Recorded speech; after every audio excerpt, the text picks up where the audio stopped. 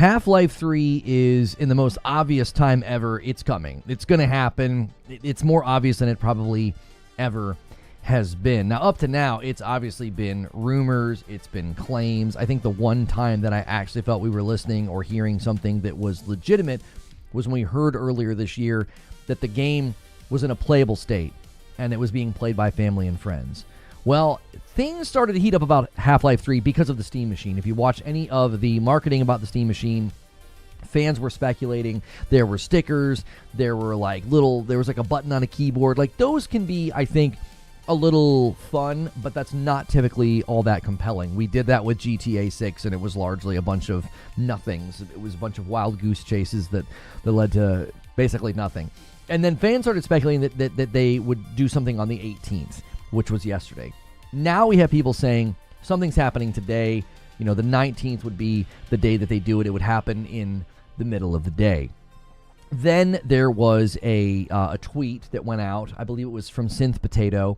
It was a Half-Life 2 documentary clip, and it made it sound like Half-Life 3 was already in the works, and that it was already something that was happening. Then if you go to a page on like Valve and on Steam, and they have their upcoming releases, it says there are 5 things coming, but there's only 4 things that are showing, and many people are like, hey, there's something that they haven't announced yet that's an upcoming release, and it's probably Half-Life 3. Even Jeff Keighley has a tweet where he took a screenshot of his own Steam and he's got something wishlisted, one thing wishlisted, and people are like, what's that? And he just made eyeballs as a response, making it seem like, hey, yeah, you spied something interesting. And then there was the Instant Gaming page. So there's like a gaming outlet called Instant Gaming, and they suddenly had a page for Half-Life 3 yesterday with, obviously the artwork I'm using on my thumbnail is from that, and it's, you know, kind of like AI fan-made or something like that. That's not like legitimate art, I don't think. But then we have Nate the Hate confirming that Half-Life 3 exists. He responded to somebody, he said, I'm working to get consensus on info and extract the truth from it all. He then said, announcement timing is one of the things I'm trying to get consensus on. I've heard very mixed things on timing. Special Nick, another, I think, reliable leaker, said that right now they're trying to figure out timing. Like, everybody that's got sources, that has info, that has people they can ask about this sort of thing, have essentially been told, yes, this thing is real. We're just trying to figure out like when it's going to be announced. So right now, the Half-Life 3 announcement, it literally could be any moment. Let me tell you what I think is probably going to happen. I feel like the reason that this is starting to heat up right now is obviously in the wake of the Steam Machine announcement. That was something that made everybody kind of think, wow, Valve's really doing something kind of crazy. Half-Life 3 has been rumored for a while, and this would be a great time to drop it as a Steam exclusive, you know, when your Steam Machine releases next year. So that obviously, you know, sparked a lot of the rumors. But the reason I think the comments are heating up right now about timing of the announcement, like when are they going to do the Half-Life 3 trailer? You know, when are they going to do this Half-Life 3 announcement? And I think the reason it's heating up is they're now entering the phase where it gets a little bit more leaky. They've been very, very tight-lipped about this. They've been very good about keeping it a secret if it is real. I think it is real. I think it does exist. At this point, we've had too many people essentially confirm that it exists. But I think whenever you enter the stage of marketing planning and you're sort of like getting assets ready, you're getting trailers ready, you're sort of gearing up, that's when things start to leak. So I actually think this is because of the Game Awards, which might seem kind of strange, but they just did the Game Awards nominations because we are like less than a month away from the Game Awards with Jeff Keighley. And we know that really big announcements tend to happen during that night. I believe it is the most watched gaming event of the year. It's rivaling, you know, major professional sporting events. And so that, I think, is what's happening right now. I don't think we're hearing about Half-Life 3 because they're going to drop something any minute. Like, if they drop something today, it would be amazing, right? We're covering it.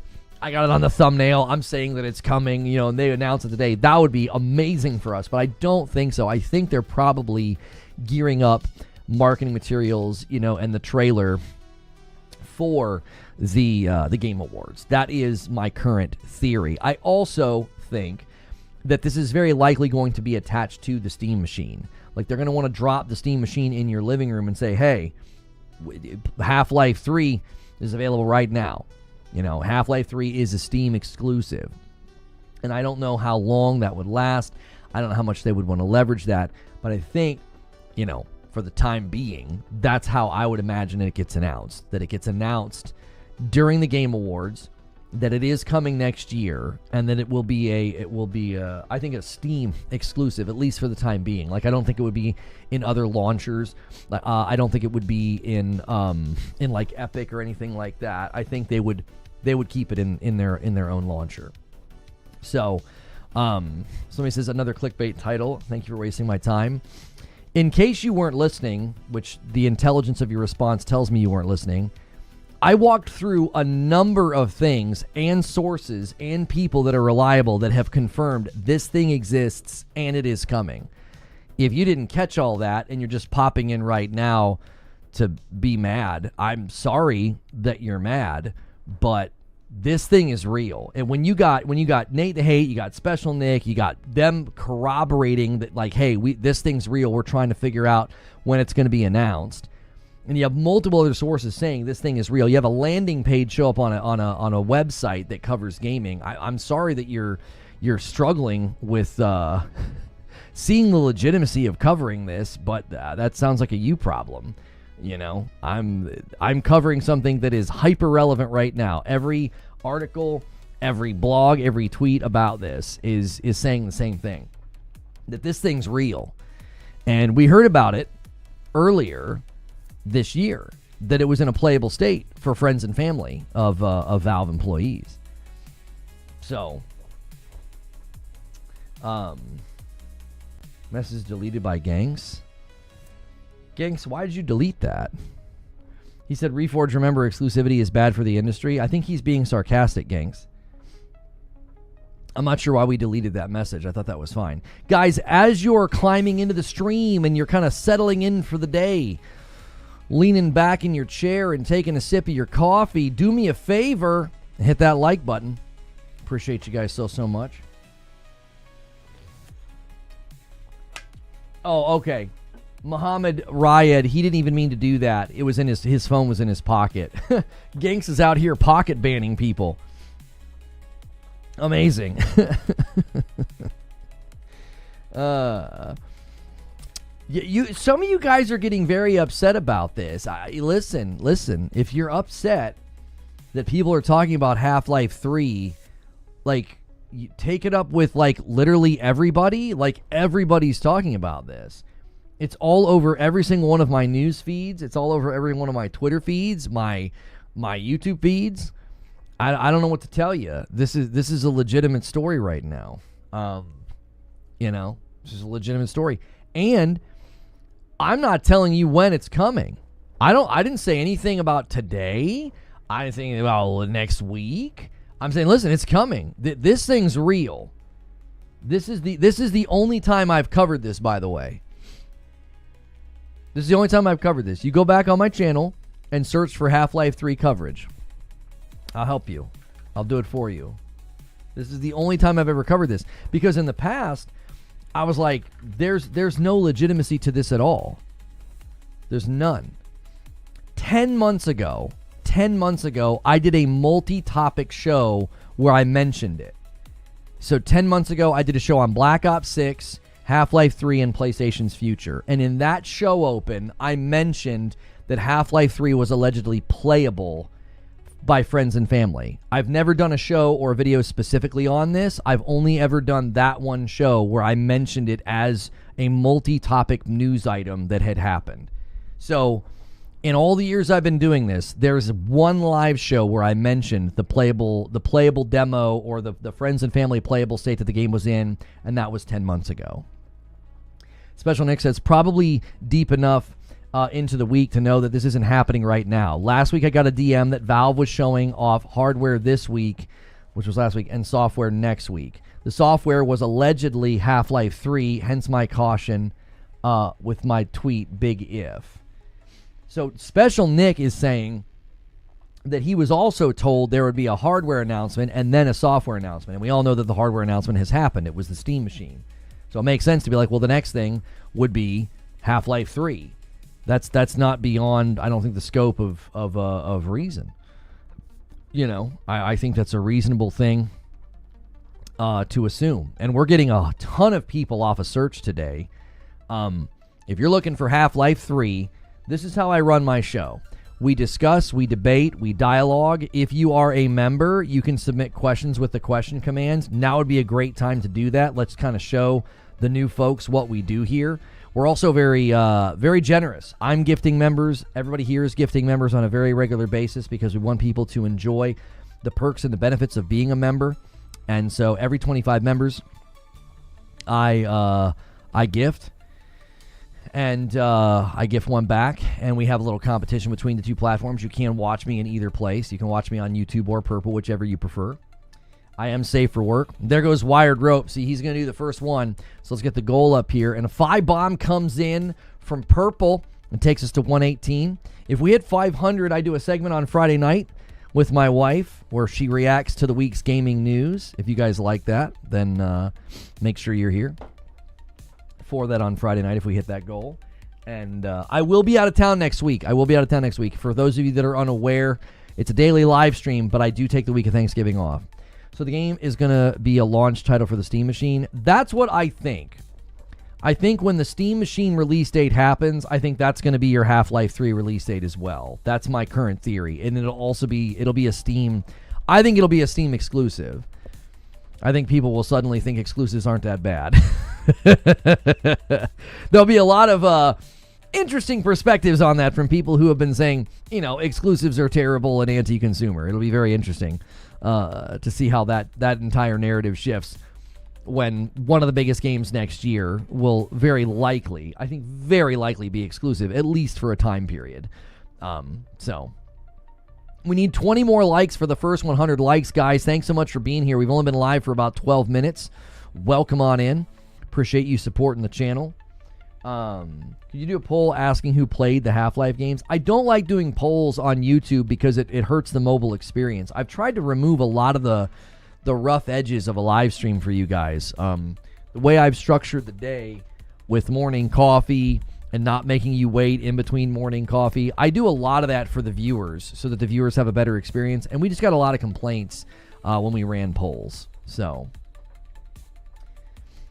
I see what you mean. People, you think people get hyped for Flight Simulator, StarCraft?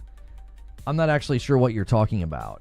Are you saying that people don't get excited for those games? I mean, I think people get excited for pretty much any type of game. It just depends on, if it's targeting them, as an audience member or a fan.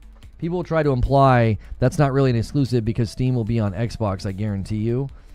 Well, but that would still just be two platforms. I mean, that would still be, not everywhere. It would still be limited. I mean, I don't know. That debate always kind of cracks me up, where being on two platforms was still counted as an exclusive until it wasn't. Half-Life 3 is like a new Wolfenstein. They'll sell what's the difference. Just it will be more innovative. I'm not really unsure. I'm understanding your point. Your point B&E video. Are you saying that it won't be innovative, or that it will be, that it needs to be? I'm not sure I'm understanding what you're saying. If you guys are coming in and you want to use the question command because you want to ask me about Half-Life 3, you do need to be a member to use the question command. So make sure your membership is active. If you've never done a membership before on YouTube, click join. Member Plus is $6 a month, and you get into my Discord. You can submit questions. You get extra content. And that's all month long for $6. So you basically, you buy a cup of coffee is how much it costs, and you get a whole month of extras. What game award existed in 2004? I think back then it was called something else. If they were doing any kind of a, thing back then, that might have been, I don't know the exact timeline. That could have been Spike TV's game awards. Trust me, they'll move the goalposts. I don't even think they move goalposts anymore, Nick. They just changed to a new stadium with new rules. Like, moving the goalposts is charitable because it seems as though they're playing on the same field and they're playing the same game. They're just shifting goalposts. They just switched stadiums. They're like, here's how we keep score now. It's more extreme than moving goalposts. It was like Spike Game Awards. Yeah, it was something like that. Half-Life games are known for their innovation, says Butters. Yeah, we kind of had this discussion yesterday. I'd be curious what you guys think about this. This was essentially what was claimed. The claim was that nobody's going to be that excited, or it's not going to be that big. Like Half-Life 3, I didn't claim this, by the way. This was claimed by somebody else. Half-Life 3 is not going to be that big of a deal because it's such an old game, people aren't going to care. Now, I strongly disagreed. I said, this is a monumental game. This is a monumental audience. This thing will be insane. Like, it will sell very well. It will be at the top of the charts. It will have a crazy player number, right? I'm arguing with people who called it a dated IP for boomers. Wolfenstein is still popular, so why not Half-Life 3? And Half-Life 3 will be way more innovative than Wolfenstein or Doom. Yeah, I wouldn't necessarily want to say it's like Wolfenstein. I would say that Half-Life 3 is significantly more popular than Wolfenstein after all this time. I would say that they're similar in that they were sort of at the ground level of when first-person shooters, they're very pivotal moments. Like the very first Wolfenstein is obviously like the granddaddy of first-person shooters. It's like the first one. Because then after that, there were other versions and other iterations of that. But then, after you kind of get through the Quake era, you don't even get through the Quake era, actually. I forget the timing here. Half-Life 1 comes out around that time and is monumental in many people's minds. But then Half-Life 2 comes out and to many, it felt like a transformative moment. I remember somebody coming over to my house and watching me play Half-Life 2, and they're like, I've never seen a video game that looks like that. Why does it look like that? How does it look like that? Now, at the time, I had at that time, the PC I had built for me was considered, pretty good. It was decent. And, my friend was very curious. Like, why does the game look that good? How does the game look that good? So I think you would need... I really do. I think you would need the game to look and feel like that. Half-Life 3 is going to need to be a step up for... not just for the franchise. I feel like it's going to need to feel like a step up for the genre itself. Like, it's going to need to make first-person shooters feel fresh again. I don't know about you guys, but like this is a me problem. It's not necessarily a problem with the genre, but I have burned myself out on first-person shooters like big time. My wife and I finally rolled credits on Borderlands 4, and it was kind of hard. It got to the point where I was like, I just don't know, man. I'm losing. We got to 60 hours. 60. Now, for me, that's a good chunk of a game. Like, once you get beyond 30 hours, I'm usually wanting to roll credits, Now, I got, 60-something hours out of Borderlands, and I would say the final 10 to 15 hours were less enjoyable for me. Now, some of that's because of how the game was designed, but some of it was because I'm just not vibing with first-person shooters anymore. I put 63 hours into Yote and rolled credits. I put like 27 hours into Ball Pit and really liked that. But then I get into a shooter and, there's a little bit of a sense of fatigue, with first-person shooters for me. I don't think it's a problem with the genre. I think it's largely, a problem with me. I've just kind of lost a little bit of the flavor for them. And some of that's because I played them so much over the years.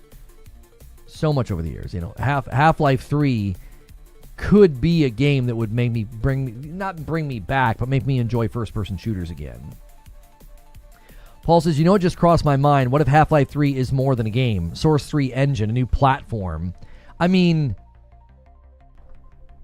there's definitely a lot of money to be made in that environment to, like, give people a platform and a tool set to build games. Did you play Voidbreaker? I played the Voidbreaker demo, and my save got corrupted, which was pretty demoralizing.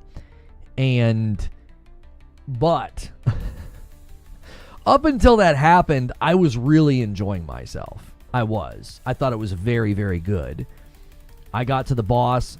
I got through phases. I think there's 3 phases to the fight, and I got through the 3 phases, and it was, I was really enjoying it. So I have a question in here from Mike on the Mic and JC. Anybody else who has submitted a question? Zubair, your question didn't get through. Christopher Burnett, your question didn't get through because you're currently not a member. Half-Life 2 is considered one of the greatest games ever made by many critics and gamers. If Half-Life 3 is anywhere near as good as Half-Life 2, was, then we're in for one heck of an experience. They just released Source 2 a year ago. CSGO 2 and Dota 2 use it. B&E says, I have Alex and a headset in the house, but I still haven't played it. I need to finish Half-Life Alex because I played it for a little bit and was very, very impressed. I just don't have time for VR games, especially a PC VR game, because I've got to come in here, I've got to get away, like back away from the desk and make space. And I just prefer to game on the couch. You know, it's more social. I get to kind of hang out with my wife. Like even when I'm like working through Donkey Kong right now, I can be on the couch and kind of hang out with her. So, okay, Zubair, that one got through. You have to understand the state of gaming when Half-Life 2 released as to why it was so special. I'm not sure what you mean, Eugene. Do you mean that, like, it won't feel as special now? Like, do you guys agree with the idea, chat? Do you agree with the idea that, like, the IP is too dated and people won't be as excited about it? I just don't know if I agree with that. I feel like the Steam audience alone would really rally around this game, and it would have very high numbers. No FPS is going to be that special in today's world. I don't know. I feel like CSGO 2 certainly shows that you can come out with something that in many people's minds is very dated, and it can still be enormous and still have tons of people playing. And Christopher Burnett jumps back in as a member. Thank you so much. I appreciate it. It was a generational game.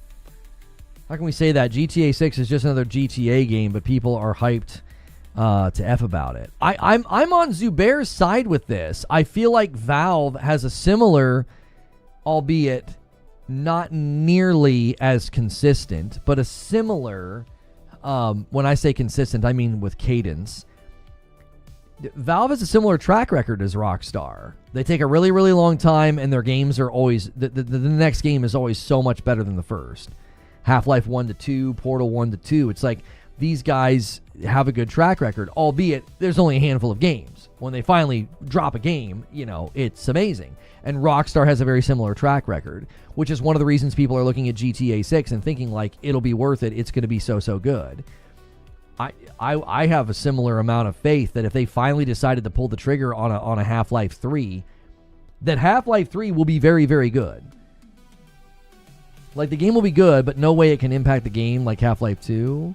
I don't think it will impact gaming.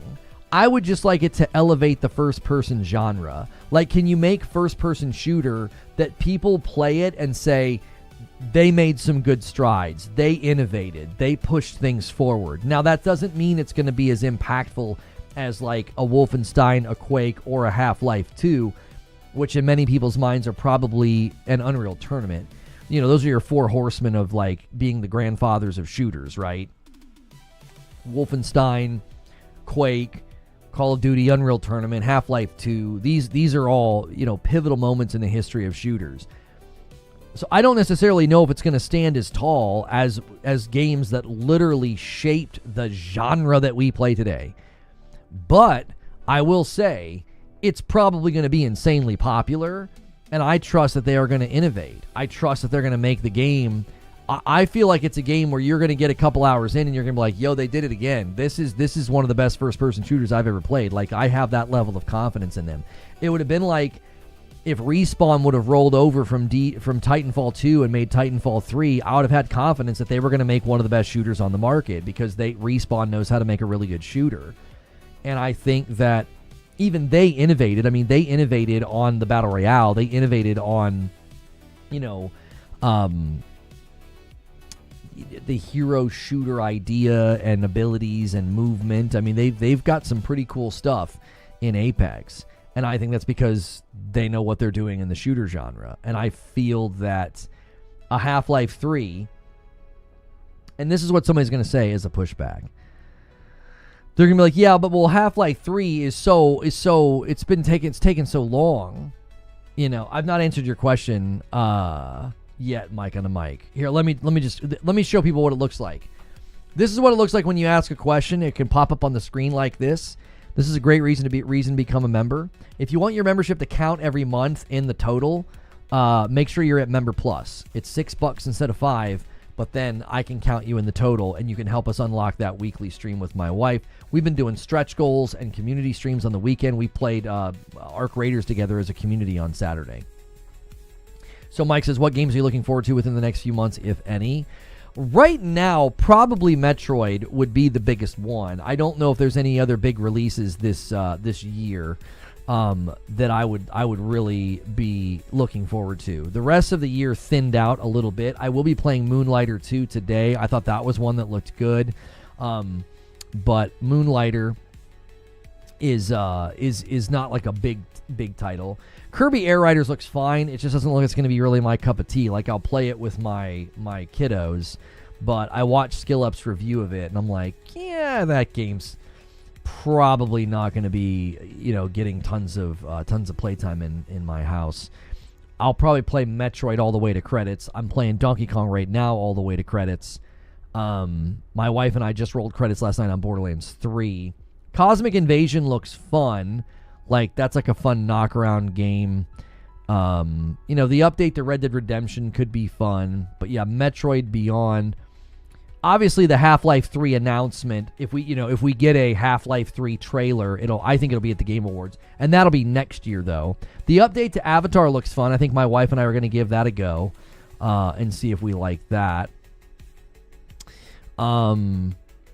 I'm scrolling right now because the Game Awards on December 11th, and I think that's when we get the Half-Life 3 trailer. That's when we get the official Half-Life 3 announcement. Yeah, the rest of the year is a little light. It's a little light, boys, and it's probably because people are anticipating, the calendar being sort of dominated and living under the shadow of GTA 6, which we know what happened there. Like, GTA 6 is now late next year instead of this year. Skillet review was so funny. He spent like a minute on City Trial. I when I was listening to it, Chris, I said, I know fans are going to say City Trial is the reason you buy the game. He played it like a racer. And I was like, fans of Kirby Air Riders are going to not like his review. Yeah. Poor Skillet. He got a lot of criticism for his Ghost of Yotei review, and now he's going to get it from the Kirby boys. Oh. How many people here right now think that, and this is my logic on it, and I want to see if you guys agree with me. I think if they decided to pull the trigger on Half-Life 3, they know they've got a winner. Like, I don't think they would finally pull the trigger if they were not confident that they could make it amazing. It would be better to never make it at all. Does that make sense? Like, I have a very similar feeling about Portal 3. Like, if they finally announced Portal 3, I know that it would be amazing. I know that it would be good. It's absurd to think it would be Steam box exclusive. No, I don't think anybody's saying it would be exclusive to the Steam machine. I think it would be exclusive to Steam as a platform. Like, I don't think you would be able to get Half-Life 3 in the Epic Store. I don't think you'll be able to get Half-Life 3 on consoles when it first comes out. I think Half-Life 3, when it releases, it'll be a Steam exclusive for a period of time. I think that's a pretty... I don't think that's a very...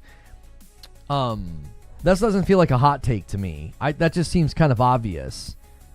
That they would limit it to their own platform, at least for a certain amount of time. I don't know. Do you guys not agree with that? Do you guys... Chat, weigh in. Am I off my rocker on this? That seems like what they would do. They would just put Half-Life 3 on Steam, at least for 6 months. It's not coming today. It's coming to the Game Awards. Check Instant Gaming, by the way. They added Half-Life 3. Also, Valve's in the list for the Gaming Awards. Yeah, my show open, Danchick, I mentioned the Instant Gaming website. I mentioned that, and I concluded the same thing. I think they're going to announce it at the Game Awards. Today's topic and thumbnail is literally just to say, I'm finally confident enough that this thing exists and it's coming because enough insiders have weighed in. My thumbnail and title is not to indicate it's coming today, just that it's finally coming. It's real. Like, it's not fake. It's not something made up. I didn't know exactly what to put on the thumbnail. I settled on it's coming. Because to me, we have the most confirmation that we've ever had that a Half-Life 3 announcement is imminent. And I think it'll be at the Game Awards, which is in, 20 days or something like that. 22 days. It'll be Jeff's One More Thing. I said yesterday that a Half-Life 3 trailer would either be the show open to just blow the doors off the place, or it'll be the One More Thing. I don't think you would put it in the middle. It's either the show open, or or it's the One More Thing. Stop making stuff up. Could you pinpoint where I've made something up? I recently replayed both Portal games. The jump from 1 to 2 was huge. We'd want to see a similar jump from 2 to 3. I agree with you. Portal 2, I think, is one of my all-time favorite games. It's so good. You mean they won't sell physical copy? Yeah, that's right. No physical copy. Yeah, so Christopher Burnett says, yes, it would be exclusive to Steam at first, then eventually hit PS5 and Xbox Series X platforms within a year to 18 months. It might be a nothing burger again, but it's the best hope we've had for a decade. I do not think it's a nothing burger. I do not think it's a nothing burger when this many people are weighing in and saying that Half-Life 3 is indeed real. They're speaking to their sources, and what they're trying to figure out is, when's it coming out? Spider Senseless, your question, it got through. You don't need to resubmit. Ignore that error message. That's a glitch. Lono is making up that the announcement's coming today when it definitely is. Now, I didn't say definitively. I don't believe it's today. There seems to be legitimate smoke. Like, yes, this is the first time I've been like, all right. 10 months ago, I included it in a variety gaming show. And I said, listen, according to sources, there's a playable version of Half-Life 3 for family and friends. That's the only other time I've covered Half-Life 3 on this channel. That's it. It was 10 months ago. And that was when we heard there was like a playable version of the game. How is Valve the best when they haven't made anything in 20 years? Well, I actually think that's a fair question. I think that's a fair question. Because, they could have lost their touch. They could have lost their way. But I will say, my logic isn't changing on this. The way I reason myself on this being a good game is I don't think Valve would make it and ship it unless they were super confident that they had a banger. Right? And Half-Life Alyx is one of the most praised VR games out there. So I think that is some fair pushback on what you're saying. But, well, they haven't made anything. They were like, well, we're going to make a VR game in the Half-Life world, and it's one of the highest praised VR games out there. So again, they strike me as a company that if they decide to do something, they do it excellently. When they decided to do a VR game, they did such a good job that when people talk about like the best VR games to play, theirs is the one that gets mentioned the most. Like that game, No Man's Sky, Synapse, Asgard's Wrath 2, and like No Man's Sky are considered some of the best VR experiences. Like Half-Life Alyx is usually at the top of those lists. I don't know. I think that's a feather in their cap. I think that's a reason, to trust them. I think sometimes it's good to trust in the hesitancy that a company has. Like they were very hesitant to just make Half-Life 3. They seem to have standards that go beyond just wanting to make another game. It's like, well, if we're ever going to finally make that, it needs to be tectonic. It needs to be incredible. No, you kind of look like Gordon Freeman. I am him. No. Valve isn't going to make another basic 3D shooter. I don't see how it happens. Wait, El Duderino, are you saying that you think it's going to be good, or do you think they're not going to make it? They're not going to make the game. Yeah, Half-Life Alyx has a 93 on Metacritic. It has a 9.1 from the users on Metacritic. I think if you go to the Steam page, it has a very, very good score. I can't type. I can't middle mouse click either all of a sudden. Yeah, I mean, so this is a VR game that they shipped 5 years ago with a 98% on Steam. So, you know, if these guys make something, they do good work. They are, I think, revered and trusted for a reason. We got a question here from JC. If you're a member to the channel, you can submit questions. So consider hitting that join button or gifting. Get some more people that can submit questions. We got a lot of questions in the queue already. And this one from JC, he says, I personally have no interest in any of the Half-Life games and was wondering, have you played the first two and are you interested in playing the third? My friend played the first because at the time I did not have a gaming PC at my house where I could play it. We had one PC and I was not allowed to really put much on it at the time. Once I had my own PC that I built in high school, and then subsequently built another rig in college, built a rig for my brother and some other friends. I remember playing Half-Life 2 a ridiculous amount. Like, I remember playing the PvP so much. Like, it was, I think I played the PvP more, like I played the whole campaign and loved it. And then I feel like I just lived in the PvP for the longest time. I remember there was a gun that you could like charge up, shoot, and it would like bounce around. And then my favorite map, there were like all these jail cells. Like that's what I remember. I remember playing a lot of Half-Life 2. So I didn't get a chance to play Half-Life 1 because like I remember watching my friend play it and thought it was so cool. And he let me play for a little bit. But at the time I didn't have a PC to play it on. So Half-Life is still relevant, says Christopher Burnett. You can get a Half-Life truck, Gordon's glasses, and gravity gloves in Death Stranding Director's Cut. The amount of organization needed to make Doom even work back in the early 90s is amazing. They will announce Half-Life 3 at the Game Awards, says Shiva Jones. The release date of the game and the hardware, likely the hardware prices as well. That's my prediction.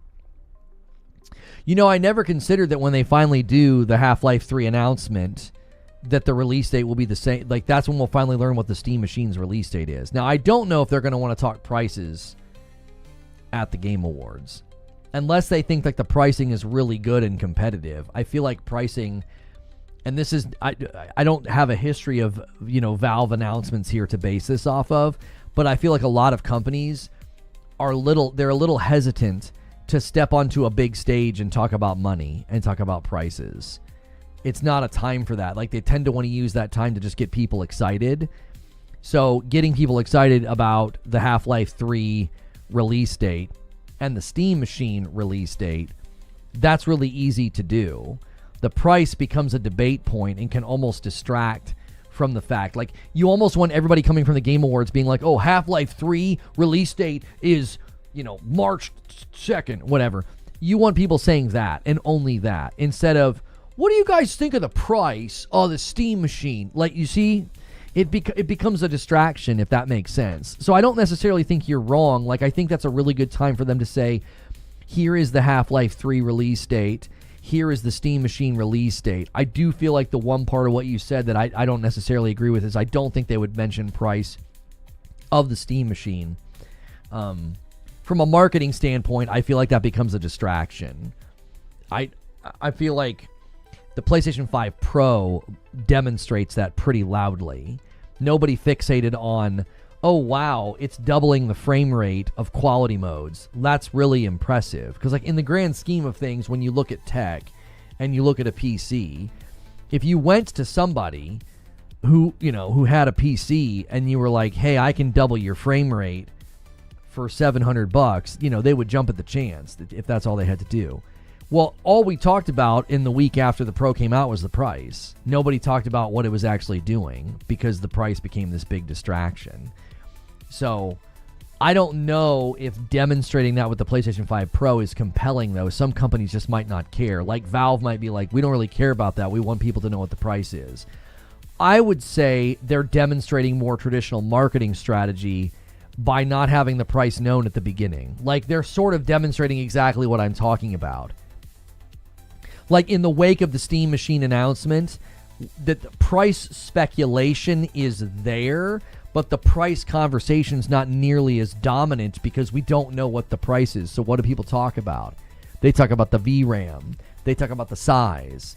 They talk about, is this a threat to PlayStation? Is this a threat to Xbox? So nobody can really fixate on the price because we don't know what it is. They seem to be demonstrating that I'm not too off the mark in how they're wanting to market this. They've already kind of demonstrated that hesitancy to get the price out there in front of the public with their own announcement of the Steam Machine. So I also think Half-Life 3 is going to be somewhat coupled with Steam Machine as a marketing point. Like, I wouldn't be surprised if they have like a plate for the front that is Half-Life, oriented, things like that. RAM prices are volatile now. We probably need the price closer to release date.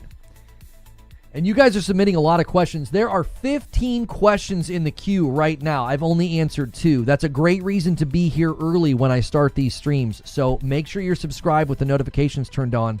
Make sure if you are a member, you're at Member Plus or above so I can count your membership every month.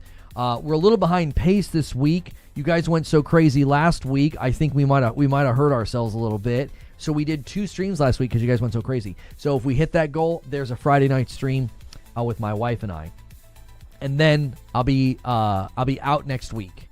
So I'll be out of town next week. How do you queue a question?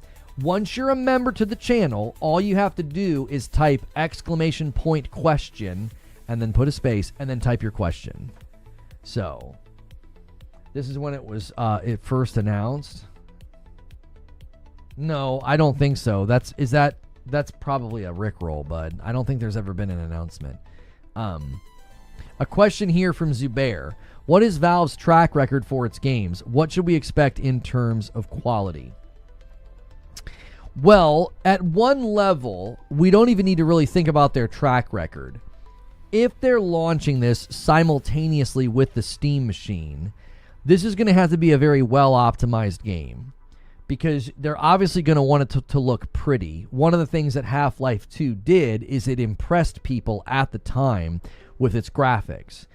With it, to many people at the time, it looked incredible. I remember when my friend was sort of impressed by the game. I remember what I was doing. I was driving in a boat and the water's going by, and he was like, I've never seen a game that looks like that. So I do think because we can see the marketing alignment here with the Steam Machine, so your Half-Life 3 announcement is 100% going to be in conjunction with your Steam Machine. And because of that, I think it's going to have to be very well optimized because the Steam Machine is not particularly strong. The other thing that Valve seems keenly aware of in their own commentary on the Steam Machine's power, it's as strong or stronger than like 70% of the users' hardware on Steam. Like they looked at the reports. Now, I think that played a role in what they built. They know like the majority of their audience is not looking for, needing, or using like a beast machine. They probably also know and can run reports on the types of games that are played, how many of them do not require a lot of hardware. Given that reality, they're going to ensure that Half-Life 3 is a very well-optimized game, one that could be played on, medium to like low-end rigs with little effort. However, that doesn't mean you're not going to be able to make it look very, very pretty on a beastly rig. Like if you've got like I've got a 5070 Ti, I imagine I'm going to be able to make Half-Life 3 look really nice. Ray tracing, path tracing, things like this to really pretty up the game. Like ray tracing global illumination completely changes what a game looks like. Mr. Goku, you cannot submit a question unless you're a member. I will still answer your question. I just can't feature it. You can't use that feature unless you're a member. That is a member perk. Do I have any insider information? No, but I have cited Special Nick and Nate the Hate as 2 people who have confirmed the game's existence. They are simply right now trying to track down and get a consensus on when will the Half-Life 3 announcement take place. Bolton Gaming bumps the line with the renewal. Thank you so much. We're at 119. We don't have Stone Spire right now. He's no longer able to watch while at work. So we're going to need somebody with the spirit of Stone Spire to do these line bumps and these setups. Thank you to all the new subscribers today. If you like gaming podcasts, Monday through Friday, I do a show like this where I just talk with the audience for a couple of hours. I keep it safe for work. And make sure you're subscribed. If you like what we're doing here, come back, every day for all the discussions and conversations. And I'm going to move my way through these questions that you guys have submitted. And you can contribute to the conversation in the chat. You don't have to be a member to do that. The membership is there for you to get into the Discord, and then you can submit questions like the ones I've been pulling up. Most Valve announcements come out at 4:30 a.m. onwards. I would expect an announcement within 2 to 3 hours if it's revealed today. There are people speculating that there will be an announcement today. There were people doing the same thing yesterday. They were pretty confident something was going to happen, and then it didn't. So, yeah.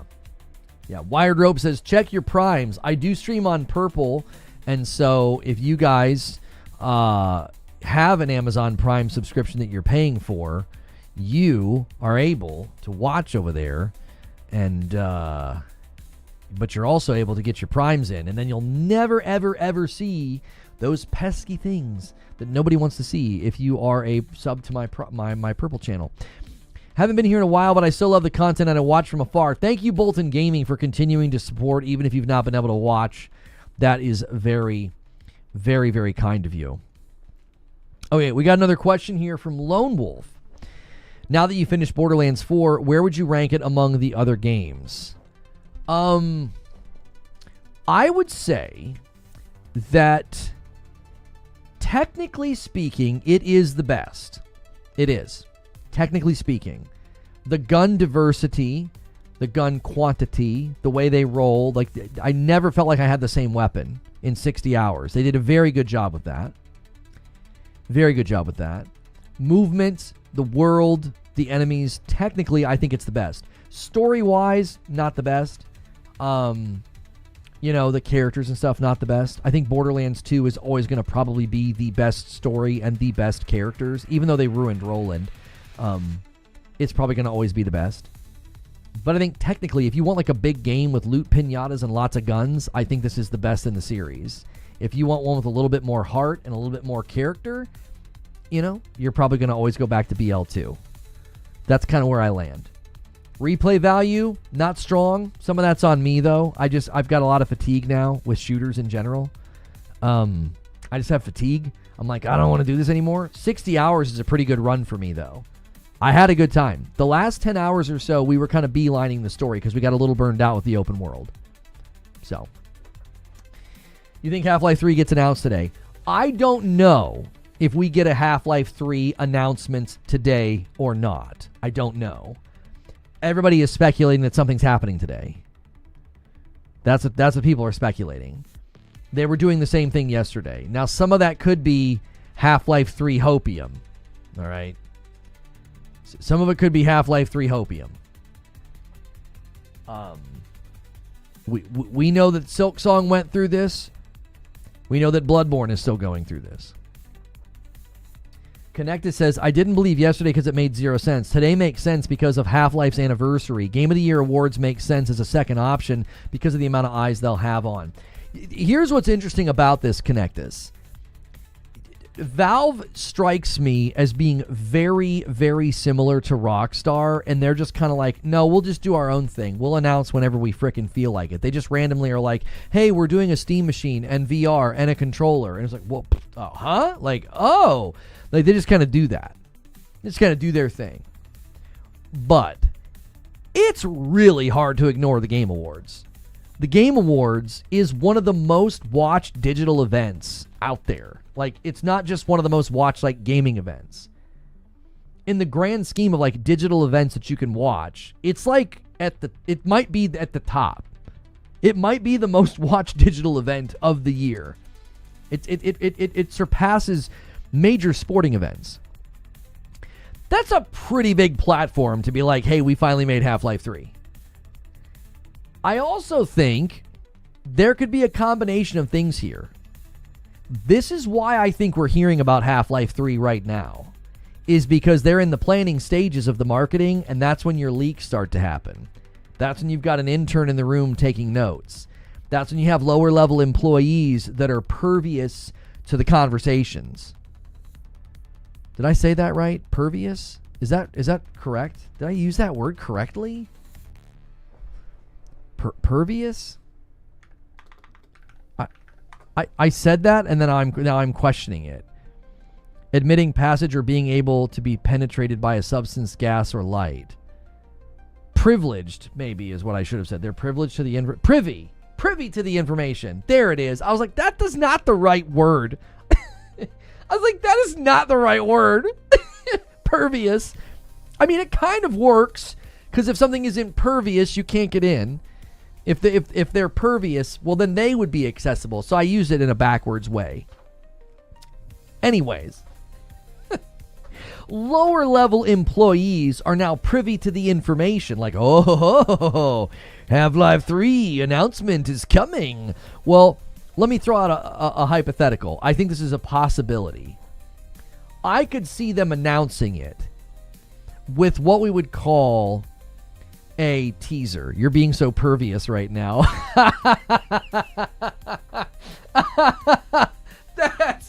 I didn't even hear it. Like, he's a bit of a perv. You might say he's pervious. Oh gosh. Yeah. Hey, calm down there, man. You're being a little pervious. Oh Lord. Anyway. We have a new word for gooning. It's a little bit of a classier, word. Instead of saying that, like, yes, I too am a gooner. You're like, yes, I too am a little pervious. I dabble in some pervious activities on the weekends. Anyways, let me give you a what for. So I could see them. Thank you for the $2 super chat, Alex Mercer. I appreciate it. Guys, make sure you've pressed the like button. Try to get us to 200 likes before we've been live for 1 hour. All right. If you're enjoying the show and the banter, give it a thumbs up. All right. It helps me out. I could see them do a teaser announcement today. Very, very low key. It's Freeman, right? That's all it is. You just get him. You don't get anything else. Maybe Gordon says something, right? Maybe Gordon Freeman walks out and says something, or maybe it's just the logo. Okay. And then they show gameplay at the Game Awards. You see, I wouldn't say I'm impervious, but I am a little pervious. That's right. So like today could be like, oh, here it goes. Boom. Teaser. Everybody loses their dadgum minds. It's, Half-Life 3 confirmed, blah, blah, blah, blah, blah. And then at the Game Awards, they show up with gameplay. Like, I could see them doing that, because I don't necessarily think what you would want to do is not show up at the Game Awards. It's one thing to have your own announcement and to kind of do your own thing, but for a fact that Jeff Keighley would give you the primo treatment. He would give you the best block of the show, whether it's the show opener and then you're the talk of the town, or you're the one more thing, and then you get to really be the talk of the town because now the event's over and everybody's talking about you. So if I'm Keighley, I would want to put a Half-Life 3 announcement at the end of the show. Because if you put it at the beginning of the show, the social feeds and the virality of that would overshadow. And that's all anybody would be tweeting about. You'd be 20 minutes into the show and Half-Life 3 would be trending, on Twitter and on all platforms. And now nobody's talking about the Game Awards, right? So if I'm Keighley, I want to slate it at the very end. You tease people the whole time. You're dropping hints that something big's coming at the end. and then you get to drop the Half-Life 3 announcement, or in this case, it would be Half-Life 3, some gameplay or something, or like just maybe it's the first official trailer, so they tease us, today or something with like a very basic trailer with just like a logo, and then the Game Awards is like an actual trailer, like a cinematic trailer with maybe a little bit of gameplay or something. Intergalactic will be the closer with gameplay trailer. I don't think it's a bad prediction that we will finally see some Intergalactic gameplay this year, like as a way to say, hey, y'all doubt us, let's show, because everybody was like doubting and speculating about the ending sequence, if that was real or not. And developers were commentating and watching it and being like, oh yeah, these guys are showing off, Just a quick reminder again, guys on YouTube, really quickly, hit the like button. Hit that thumbs up button if you haven't already, man. Make sure that like button's working. Make sure it's saving your likes. We are 5 minutes away from the first hour of the stream, and it is so helpful when you guys hit the like button. Now, a lot of you guys found this stream today by searching for Half-Life 3 on YouTube. About half of the people that have found this stream today, that's where you found me, okay? I thank you for clicking on the thumbnail and stopping by and talking with us. I hope you come back in my future shows, and maybe even consider doing a membership, because then you get to do something like this. You can submit a question, and the OA says, considering the planned release window for the Steam machine, what are the chances that Half-Life 3 will be launched alongside it, or even as part of a bundle that includes code for the game? Very high. Very, very high. I would say the launch timing is probably locked in. The two things are probably coming together. As far as bundles go, I mean, that's kind of a maybe. Everything else, I think the probability is very high that your Half-Life 3 release date is basically in lockstep with the Steam machine release date. That just makes sense to me, I could see them selling a Half-Life version that comes with like, they could do a limited run collectors and it's got the symbol on it, or it's all orange, orange box, right? And then it comes with the game. As someone said, that would sell machines like hotcakes. Yeah, I mean, if you want people buying the machine, that's not a bad way to get people to buy the machine. I mean, there's a lot of Half-Life fans out there, If that's so, I'm probably getting one, i.e. mean the bundle with plates and stuff like you said. That's what I'm saying.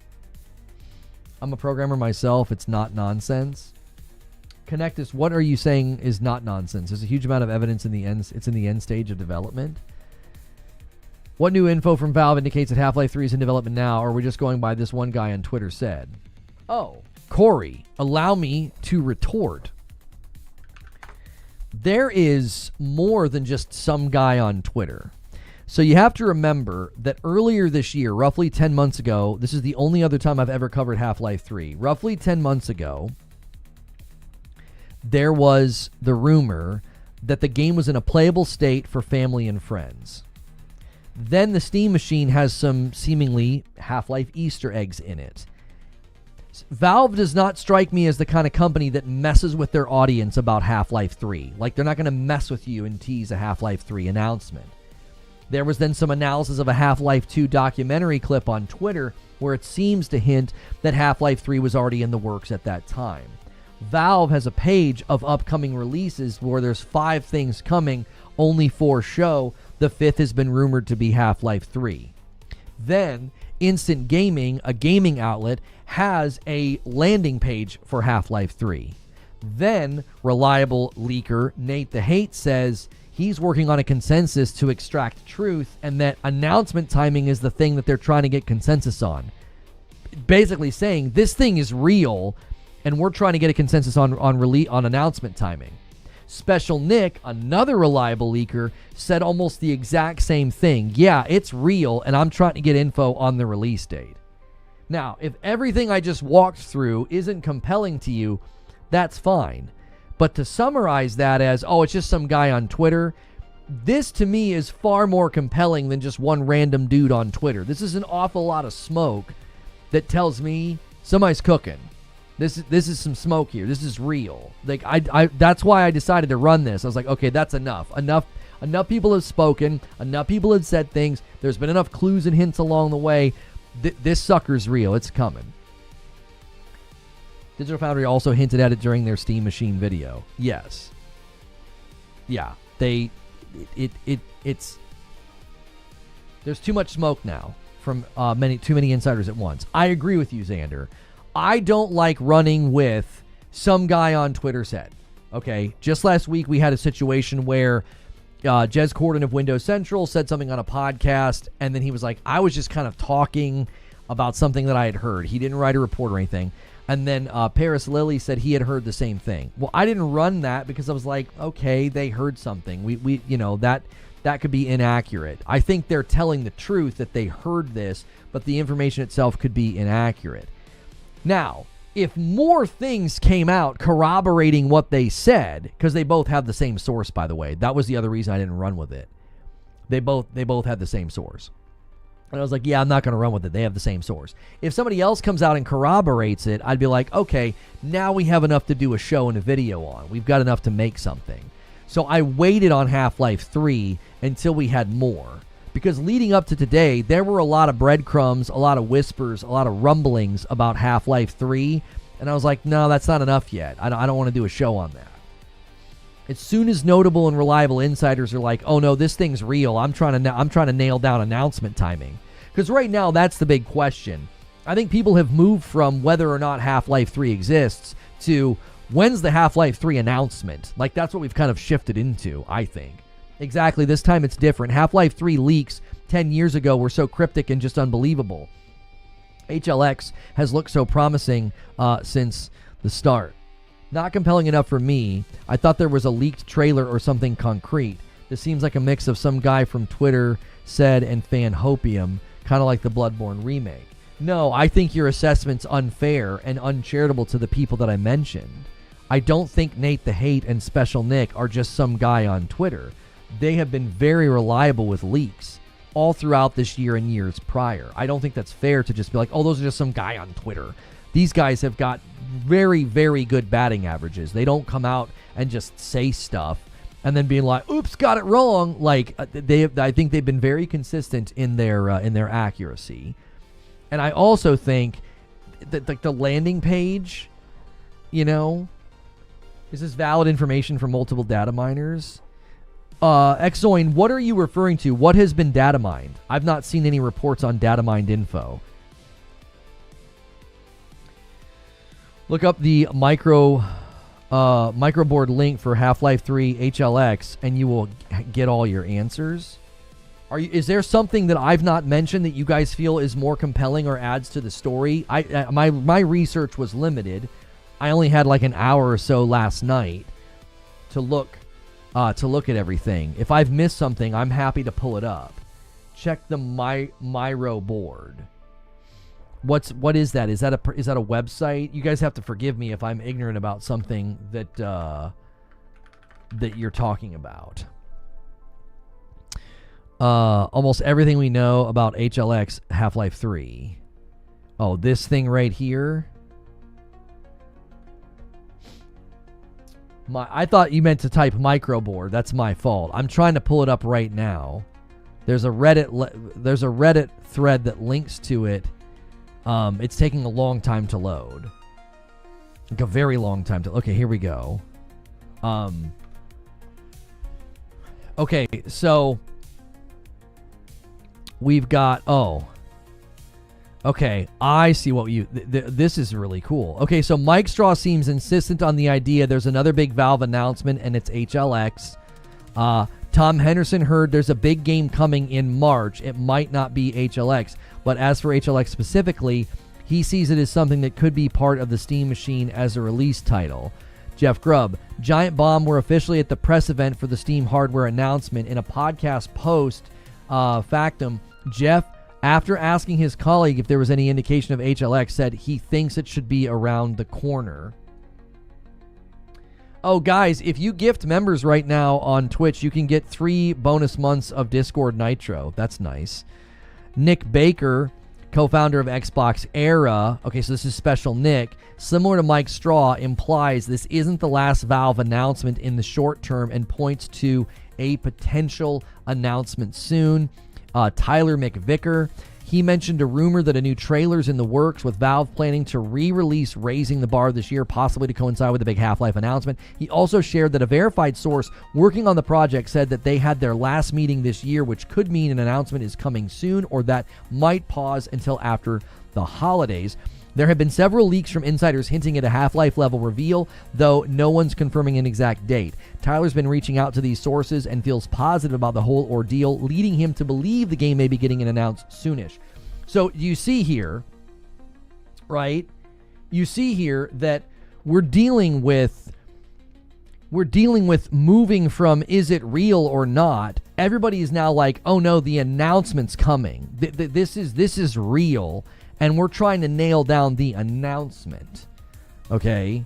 In summary, nothing has changed from Gabe Follower's information. They are aiming for a 2025 announcement, but he was unable to confirm during November. Speculation, okay? Jason Schreier.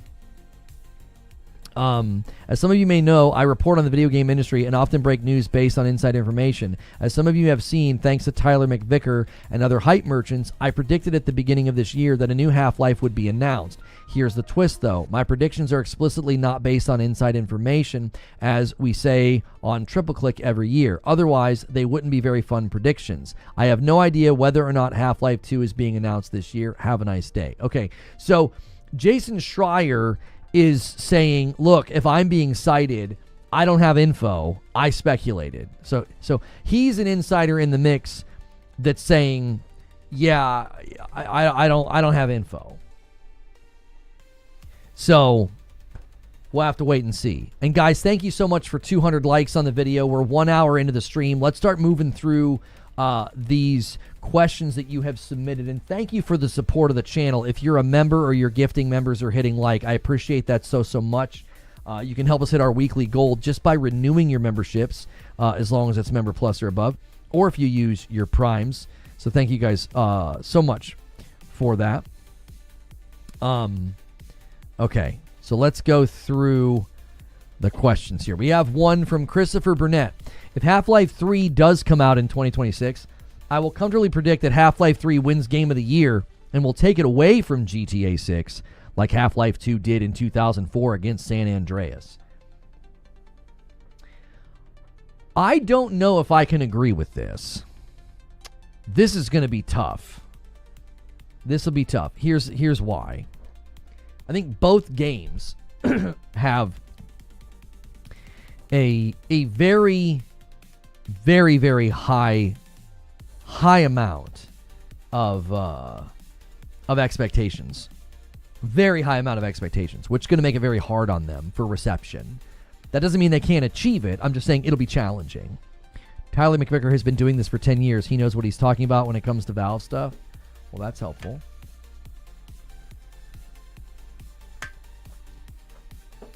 So I think they both have a significant amount of expectations. Here's the thing about GTA 6. I think GTA 6 is in a prime position to be like a generational game. I don't know if Half-Life 3 can be that. I think Half-Life 3 can be exceptional and highly praised and incredibly popular, commercially successful. I think you can check every one of those boxes. I don't know if Half-Life 3 is going to be generational. I just don't know. Because when I look at GTA 6 and the possibilities and what they're talking about with the open world, I'm like, okay, this is going to be talked about, mimicked, mirrored, copied, and influential in the gaming market for years to come. I don't know if Half-Life 3 will even have that in its aim. I think its target is going to be, innovative first-person shooter and a great continuation of a franchise and story. But I don't know if it's going to have that in its sights. Fear says, I guess I'm shadow banned, probably talking to myself. No, you're just not the only person here, so you don't always get a response from me. There's probably 8 people that could chime in right now and say that they have not got a direct response from me this morning. It does not mean that you're shadow banned. That's why the question command is there. It's a guaranteed way to get a response from me as a member. It might take a while to get to your question, but that's a great reason to not just be a member, but to then use the question command. It like guarantees you a response at some point in the game, in the show. Petrov says, is Half-Life 3 going to be first or third person? It's going to be first person. Now, if they have a VR mode because of what they did with Half-Life Alyx, I don't know. No, I don't know. Oh, not me. People in chat.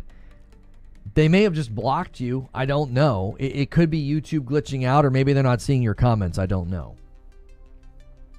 I'm sorry. I probably ate your turn to talk to Lono. I talk a lot. This is true. It's okay. Lono doesn't love me either. This is correct. As far as a Half-Life 3 also having VR, it'd be really cool if they built the entire game, to allow that. But I feel like with the way they built Half-Life Alyx, if they want to do another VR thing, I feel like it would be its own thing. Does that make sense? The way that environments are built, the way that you move and interact with and grab things and touch things, I don't know. It would be a very, very difficult task to build an amazing first-person shooter that can also just feel great as VR. Is this a Hopium stream? I don't have Hopium for you. I have information. I have breadcrumbs, but I don't have Hopium for you. I don't do that. Welfare Rockstar with 37 months. Half-Life is a game that they usually used to show off new tech by Valve. It's not going to be any kind of groundbreaking game necessarily, just show off. Yeah, in the Half-Life 3 versus GTA 6 conversation, I think GTA 6 is going to be very, very difficult to top and to beat. I just think it is. We don't do Hopium here. We connect breadcrumbs. Sorry, Zubair. Sorry. Yashu says, oh, yeah, I'm sorry, Yashu. Lono is just a pre-recorded video with live chat. There's loads of work that goes into the script to get things and responses correct. With the advancements of AI, I don't even really have to take a week off. You guys could just come and interact with like an AI version of me. Zubair submits a question. I'm a little too far away. I'm like reaching for my Steam Deck. Should I be worried that Valve will create a game for the Steam Machine and Steam Deck and leave my rig untapped? I do not think so. They don't strike me as the kind of developer that would do that. They strike me as a group that would value both. They would value optimization for Steam Machine, make sure it's deck verified. They'd value that. But I think they would also value making the game look very pretty and be a good tech showcase. I feel like they would want to do both. They would want to say, hey, we got a lot of people in this hemisphere of power. We got a lot of people buying Steam Machine. We got folks buying Steam Deck. We need to make sure Half-Life 3 runs very well in those environments. I think they would also say, hey, we need to make sure this is a very, very good tech, show off good tech here. Whether it's, ray tracing or the like. Yo, Alex, I missed this. I'm so sorry. It was 2 minutes ago. Alex gifts a member over there on Purple and gets us exactly 5 members away from 125. Whoever hits it gets it. I will owe your platform a member if you help us hit it. That's in the spirit of Stone Spire. Stone Spire's not around right now to do that.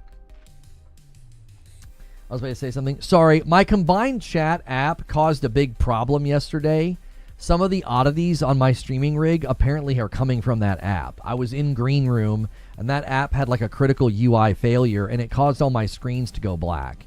We didn't start having those weird problems until I started running that app, so I'm assuming that it was that app. So I can't see both chats at the same time when we're running Q&A, unfortunately.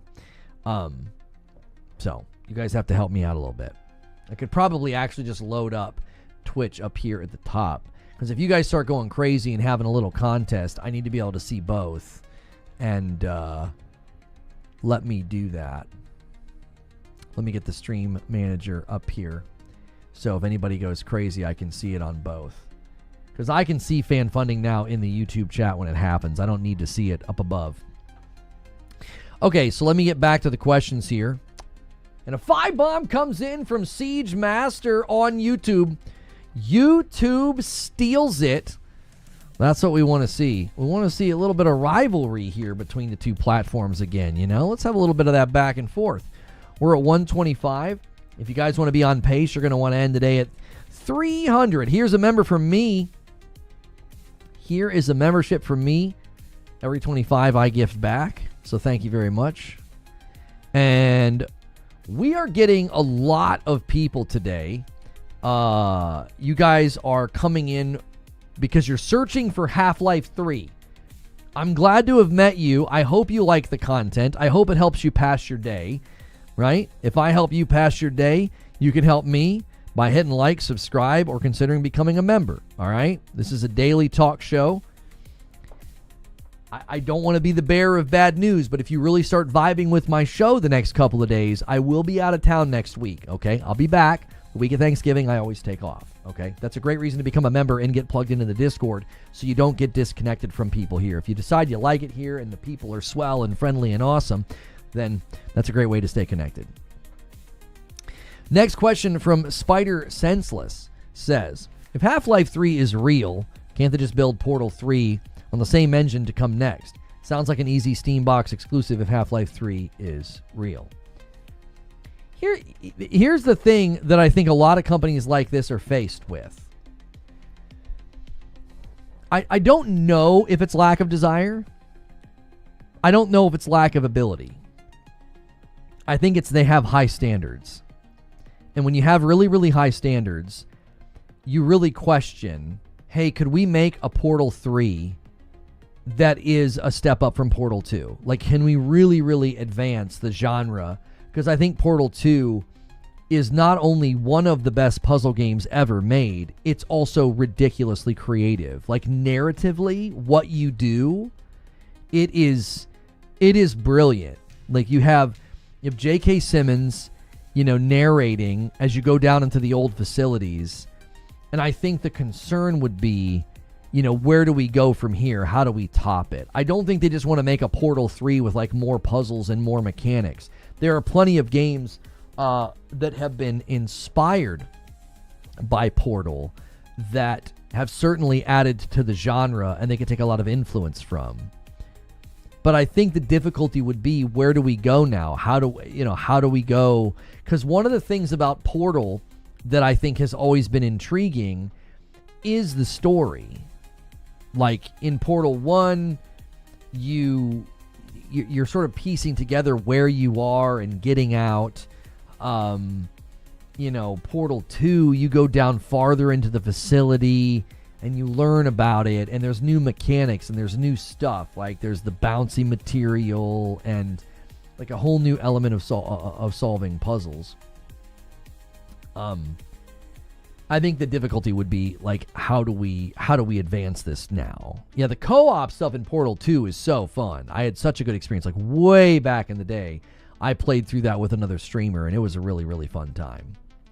So I don't think it's a lack of desire. I don't think it's a lack of ability. I think they have very high standards, and they don't want it to come out like half baked or something. They don't want to do it just for the sake of doing it. If they make Portal 3, it's not going to be after the events of Portal 2. It would be kind of like Half-Life Alyx, and they'd have to have a game set before the events. Yeah, something like that. You know. And they'd really, really have to up the ante of the puzzle mechanics in a way that wouldn't be weird. Like, why would Portal 2... Why would it not have all those mechanics? Like what? It would almost have to be like another facility or something, right? You'd almost have to call it like Portal 3. I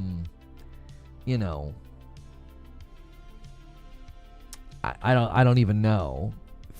Like you'd have to be like Facility X or something like that. That way you'd have a reason to like be somewhere else. and have other things going on. A $5 super chat comes in from Alex. I don't know, you might eat those words. Remember what happened with Red Dead 2 and GTA 5 when Tlu and God of War? I get the sense that Half-Life 3 might take it. I'm not going to say it's beyond the scope of possibility. I'm just here to tell you that GTA 6 is, I don't know. I think it's going to be more, I think GTA 6 will be more monumental than Red Dead 2 and GTA 5 were. I just that's the feeling I get about that game. A question coming in from Smooth Jazz. Any thoughts on how they could innovate to make this new genre-defining game a genre-defining game? I personally don't see it happening. I think it's difficult. I think a lot of first-person shooters right now are showing that it's very, very difficult. Call of Duty is learning that it's difficult. You know?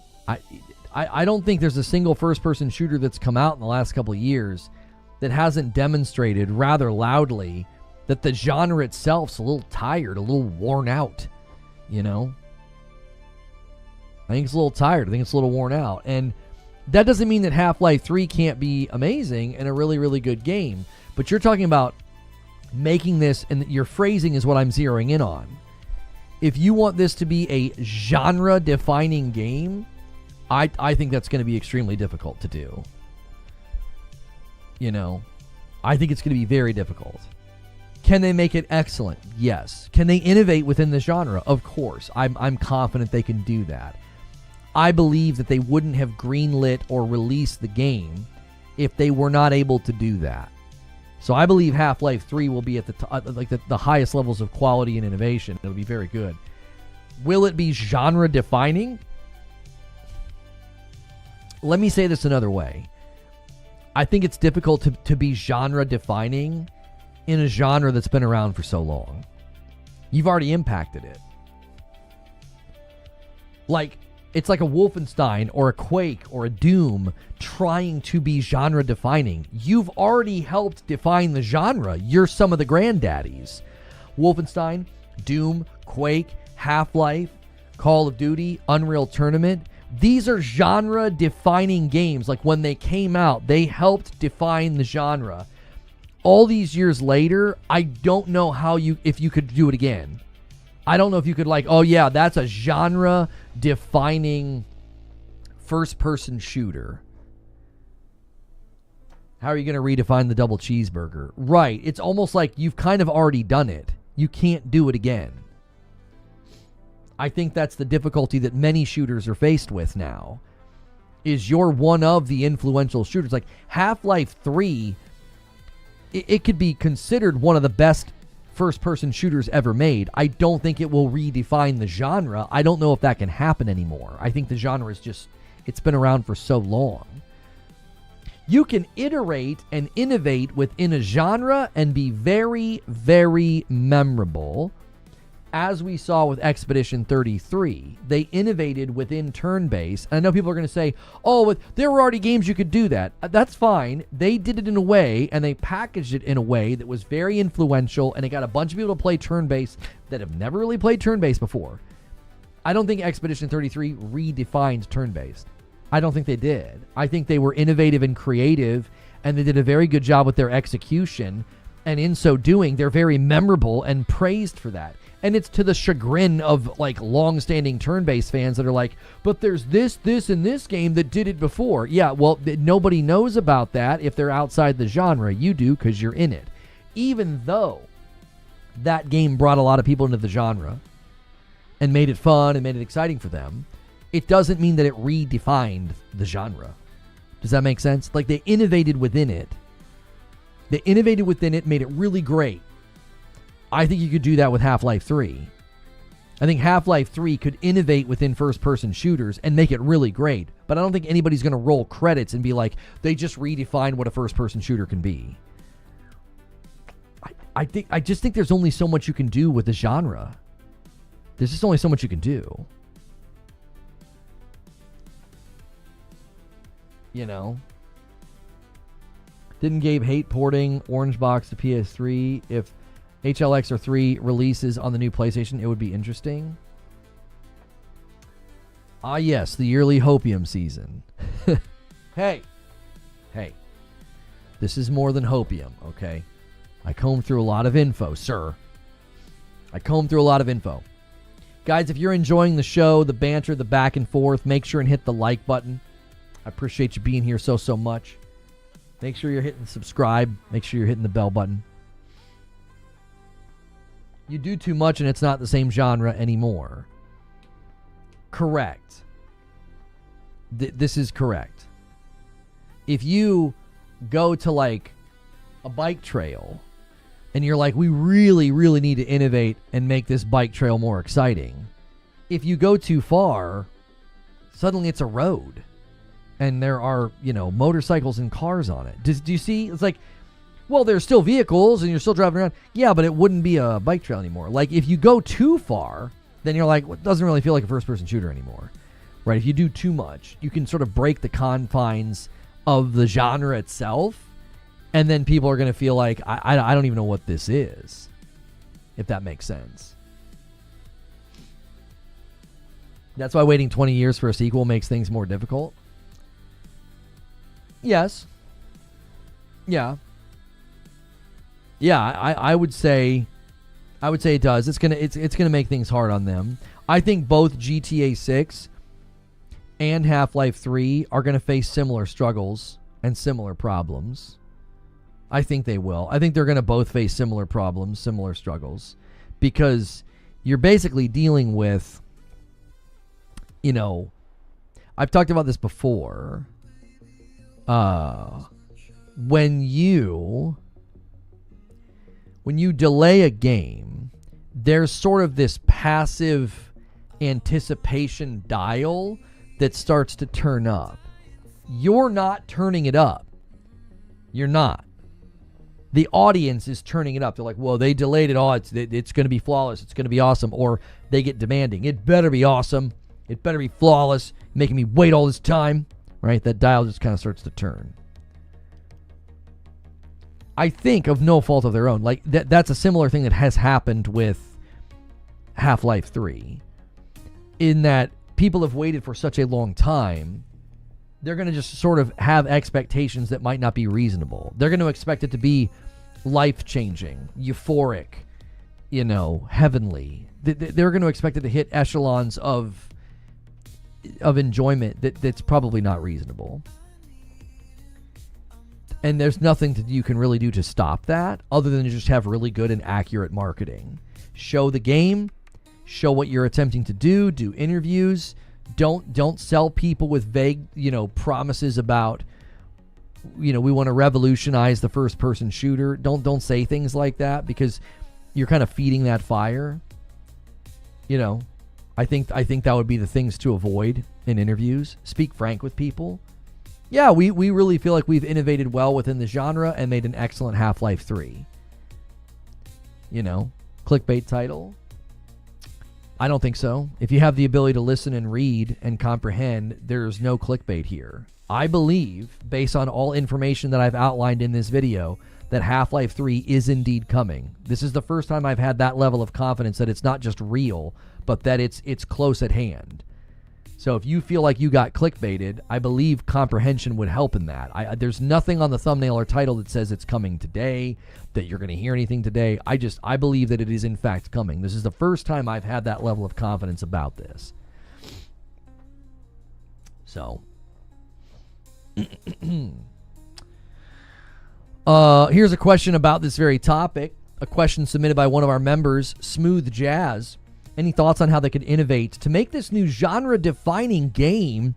I personally don't see it happening. Well, so this is what I think has worked really well when people decide to innovate within a genre. Okay, so I'm going to speak principled here. I'm not going to get into like specifics. So like, if you go to Apex Legends as an example, you go to Apex Legends, they brought ideas and things from like other types of games within shooters and like brought it over to Apex Legends. They sort of innovated within the space. Valorant did a similar thing. Valorant went to they went to the CS:GO econ style, strategic shooter, whatever genre you want to call that. They kind of went to that and they said, okay, we're going to bring kind of Overwatch to the CS:GO style game. Okay. I think that's a principle that you could apply here. The principle you could apply here is, are there things that other shooters have done that you could bring into this that would be like, oh, yeah, that's not really been done before.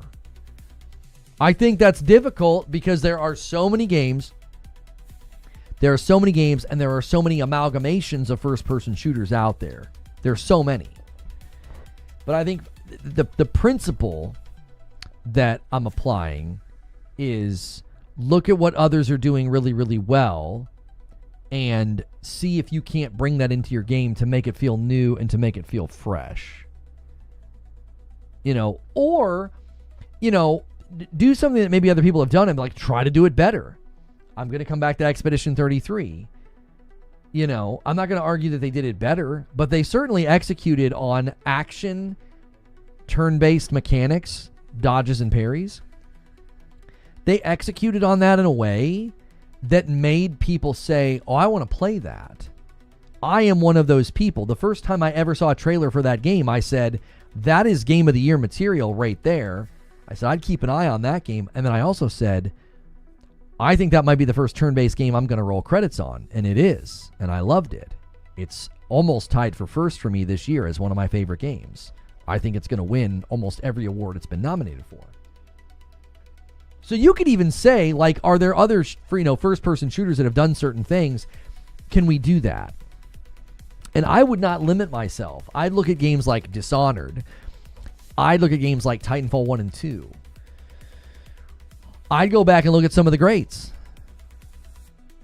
Go back and look at early Doom, Wolfenstein 3D. See if there's anything you can glean from the greats to be like, is there something that people did with games back then, world creation, level design, shooting, that we can extrapolate and innovate on?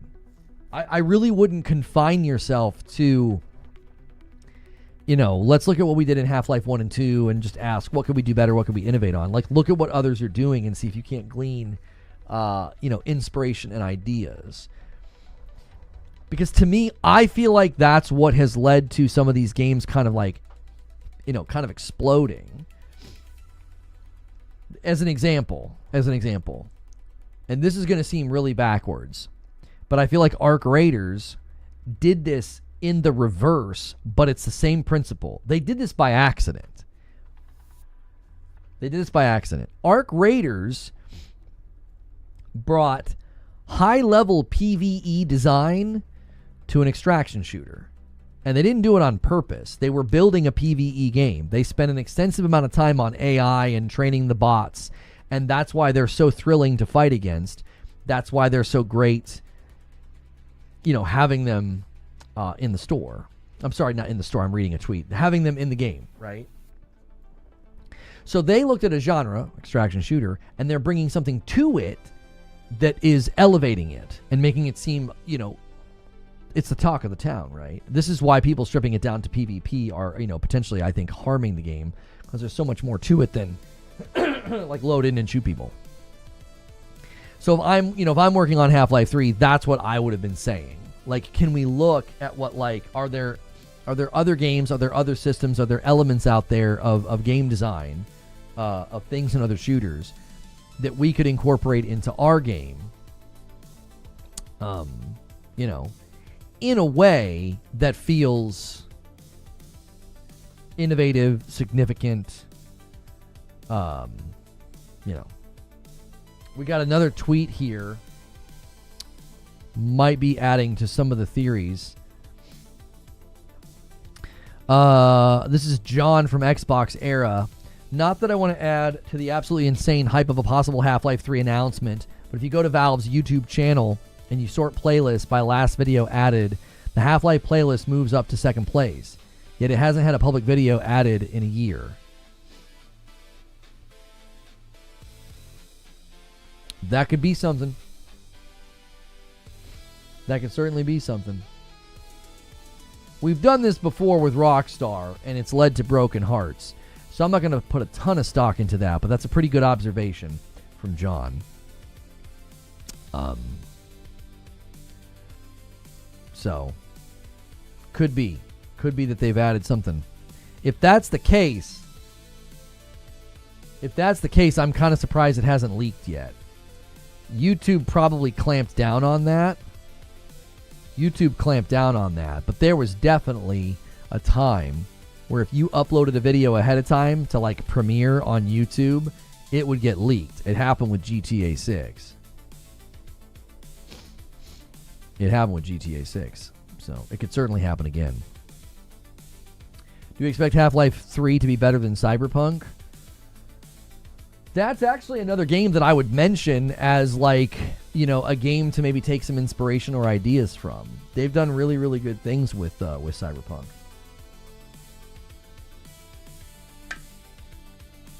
They really have. Like, the game has really come a long way.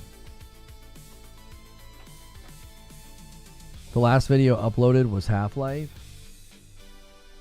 Like a year ago.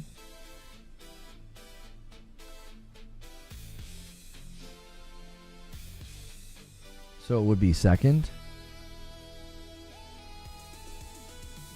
Oh, so you're saying, of course it's in second because they haven't added any videos. Okay, that's not a bad observation, Paul. Yeah, there could be nothing to that. Another question here from Christopher Burnett.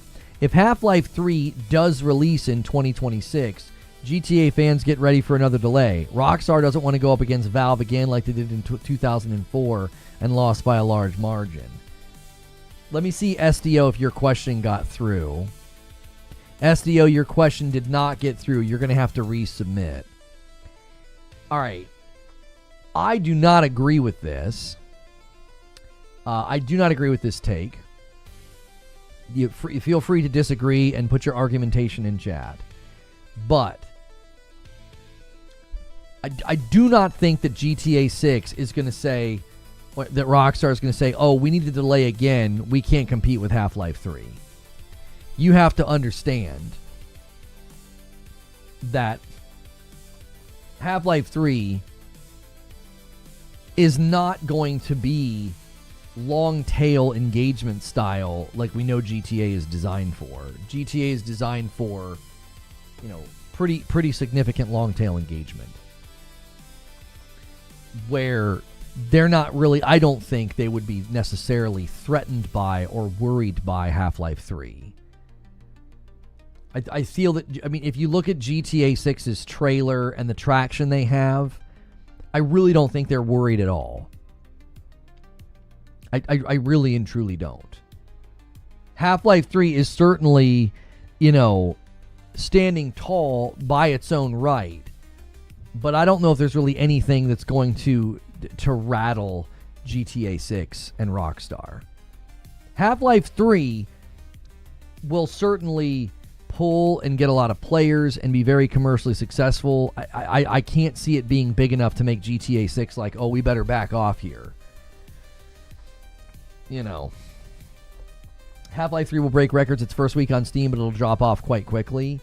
Yeah, Half-Life 3 doesn't strike me as the kind of game that's going to have a whole lot of staying power. Yeah, SDO, I'm not sure why you're pulling an error every time, and it's not hitting for some reason. I don't know why that's happening. Sorry, it didn't get through again, SDO. I'm not sure. Try to not start your question with a dash. Did you do that both times? No, you didn't. Yeah, I don't know what's causing it. I don't know. Unless your name has like a weird character in it or something.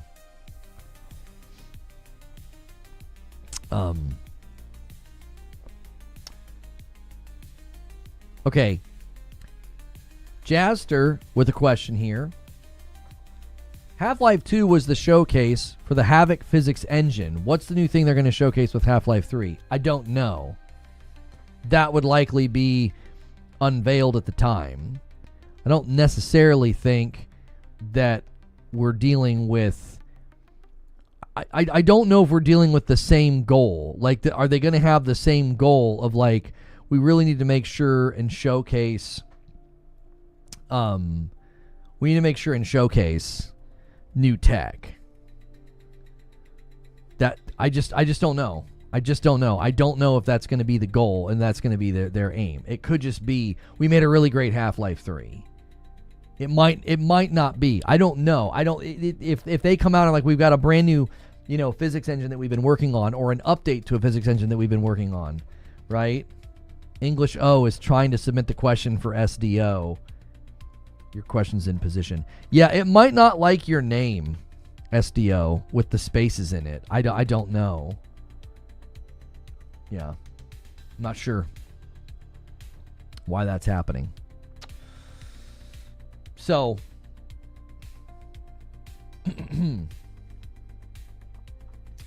by the way, you guys talking about Half-Life 3, I think it'll be 2 Leviathans coming out around the same time.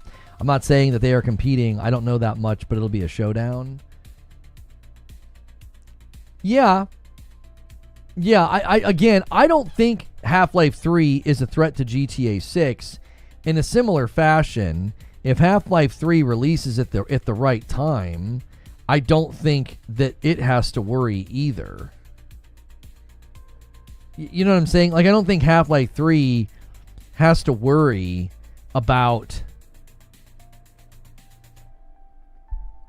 it. I just don't think so. I don't think either of them have to worry about each other, as long as they've got some space between them in the calendar. Like, I don't think Half-Life 3 is going to be like, oh no. Yeah, I saw that New Game Plus is coming to Yote on November the 24th. Yep. Yeah, they announced that today. And then Legends is coming next year. Mediocre Milton says, do you think Half-Life 3 will be included with the purchase of a Steam machine? This was asked already. I don't know. I actually could see them doing bundles where, it's like got like the artwork on it and stuff. I could see that. Like, they could do collector's editions or something like that. So, a question here from Wired Rope. What will the price of Half-Life 3 be? I would think 60. I feel like Valve would kind of flex a little and say, hey, we don't need to charge 70 for our game. And in an ocean of $70 games, they could be a $60 game. I don't know if they would go below that and do 50 or not. It could be either 50 or 60. I don't know if it would be 70. Like, if I'm placing bets, I wouldn't, if I've got like, chips that I can put down to place bets, I wouldn't put a whole lot of chips on 70. I wouldn't. I'd place bets on 50 and $60 is what I would do. Do you have their X page open and refreshing it periodically too? No, I've got X open. If they announce something, it'd be in my feed almost instantly. It would be retweeted. It would be talked about. It would be, it'll instantly be in my feed if they say anything. Trust me on that.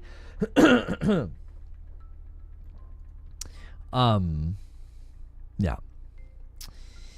Let's see here.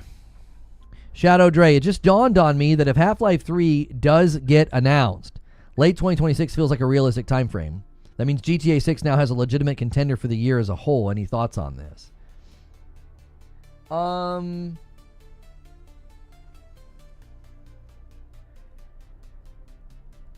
Contender for what would be my question? Like, for Game of the Year, obviously, yes, but I think that GTA 6 will be viewed in a very different way. Like, so I think people are going to look at Half-Life 3 as, this is such a dream come true. It's real. We are so back. Okay. That's like the way I think people are going to talk about Half-Life 3.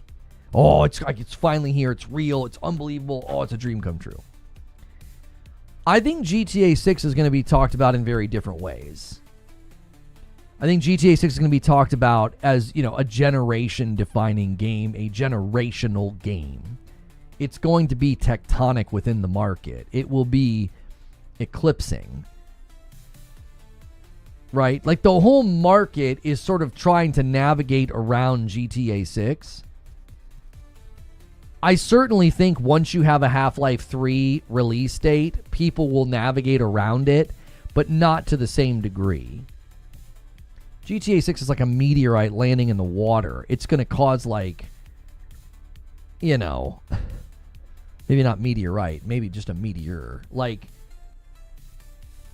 it's like when the tectonic plates shift beneath the water and create a tsunami. Like, the impact of GTA 6 is going to be enormous.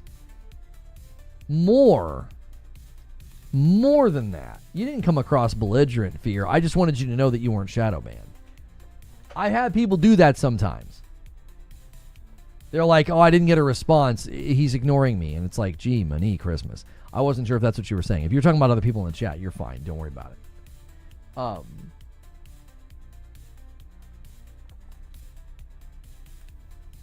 Horizon 3 is going to release a week after GTA 6 to continue the trend. That's right. Continue the trend of, and thank you so much for using your Prime, Sean, for using your Prime and hitting 4 months over there on Purple. Slow day and a slow week on the member front. If you guys want to throw your support behind the channel with a membership or a sub over there on Purple, it does support me and allows me to do this full time. Consider doing that. If you do it on YouTube, make sure you pick Member Plus. It'll get you into all the content and the Discord. Munkus says, would it be better to remake Half-Life 1 and 2 before 3? Here's the deal. Here's the deal on that. Like, obviously, I'd be pretty pumped if, like, a really nice remake of Half-Life 1 and 2 came out, dropped on console, 60 FPS, like all of that, get everybody excited. I'd be like, hey, that's pretty cool. That's pretty dope. A great way to kind of refresh up, freshen up and do a refresher on everything that happened. Back when I played the game. It was a long time ago. I just don't think people would be as excited. Because, yeah, doesn't Half-Life 1 already have a remake? There is a remake of Half-Life 1. It's called Black Mesa. Yeah, so that would probably stick in people's craw a little bit. If they did something with Half-Life 2, yeah, maybe. I just don't think the optics on remakes and remasters right now is... It makes sense in the console world because, like, in the console world, one of the reasons that, we see, PlayStation doing it is, and they're pretty specific about this, they're looking at new users. And because they're looking at their new user acquisition, they're giving those new users, PlayStation 5 level quality games that they believe are very good, whether it's Days Gone, Horizon Zero Dawn, Spider-Man 1, The Last of Us. These games are some of their greatest hits, and to have them on PlayStation 5 at a PlayStation 5 level of fidelity and PlayStation 5 Pro fidelity, it gives those games a lot of cartilage for next gen, because I don't think PlayStation 6 is going to be focusing on being leaps and bounds beyond what games look like now. They'll look better with lighting, performance, things like that, AI, upscaling. So I think when you're playing on a PlayStation 6, if you're brand new and you decide to snag a Days Gone remaster or a Last of Us Part 1 remake, you will feel that those games are very, very solid, have aged well, and look very good. They've been given, I'll say it this way, those games have been given a lot of transcendence. Like, they're going to transcend very well into next gen. They've been given sort of like a new lease on life, as it were. If we look at Half-Life on Steam, I don't think there's a lot of purpose behind being like, well, we better do a remake or a remaster of Half-Life 2. Do you see what I'm saying? Like, I don't really think that would be in their purview or their business goals. I think their goal would be, let's make the absolute best Half-Life 3 that we can. and finally deliver, the excellence that we wanted to within this game's franchise, as opposed to wanting to go back into a remaster or a remake of the second. So, I don't think you're going to see that. Wired Rope asked about the bundle. We already answered that. Half-Life 3 versus GTA 6. Who wins Game of the Year? This comes from TJ Love.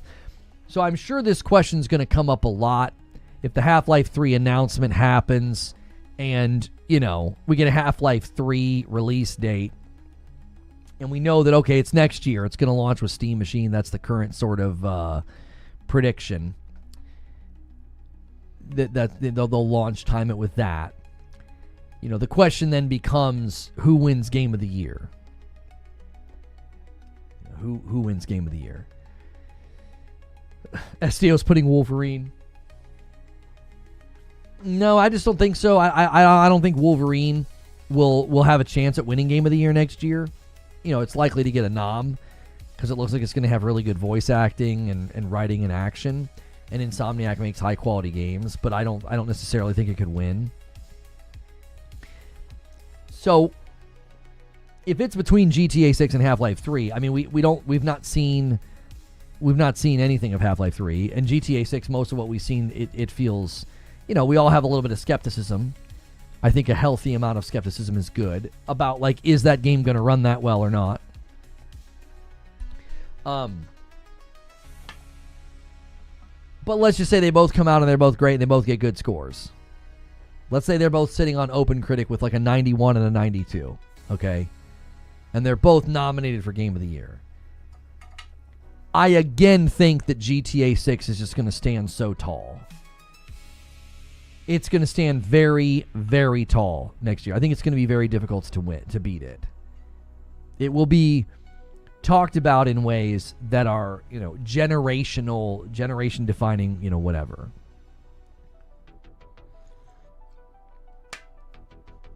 If you guys haven't done so already, could you do me a quick favor and hit that like button? Try to get us to 300 likes. Thank you guys so much.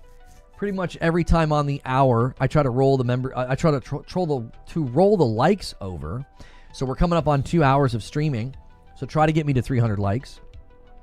I know sometimes you guys forget to do that. You forget to check it. Even me saying this, you might not think to do it because you've either already done it or maybe you think you've already done it. Make sure and double check that you've done that. And let's take another question here. We have one from Christopher Burnett. Do you think Half-Life 3 trailer beats the viewership record set by GTA 6? I feel that the only game that could even reach such heights would be Half-Life 3. I do not think anything can touch that trailer, to be honest. I mean, it just recently surpassed the viewership of it was like a Marvel movie trailer that had some crazy record or something.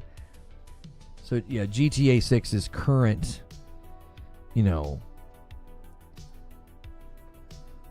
current viewership is wild. I do not think Half-Life 3's trailer would get there. The Spider-Man game's number one. I don't think GTA 6 wins.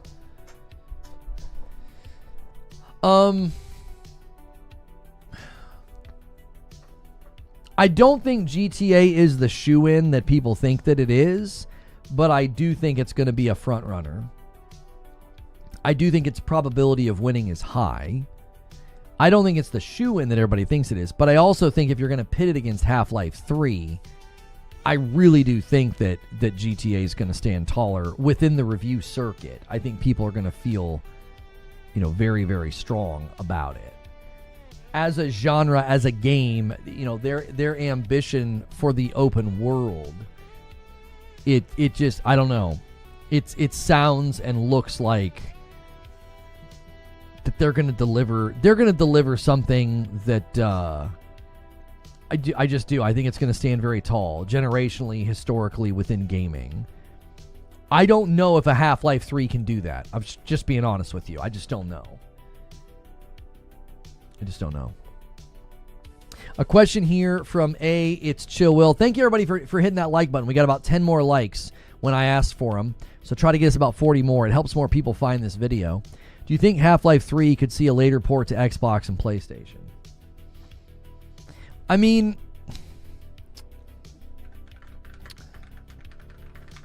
Let's just look at the review totals and the review score right here, okay?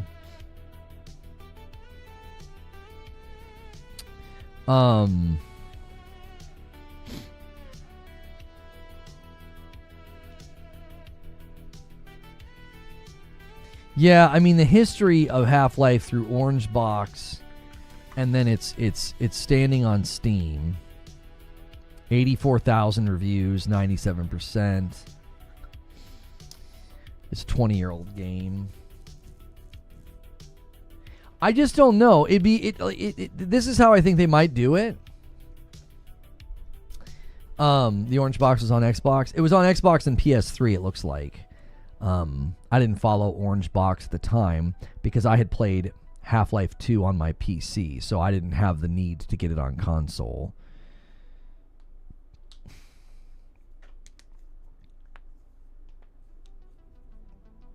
Yeah, I just don't know. Like, they could do a bundle, or they could just say no. It's a PC game. It's Steam only. Like, they've never ported Half-Life 2 just to a console.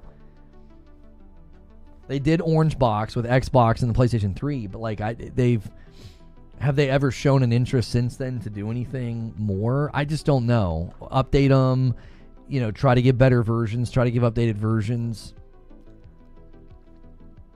I feel like there's a real possibility that Half-Life 3 would just stay on PC.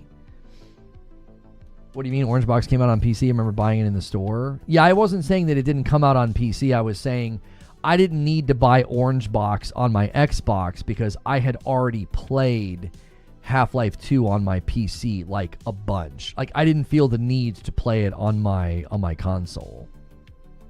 I was a PC gamer for a very long time. And so when they did that, I didn't feel the need to buy it and play it again.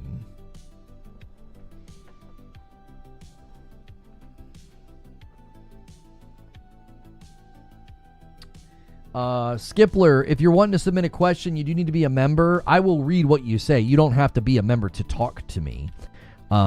Hey, good morning, Snow. I'm sorry I didn't see you there. I was not looking at the Twitch chat. Sorry about that. I am easily distracted.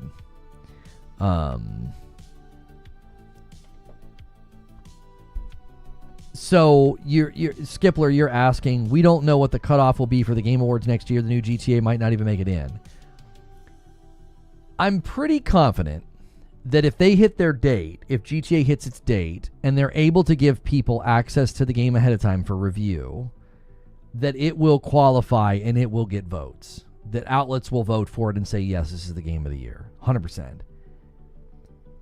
I really, really don't think that Keighley and the Game Awards show is going to exclude GTA 6 because, like, oh, you came out on November the 19th and the deadline was the 18th. I think they would move the deadline. They would move the deadline and say, this game is too big to be like, no, you got to wait. You got to wait. You're part of next year, man. You miss a deadline by 24 hours or whatever the heck. Right? So, I think they would ensure that like GTA could be a part of the show, personally. Let me pull up another question here. Christopher Burnett says, what if they incorporate portal mechanics into Half-Life 3? That could really add something new to an FPS game and maybe take the physics and gravity physics to new levels. Thoughts? Half-Life came out 27 years ago today. Yeah, the anniversary is another reason people think we're going to be getting an announcement today. The Steam DB knows something. They just posted this. It feels late. Yeah, here, I'll show you guys what we're talking about. To be clear, Steam DB is not like associated with Steam in any way. They're a tool. At least I don't think they're affiliated or associated with them anyway. They said Half-Life came out 27 years ago. So, obviously potential for something more going on there.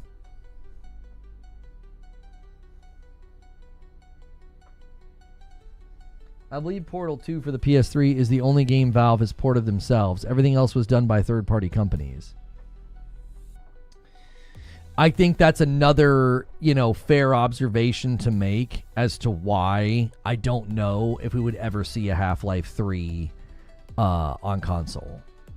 I just don't know. If you guys are looking for Half-Life 3, if you're looking for the Half-Life 3 announcements, we are... Wow, this is the first time ever my back-end stats don't match. That's interesting. Wow, yeah. YouTube is... we're doing so well today that I'm actually getting bad intel on the back end. So thank you guys so much for the likes, for the support, for being here, for chatting. All those things help support me. Liking is free. So is subscribing to the channel on YouTube. So consider doing that. That way you can be here for more shows in the future. So take a quick second and try and get us to 300 likes, because we're kind of cruising right now, and that is awesome to see. Putting Portal mechanics in Half-Life seems like it would just be Splitgate, right? I mean, if we're honest, Portal pulls from Half-Life, and for that to kind of come back around, I think would certainly be cool. What happened with the chat leaderboard thing? I turned it off. I found it to be annoying, and nobody cared. I don't know who you are. I just searched Half-Life 3 on YouTube to feed my hype. You seem cool, though. Well, I appreciate that. If you've never been here before, I'm a Monday through Friday live show. It's a gaming podcast. I keep it safe for work. I'd like to feature gameplay when I can. It is mostly talking, podcast, and interaction. I do this full time. I also stream on the Purple platform at the exact same time I'm streaming here. And we have memberships with perks if you would like to do it. The number one focus that we've been working on as a channel and a community is getting people on YouTube to do the $6 member plus. That gets you into the paying subscriber funnel as opposed to gifted, and it gets you into extra content, my Discord, as well as helping us unlock other features on the channel, which we've done most of those already. Okay.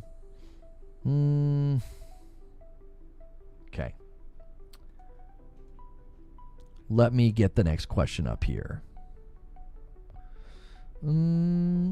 Okay, this is for SDO. SDO was trying to submit a question and he could not.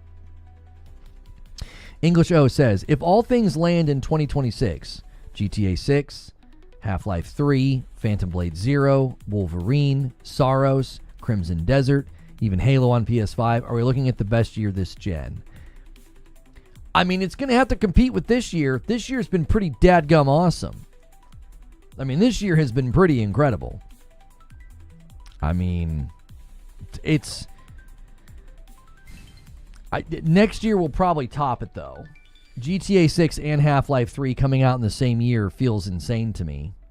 I mean, that feels absolutely absurd as a concept, as a notion. I mean, that would likely make it the strongest year in gaming probably ever.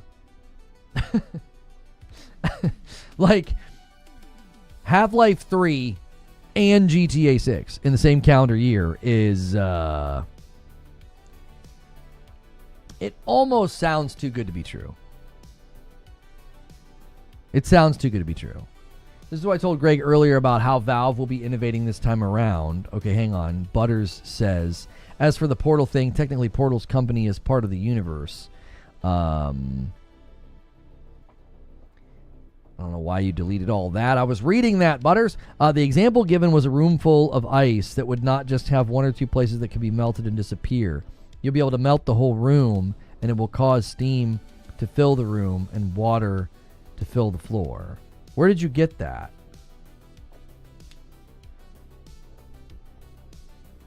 Where are you getting this information? You forget Wolverine and Pragmata? I did not forget Wolverine. It's listed in the question that I was interacting with. Yeah, Pragmata also, though. Yeah. Big year. GTA 6, Half-Life 3, Wolverine, Phantom Blade 0, Sorrows, Crimson Desert. Crimson Desert looks really promising, but it also looks really ambitious. Like, maybe a bit too ambitious. Sorry, I had something like on the lens of my glasses. It was driving me crazy. Like, I could see it. There we go. It's driving me nuts.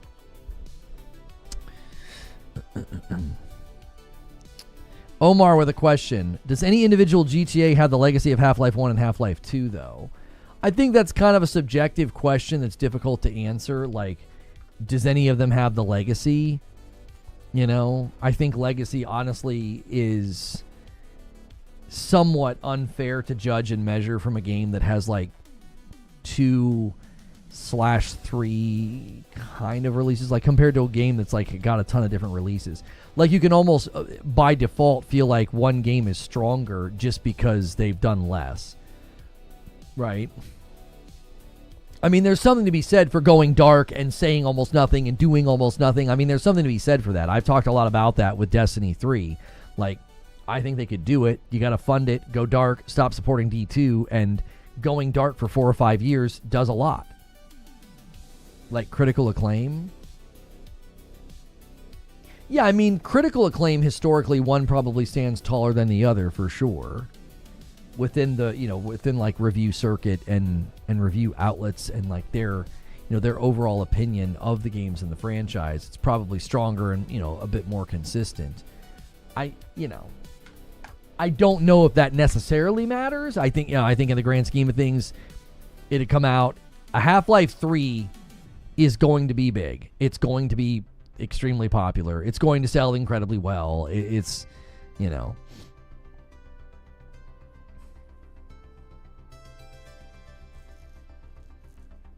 Dudes be naming like 8 or 10 games saying day one, and the next year they'll be in chat saying it's the worst generation in gaming. My favorite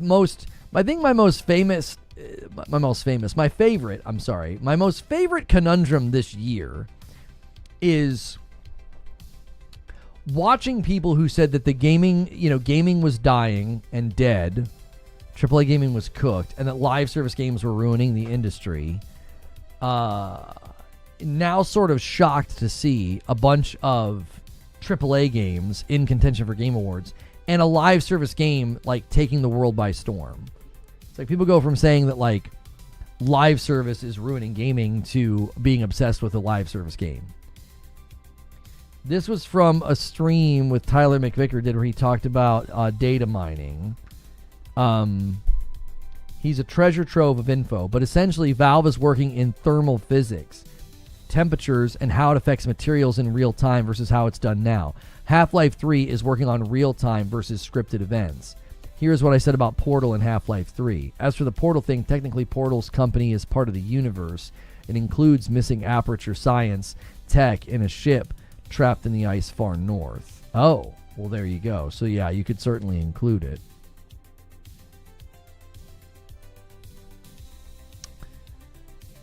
Seems like there's an update on Marathon.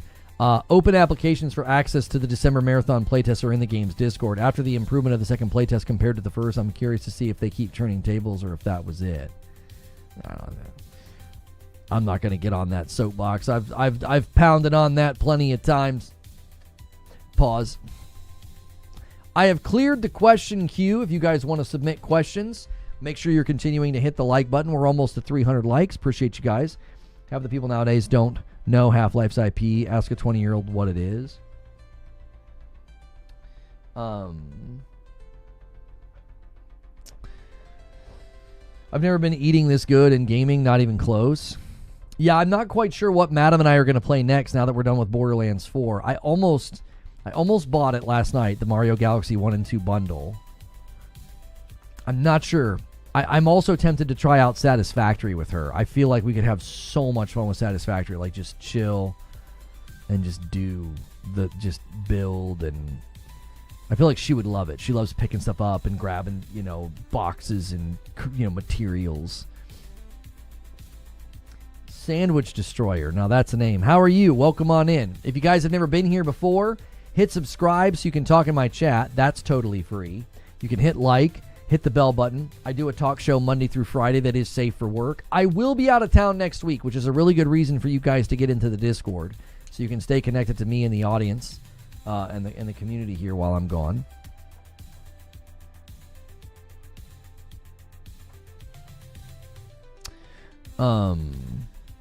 Question from Lone Wolf. Is the Borderlands 4 story the second best story in the Borderlands franchise?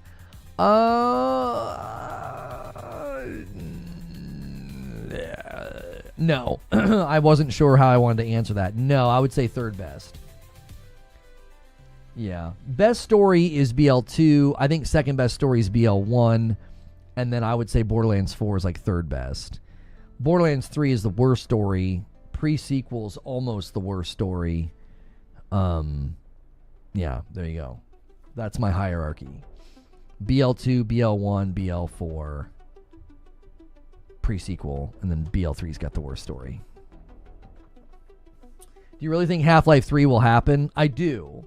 So let me just kind of comb through my sort of my evidence that led me to make this stream, okay? If you're not familiar with my content, I don't do a stream like this and say, like, listen, this thing's coming. It's real, until I feel very confident about it. The story's worse than 1's. I think Borderlands 1 story is excellent, especially when you get into like General Knox's armory. If you listen to all of Tannis's recordings, how they introduce Scooter and Moxie. Yeah. BL1 story is just so good. I think 2, then 1, then 4. You know, Smooth Jazz says 2, 4, then 1. I mean, we're very similar. We're very, very similar.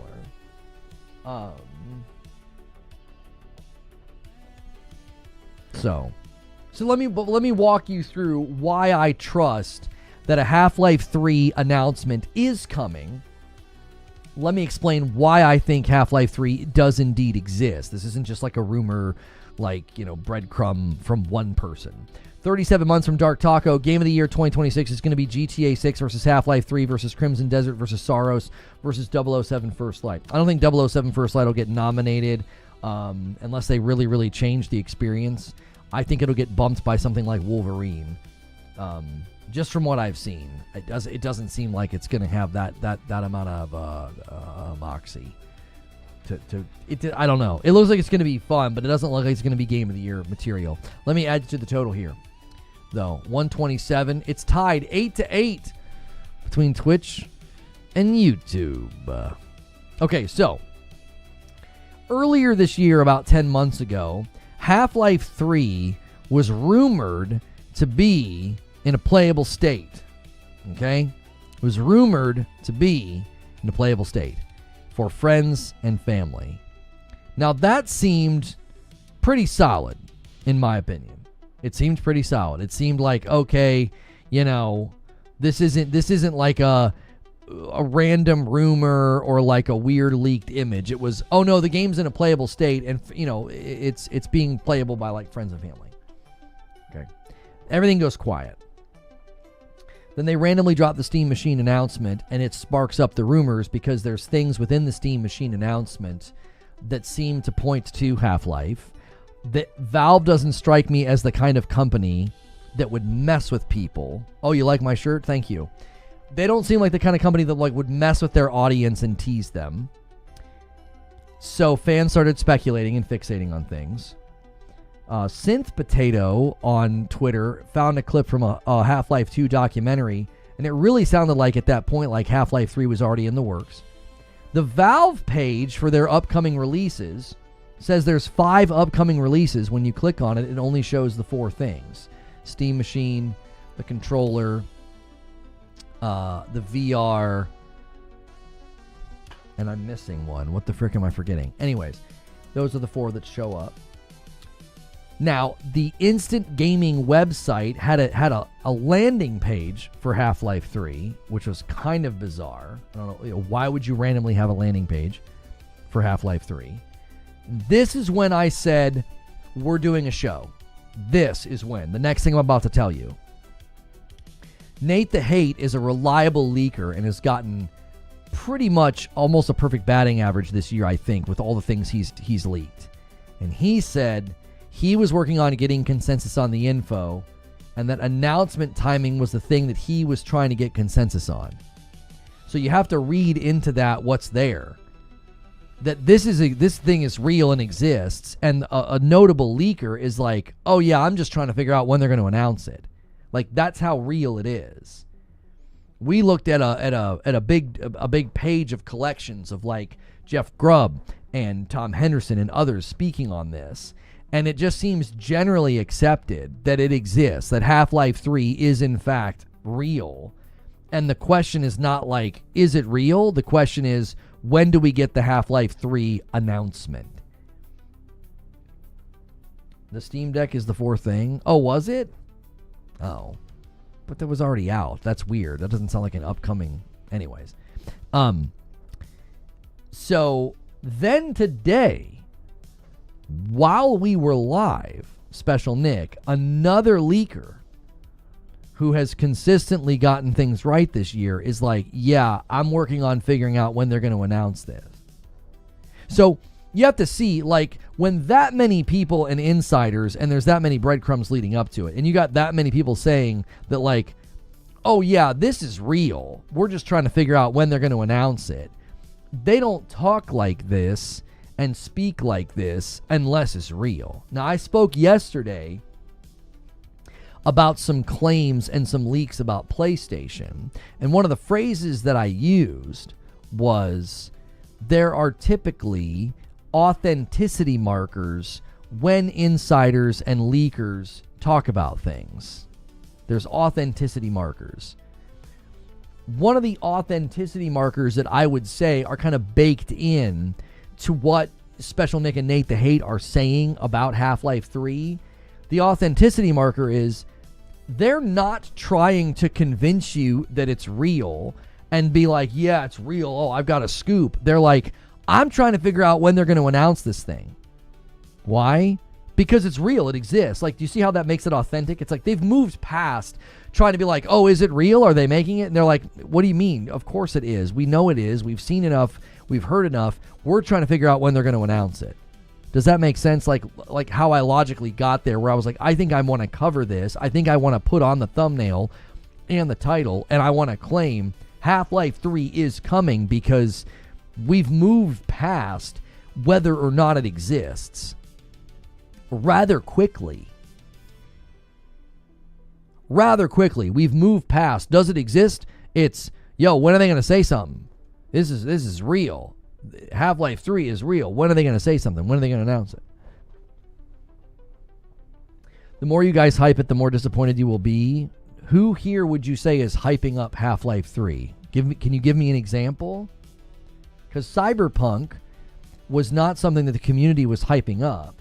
Cyberpunk had incredibly misleading marketing and trailers that made the game look 1,000 times better than it ever launched. Do you know what happens during this live stream? It would be pretty incredible. We've been, doing very well today on YouTube in particular. People are hungry for information about Half-Life 3, and we're kind of in lead position with coverage right now on the platform. I'm not saying we're lead position in coverage in general. Like, the platform's treating us very well.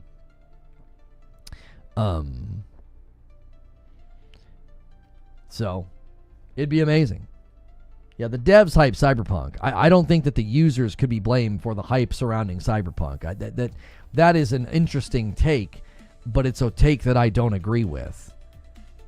Like, I do not agree that, like, the users are to blame for the excitement around Cyberpunk. I think the misleading and the inaccurate marketing is what I would blame. Do you know what I'm saying? Like, I don't think you can lay that at the feet of the community. I don't think they're the reason that, everybody was, like, hyped up. That was 100% pushed by the devs and their trailers and stuff. If you don't like leaks and rumors because you like certainty, that's fine, but that's a you thing. I love leaks and rumors. Well, and I also think there is a difference in the quality and the substance of the leak. Like if I was doing an entire stream because one guy said something in a Reddit comment, I think you could be like, yo, there's not a lot of legitimacy to this, bro. What are you doing? Why are you making this claim? I stacked up all the evidence and everything that had been said, and I said, this is it. This is real. This is coming. This is worth covering. Half the internet I've seen the last few days seem to hype pressured air. We know it's coming. We don't know when. It's a thing we are waiting for 20 years. Just sit tight. It will happen when it does. I mean, I don't necessarily disagree with the idea of like we shouldn't overhype something and get overexcited, but I don't think anybody's doing that here. I think we're just hanging out and having a conversation. That's all we're really doing. Like I don't necessarily think anybody here needs to be like dad lectured about like, just calm down, buddy. Like we're getting a little too excited. Like I don't think anybody's doing that. Like I think we're obviously excited at the prospect and the potential and how fun it could be. And yeah, we've waited a long time. We've waited a long time for this, and I think that's all. Those are all like I think fair responses. I don't think anybody's going really beyond that though. I get it. People don't want to have to do the work of vetting the leaks. You just do it automatically because that's how you think. The easiest solution is to believe nothing until it happens. Which I will say, that is a totally fair stance to take. Right? It's a totally fair stance to take to be like, I'm not believing a thing until it's real and it happens and it's official. I think that's totally fair. I don't think there's anything wrong with taking that stance.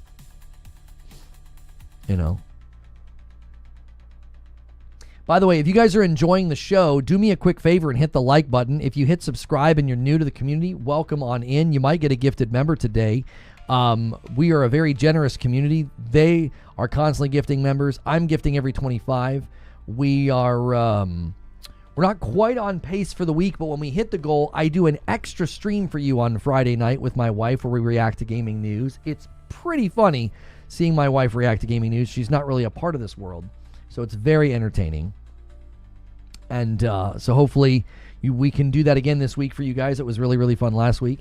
These are really good days to go a little crazy if you guys have been wanting to bless some folks. We got a ton of new folks in the community right now. If you've never been here before, we do a lot of extra content for members. We start every day with morning coffee, and we also end every day in our Discord for Green Room. 33 minutes. Okay, so this guy, Carrie, who's a systems engineer and a gaming YouTuber, he is saying that he's speculating maybe that we're going to hear something in the next 20 minutes. I don't know. We'll see. We will see. If there's going to be a Half-Life 3 announcement, I don't know. I think people are looking at 1 o'clock and thinking that's when we're going to hear something. He knew about Steam Machine? Oh, he knew about Steam Machine beforehand.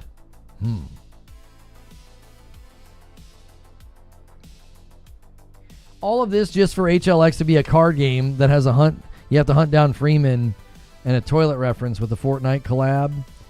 I don't think that's what this is going to be. I don't think that's what this is going to be. I think that's unlikely.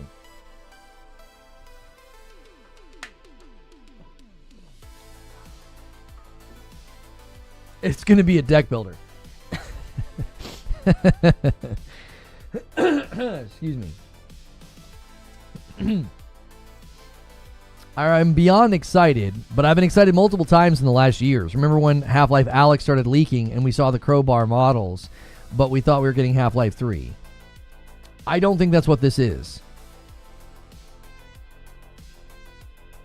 I don't think that's what this is. I think we have, again, I think we have too many things lining up for... I think we have too many things lining up for this to just be like a minimal leak, There's an official land war breaking out in Arc Raiders, headed by Hutch, with several streamers making alliances for land. Burnt Peanut, Summit, Shroud, Myth, Tim the Tatman, Nick Merckx, and more are taking sides. These guys are nuts.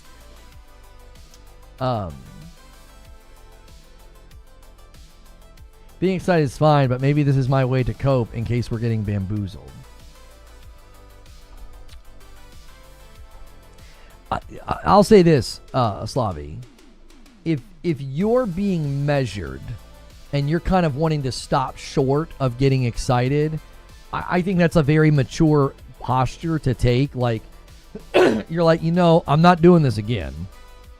You're kind of guarding yourself. I think it's legitimate.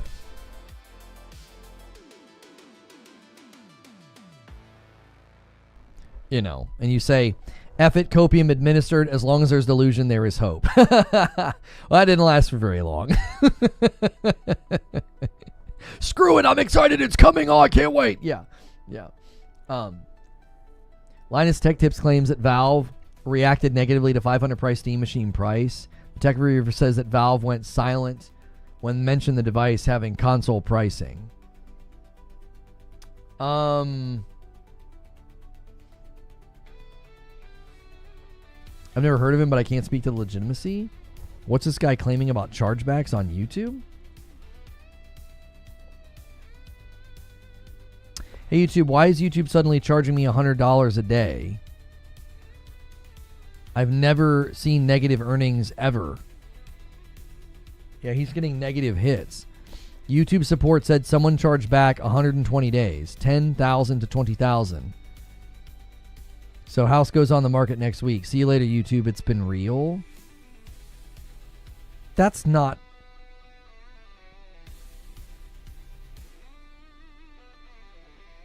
That seems insane that they're allowing people to do that. Someone is charging back super chats 120 days worth. Yeah, I don't think that's going to be a common theme because I'm really kind of surprised that YouTube's not fighting that. Because that's also money that they're losing. Like, if people want to play fast and loose with what would be basically tantamount to credit card fraud, I mean, that's a really quick way to F around and find out. So a real quick way to F around and find out. Yo, Zycon, thank you so much for 8 months of subs. I appreciate it very, very much. Let me add you to the total here. It's 9 to 8.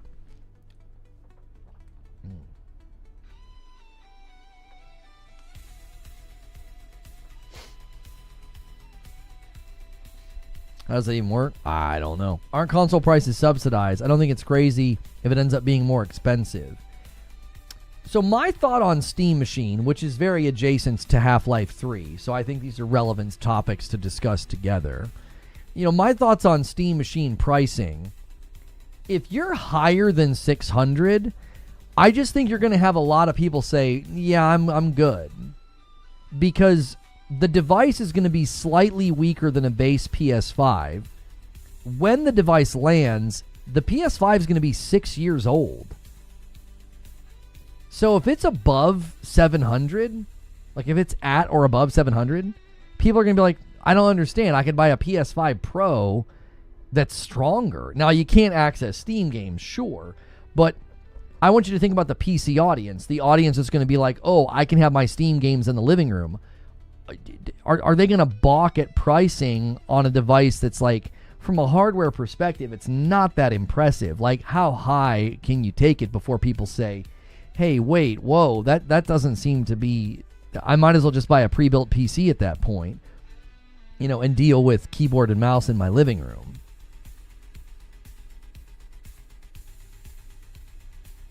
Do you know what I mean?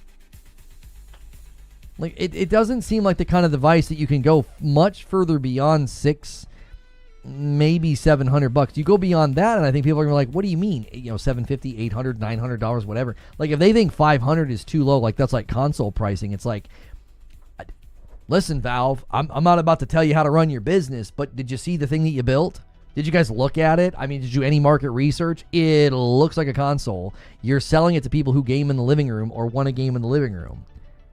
If you don't like console pricing, you shouldn't have built something that looks an awful lot like a console and has the performance level of existing consoles in the market. Like, its performance level is going to be around the hemisphere of a Series X and a PlayStation 5.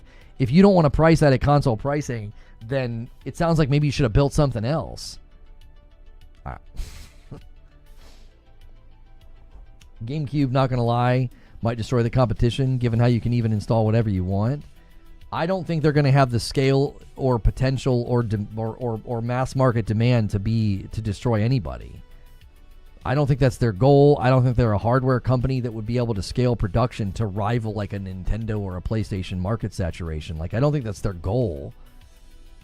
Steam's getting new minimum spec. Steam is setting the new minimum spec for their games on their platform. SteamOS runs games better than Windows on matching hardware. Sure, but if you come into the market in 2026 with something that's like slightly weaker than a 6-year-old console, you can't like bristle at the idea of like, well, $500, that's like console pricing.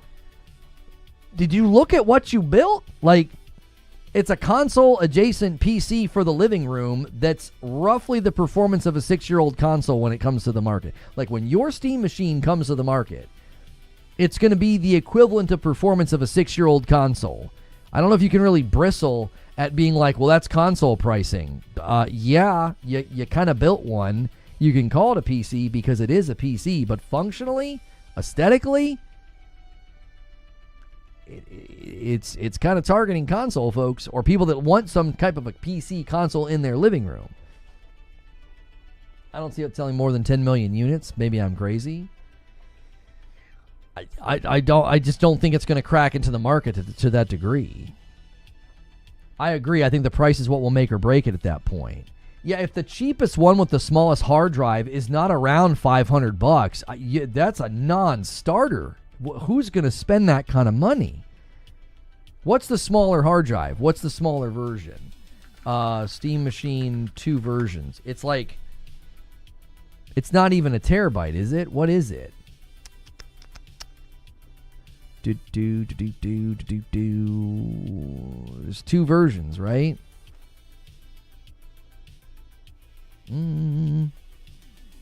Yeah, there's going to... hang on, that's not it. Yeah, 256 and a 2 terabyte. You guys are putting 512. So this article is wrong. This article is saying 256. So a 512 versus a terabyte. Okay. Or a 2 terabyte. 512 versus 2. Hang on. I just wanted to pull it up and put it on screen. I'm scrolling through like a list of stuff. Yeah, here it is. Here it is. Okay, so 2 options, 512, 2 terabyte. Okay, you can upgrade the storage. Right. So if you buy the 512 and you're thinking you're going to upgrade the storage later,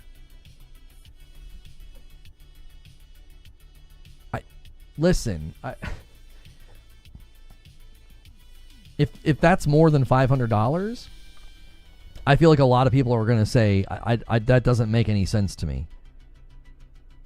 512 gig storage that I can obviously upgrade later, and 8 gig of VRAM, and it's clearly, again, it's clearly meant for the living room. It's meant for the living room gamer, casual gamer, or maybe not casual gamer, but for casual gaming. You have like a really, really awesome performant machine, and you're like, I want something for the living room to play, Brotato. Okay, well, are they going to want to spend more than that?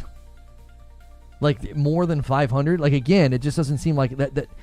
I'll be very interested to see, where they decide to land it with price then. Extremely interested. Because it just seems slightly out of touch with what you're selling. I have said since the beginning that the target market for this are the people that are the majority of Steam users, which are mid-level rigs and down. I've said this for very many times. It's very, very enjoyable to have Valve say what I've been saying for a long time, and people have been very upset by me saying this, and they get very angry when I'm like, most of the people on Steam are using mid-level rigs and down. It's not a platform saturated highly, like the majority of the users are not on like high-end rigs, okay? And I use this logic to say, if the majority of the people on Steam are at mid-level rig power and down, a console doesn't seem like an insane purchase for them. Rather interesting that Valve used similar logic in making this device, that the vast majority, maybe not vast, but the majority of the people on Steam are on rigs that are at the level or weaker than a Steam machine. That's their logic in making this thing, which is almost in lockstep agreement with the logic that I applied when I said a lot of the user base on Steam isn't going to balk at buying a console if there's a killer app, if there's a reason to buy it, for $600 or $700, they'll do it. I was told that was absurd. I mocked, jeered, called names for implying that. Well, if that's the case, if that's the case, and they're now trying to sell this device within that lane, I don't think you'd be like, oh, this 8 gig of VRAM device with 512 gig of storage that you can upgrade later is going to be $600 or $700. Like the bigger one with the 2 terabyte, if it lands in the 600 or 700, okay, fine. But if the smaller model isn't in the 500 range, I don't know. I think that'll be very shocking. I think that'll be extremely shocking. That'll be very bold. To enter a market and for that to be your target audience, and to think that they're going to want to spend, close to a pre-built PC price for a device that's slightly weaker than a 6-year-old console. I don't know. I think the reason that they have not announced the price yet is because they're probably aware of, like, that's going to be a test. That's going to be somewhat the ultimate test for if this thing has potential.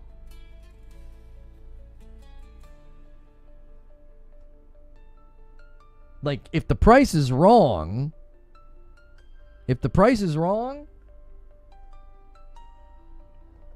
I mean, I don't know.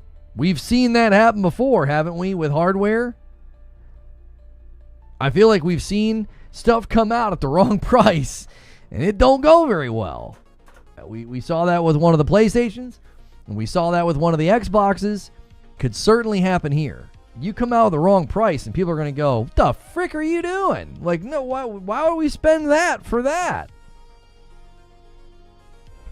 It definitely is. But talking about the high-end guys getting upset when Lono says that about mid-level on Steam, I mean, I say let them get upset. I like that they got upset. I like that they got so passionate and ideological about the PS5 Pro, and they called it a scam.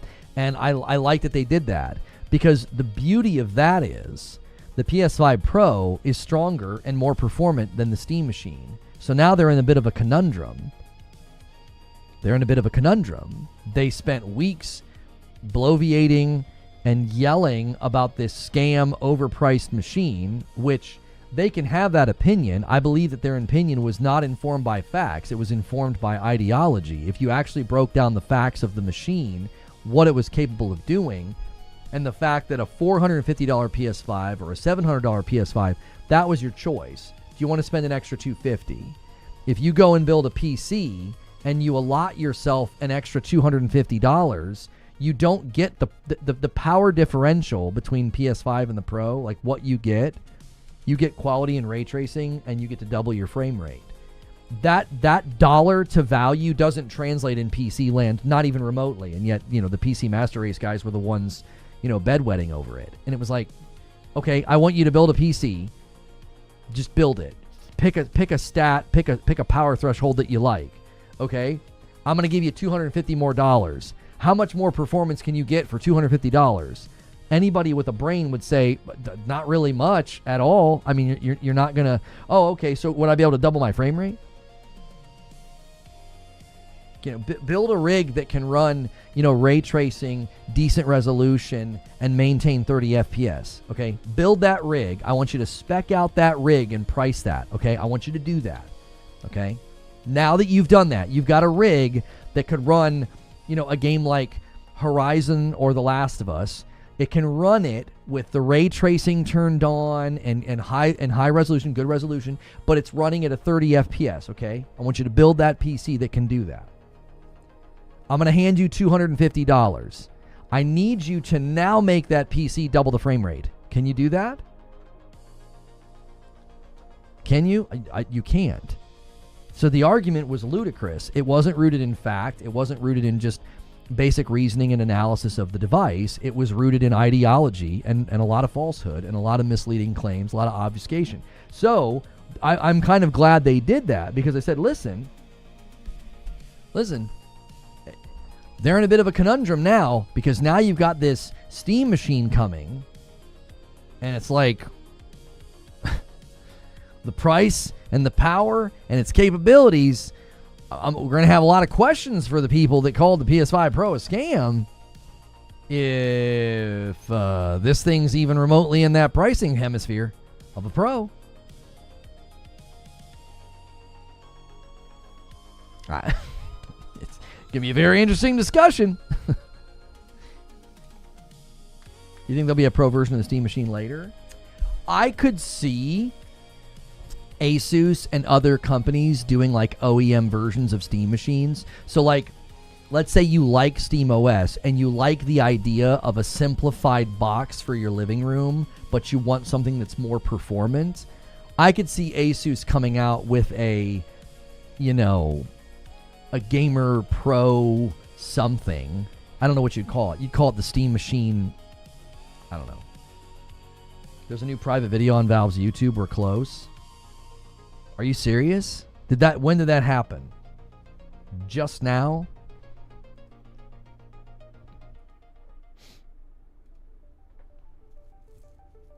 Read what he said.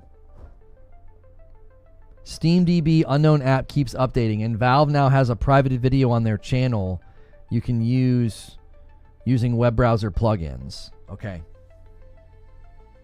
Private video. All right. We're ready. It just came up on the database 3 minutes ago. Okay. I don't know if they're going to premiere it or just launch it. Any minute now. I would assume. There's too much smoke around this, unless you're just completely making stuff up. You don't strike me as somebody who's just completely making stuff up. Hold on to your diapers, chat. Yeah. Hold on. Let's go to the Valve channel.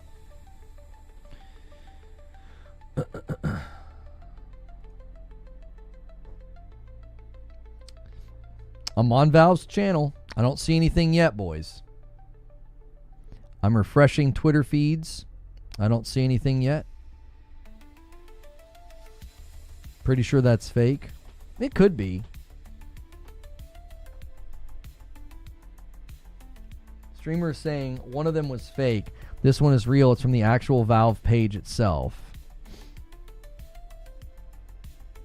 The real Gordon is here, guys. It is. It's the real Gordon Freeman.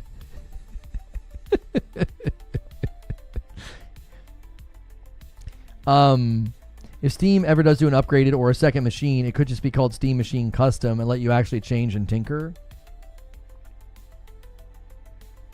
Savage says it's fake. But they've been hanging out today and not like baiting and making things up. Streamer, the person talking in chat right now, SX Reamer, their YouTube account is like 8 years old. I don't think they're in here just making stuff up. They seem to be genuine.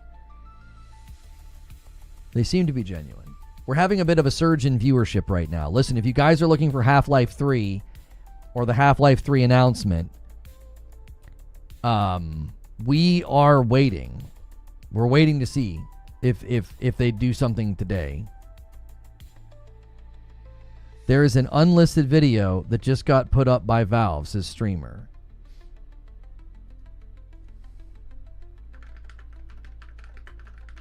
Let's see if we can't show you guys.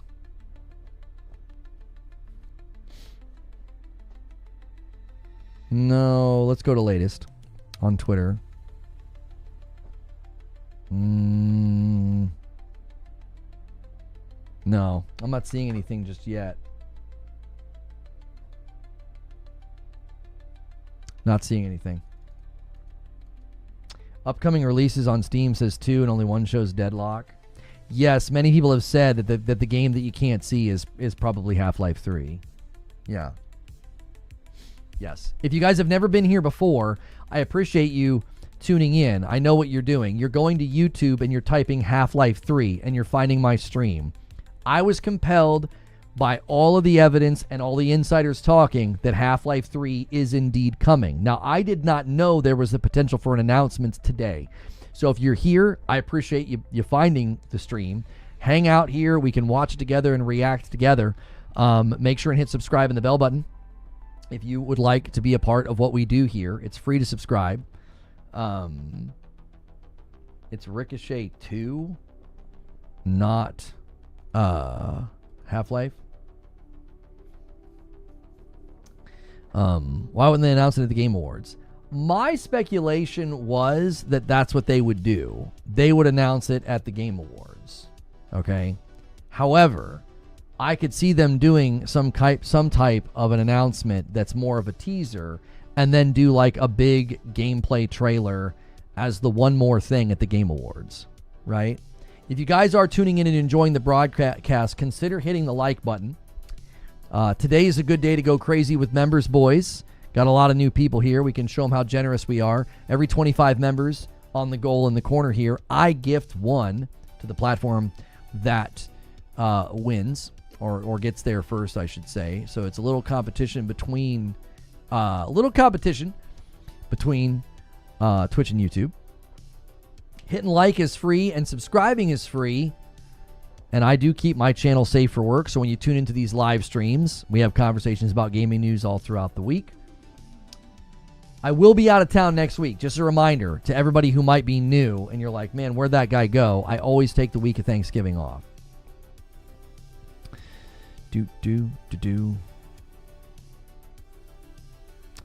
Continuing to refresh feeds. Yeah, hopium. A lot of hopium in chat.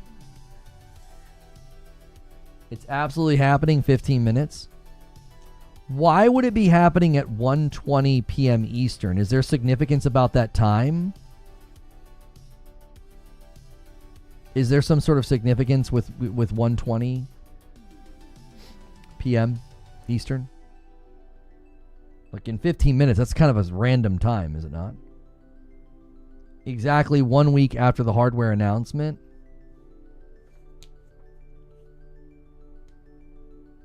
Oh.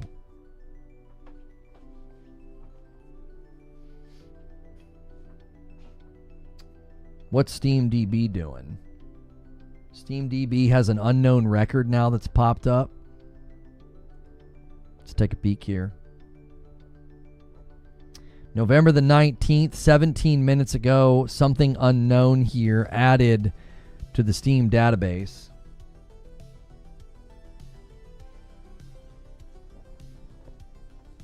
Right? This was added 17 minutes ago. Whatever this app is, whatever this ID is, it was first seen. Now, wait a minute. Wait a minute here. This was first seen on Steam 6.6 years ago. That's kind of interesting. So, after like 6.5 years, whatever this is just got an update 17 minutes ago.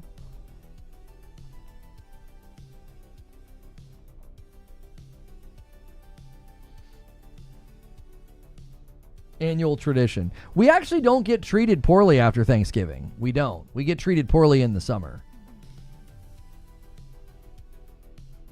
They have a hidden video on Valve's YouTube playlist called Hardware.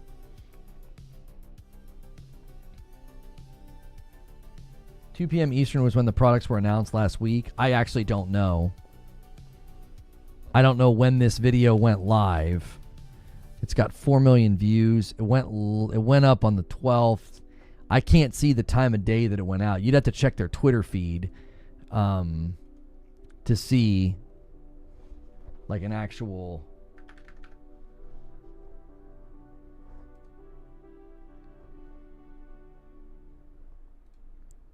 It was at 119. Yeah, it was almost 120. So here it is, November the 12th at 119. Check playlist in that link, hidden video. I can't see your link.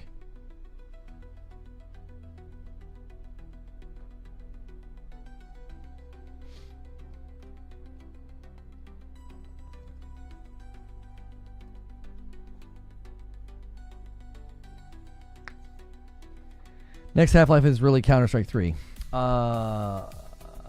Probably the price reveal. Yeah, the hidden video could be the price reveal. First seen in 2019. According to Maxim, HLX as a project started taking shape in late 2019, sometime during that period when they were finishing the ending of HLA as it currently stands. So 6 years ago. Prince of Persia is officially announced to be coming early 2026. The game's trailer and other details are expected to be unveiled at the Game Awards on December the 11th.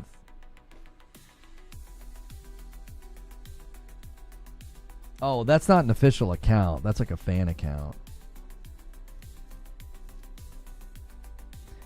It would be really weird to get everybody speculating and losing their dadgum minds and then be like, hey, we're going to reveal the price now. Mick D09 with a VIP in 46 months. Death Stranding 2 for Game of the Year. Thank you so much. I don't agree, but I'm glad you enjoyed it. You know, I do not agree. If you guys become a member to my channel, you can do this right here. You can submit a question, have it featured, which has happened. Right now, Christopher Burnett says, I'm conflicted on a Half-Life 3 trailer being at the Game Awards because Valve operates similarly to Rockstar, and I don't see Jeff getting that big of an exclusive unless the trailer drops before December the 11th.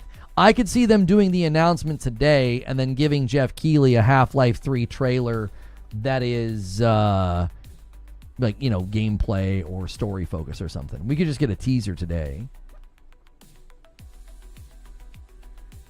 I just checked. I can see the hidden video tag on the hardware playlist. I'm not sure if it'll be about Half-Life 3, though.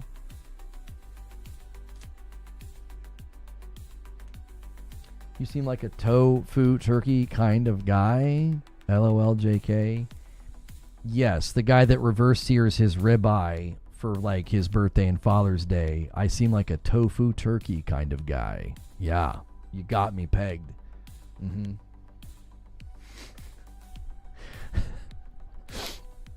Love and drink bourbon, and my favorite thing to do is a reverse sear ribeye. But yeah, I'm all about tofu turkey.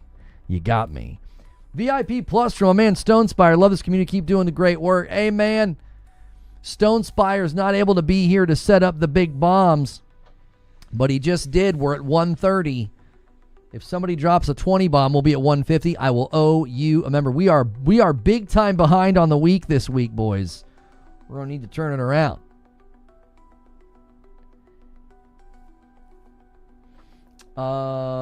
Could be possible. Teaser today and then a bit of gameplay at the Game Awards. If I remember, they did something similar with Half-Life Alyx. I can't even remember. I honestly can't.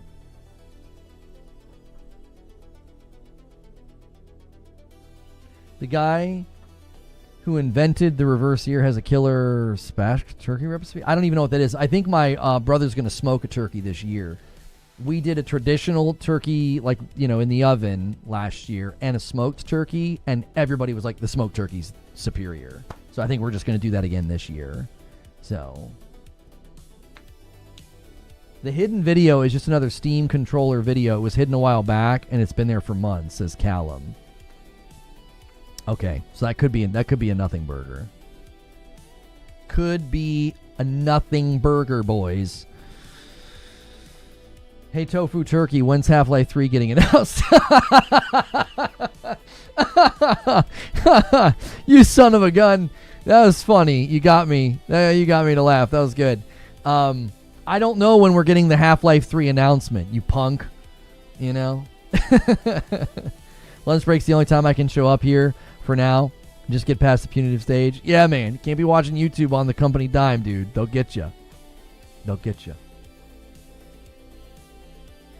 There's not a single word about Half-Life 3. What clickbait? Did this dude even learn the difference between anti-consumer and anti-corporate shill store? Do you learn about remote play together? Are you feeling okay? Are you having a stroke in my chat right now? Are you all right? Don't get too angry. We don't want the last little bits to fall out. Listen, I outlined all of the details and the breadcrumbs as to why I believe that Half-Life 3 is coming. Notable and reliable leakers have confirmed that it's coming, and they're trying to nail down the announcement time frame. I don't know. Your inability to have, control over your emotions is a personal problem. I don't know why you're so upset. I think it's a very fair thing to cover right now, as evidenced by the fact that you're here and you're looking for Half-Life 3.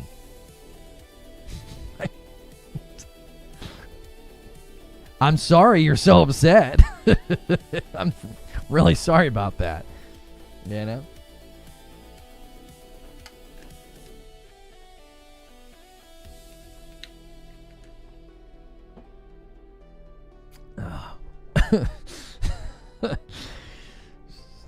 Dude is wilding out.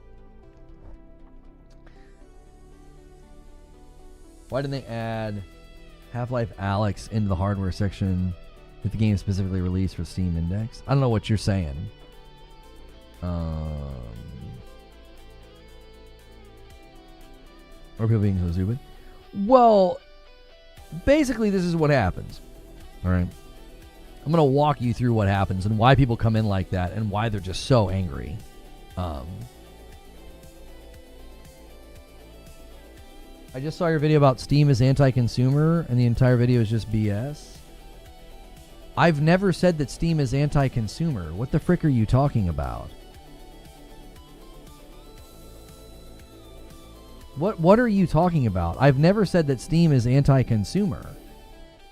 I've said that they're the most consumer-friendly platform with respect to refunds, and I've argued that we don't have proper protections as consumers on the consoles, and that we should argue for that, as evidenced by the fact that they can take licenses away, which is relative to the Stop Killing Games initiative. Let me guess, you saw a clip and someone's lying about me, false framing. Did you even watch what I said, or is it ripped from context or reacted to by some Neanderthal who couldn't string a logical argument together if you paid him $1 million? Where did you see this alleged video where I've said that Steam is anti-consumer? What are you even talking about? I've never said that. Ever. If anything, I've said the opposite of that. I've said quite literally that Steam is the most consumer-leaning platform. I don't like anti-consumer or pro-consumer as terms. I think they're misnomers. I don't think that pro-consumer or anti-consumer, I don't think those they don't make sense as terms, because there is no such thing as a company being pro-consumer. They are pro-profit. They will do consumer-leaning initiatives to win your loyalty because that drives profit. So that's what they do. I've never argued that they're anti-consumer, ever. Anybody saying that is a liar. I've never said that. They're either contorting something I've said, ripping it from context, or misrepresenting what I've said. This has happened a lot to my content. There's an entire meta of people that do this. They're liars. They have no integrity. They're not men. They're boys. They're little boyish, parasitic content creators who can't make content without crutching on the content of others. So they take clips of me and misrepresent what I say. They've been doing this for 2 years. They're just a bunch of pathetic losers who can't make their own content without crutching on the content of others. Like, if you think that I made a video saying they're anti-consumer, that is completely untrue. It is not true at all.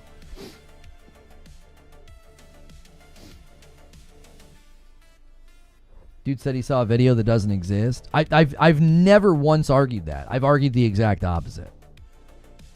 The only thing I've ever critiqued Steam on is, I think, and this is probably what they're doing, they're probably misrepresenting this statement. I know how these people work. I do. Because they're drenched in dishonesty. It's baked into their DNA.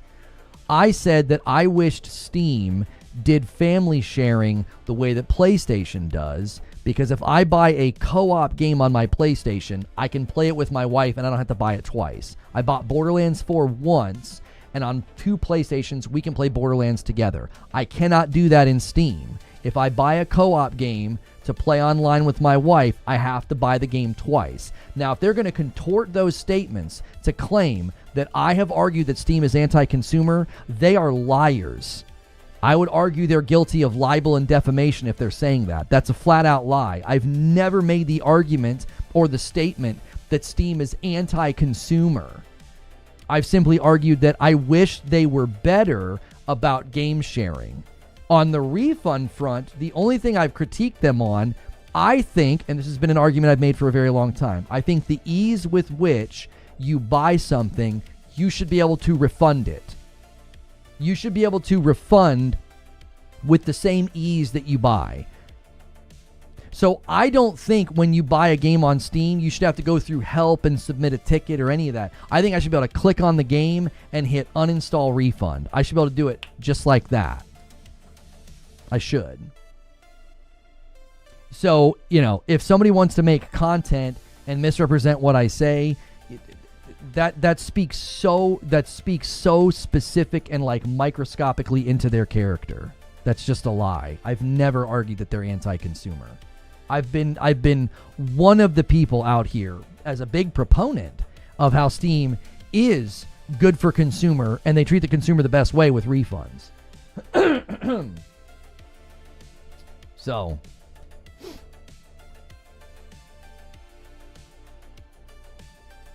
Alex has a title like that. Yeah, well, that's not surprising. He has consistently misrepresented my content and grabbed clips from people on Twitter. I have zero respect for that person. I don't respect them or the content that they make. I don't. It's parasitic and dishonest consistently.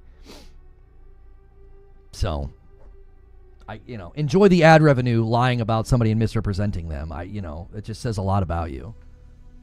He got his clip. I mean, they're going to clip me no matter what, brother. I'm at least going to defend myself and argue to the sensible, intelligent adults in the room that will listen to the full scope of a person's opinion and not get their view of somebody through the content of a buffoon. Like, if you want to come to me and ask me what I think, and you want to know what I think on these topics, and you're actually going to listen to reason, those are the people I want to talk to.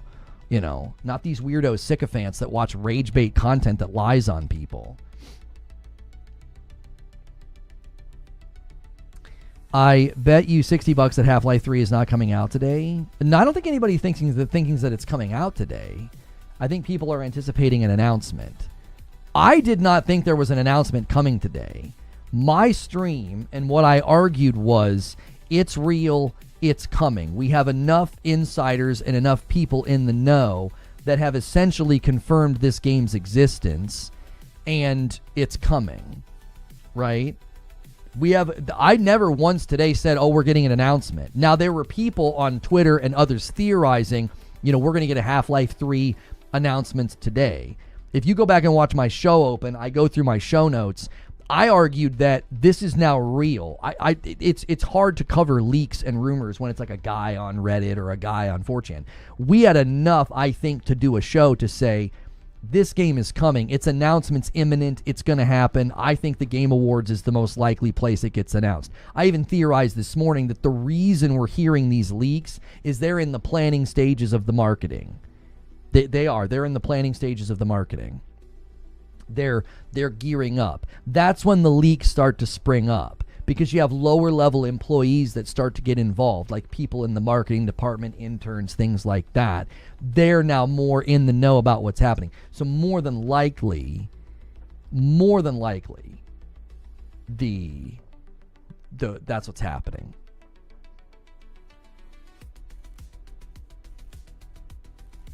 Is this the way we do things nowadays? I'm not understanding the zero to fuming reaction this is getting today. I'm not sure what you're talking about, Banshee. I bet the Game Awards happens after the announcement. They do gameplay at the awards, but teaser. They strike me as being similar to Rockstar. That's why I thought, yeah, they might announce something today. They strike me as the kind of, person that would say, I'm sorry, the company that would say, hey, we want to do this on our own. Like, that's kind of how Rockstar does things. They kind of do things on their own. Now, that doesn't mean you don't show up to events, but Valve strikes me as the kind of company that would say, hey, we're going to announce it on our own terms and our own time, and then we could show up at the Game Awards with like an actual trailer and with some gameplay, and I think they would be like the one more thing. I don't think Jeff Keighley would want to open up the Game Awards with a Half-Life 3 trailer, because it would kind of become the only thing people are talking about. Like, it would trend on Twitter and everything. You'd want to save that for the end of the show, I think. Strategically, for your event, I think you would want to hold on to that. You could drop hints all throughout the show. Hey, we got a really big surprise for you, at the end of the show or something like that. But I don't think you'd want to open the show with it. You certainly wouldn't want to put like Half-Life 3 in the middle of the show either.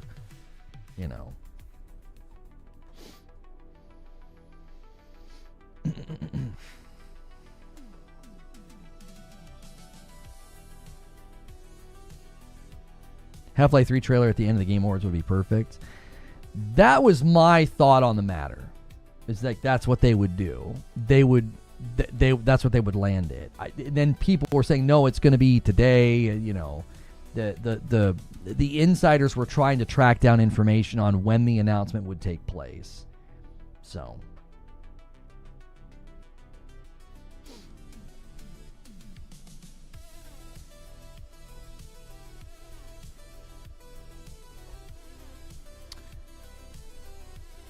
Oh, I missed this. I'm sorry. 3 minutes ago. I'm so sorry. Wired Rope did a 5-bomb over there on Purple. I don't have my blended chat anymore. So, Purple, you probably feel like you're getting ignored today. I'm sorry. Feed, good to see you in the chat. Jeff has a history with Valve, though. Been listening and lurking. I just find the glazing of Valve, for lack of a better term, by the gamer hive mind insane. Act like there's some friendly corporation while Sony and Microsoft are evil.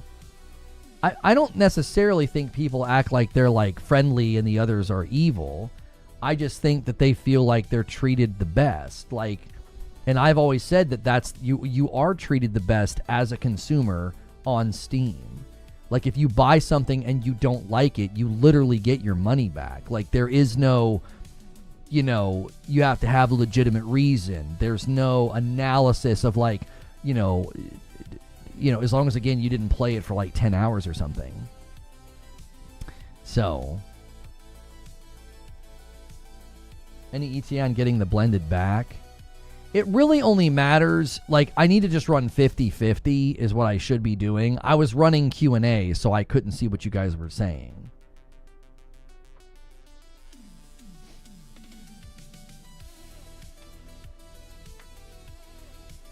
Me personally, I could see it being shown at the Game Awards. Jeff has good relations with Valve. Has done a documentary with them. I could see it happening there. Sadly, the majority of the internet doesn't have the attention span to listen to a coherent argument. Well, I think that there are plenty of people that like to have nuanced discussions and coherent arguments. I think a lot of those people hang out here and support what we do here. If people don't like, if Banshee, if your remark was about me, I'm not understanding the zero to fuming reaction. I mean, if you want to project fuming on me defending myself against lies, that's fine. Put yourself in my shoes. Somebody came in and said they watched a video about me saying something I never said. That gets very tiring. You know, it gets very tiring. I know they're desperate at this point, and they've got to scrape together the most pathetic clips they can to try to do it, because I'm a lot more careful in how I talk about things, and I know it's been more difficult for them. It's got to be difficult if you're trying to claim that about me with Steam, right? I'm never going to appeal to people that like that kind of content. I'm going to appeal to people that are going to come here and be like, wait, what's your opinion on this? Let me actually hear you talk about it like an adult. You know, that's how adults behave. You go to the person. You go to the source. You don't get your information secondhand. So, I don't know if there's a reason to necessarily keep refreshing the feeds. I think some of the theories on announcements and things are, you know, I don't think those are as strong as the breadcrumbs that make it clear that it's real. So if you've just subscribed and followed the channel today, we will be covering the Golden Joystick Awards tomorrow along with the Xbox preview event. So make sure you're subscribed with the bell button pressed. That way you guys can be here for that tomorrow as well.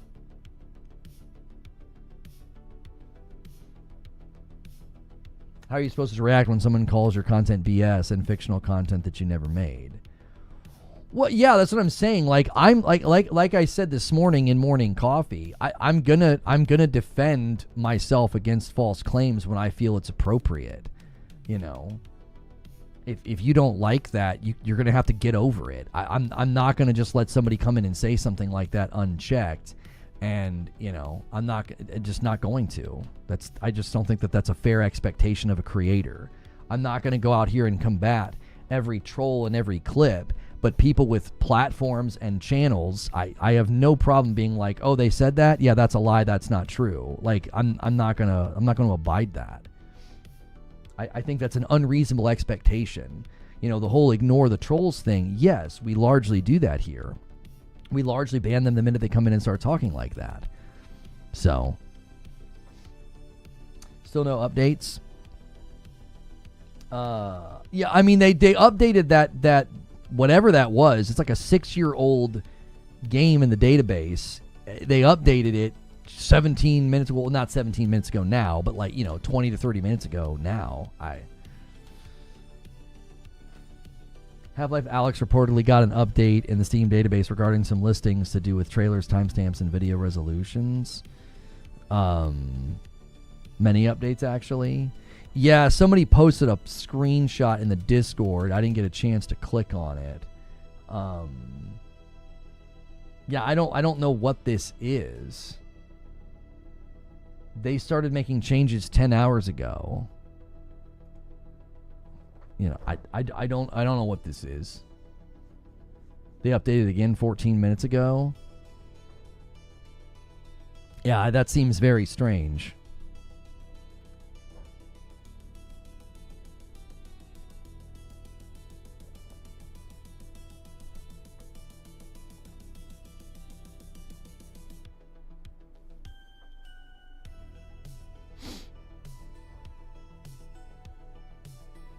Check my previous messages here on pricing for the Steam machine from Linus.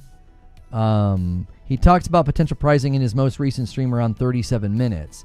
Linus Tech Tips brought up console pricing for the Steam machine when he was at Valve to preview the device. He said the room went silent and the energy in the room wasn't good.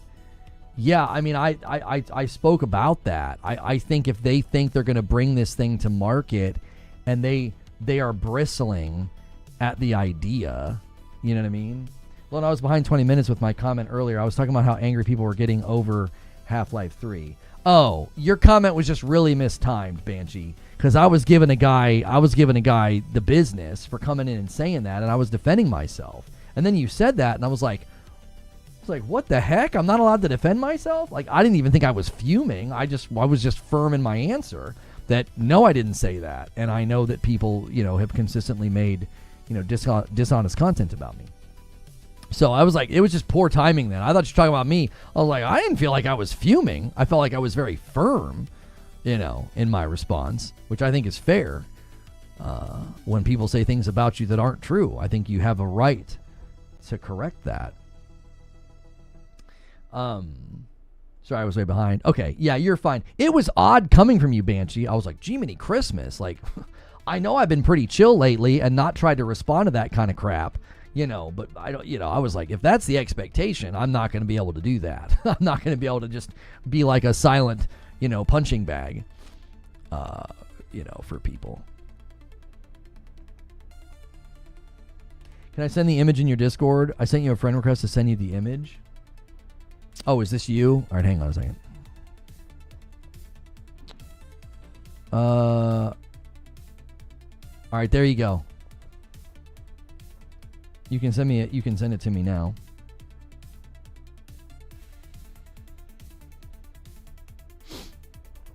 Okay.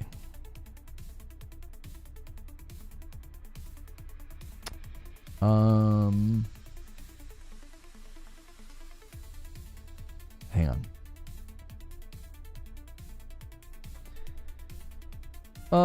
Okay. What do we got here?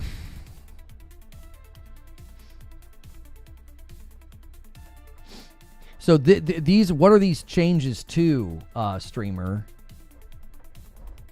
What are these changes to? What application is this that they're making these adjustments to? Would be my question.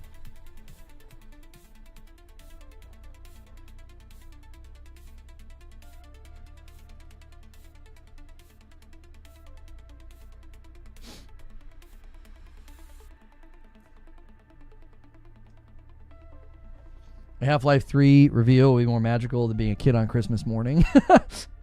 If you guys have not hit the like button yet, do me a favor and do that over here on YouTube. It does help us out. Oh, it's Half-Life Alyx's history. Okay.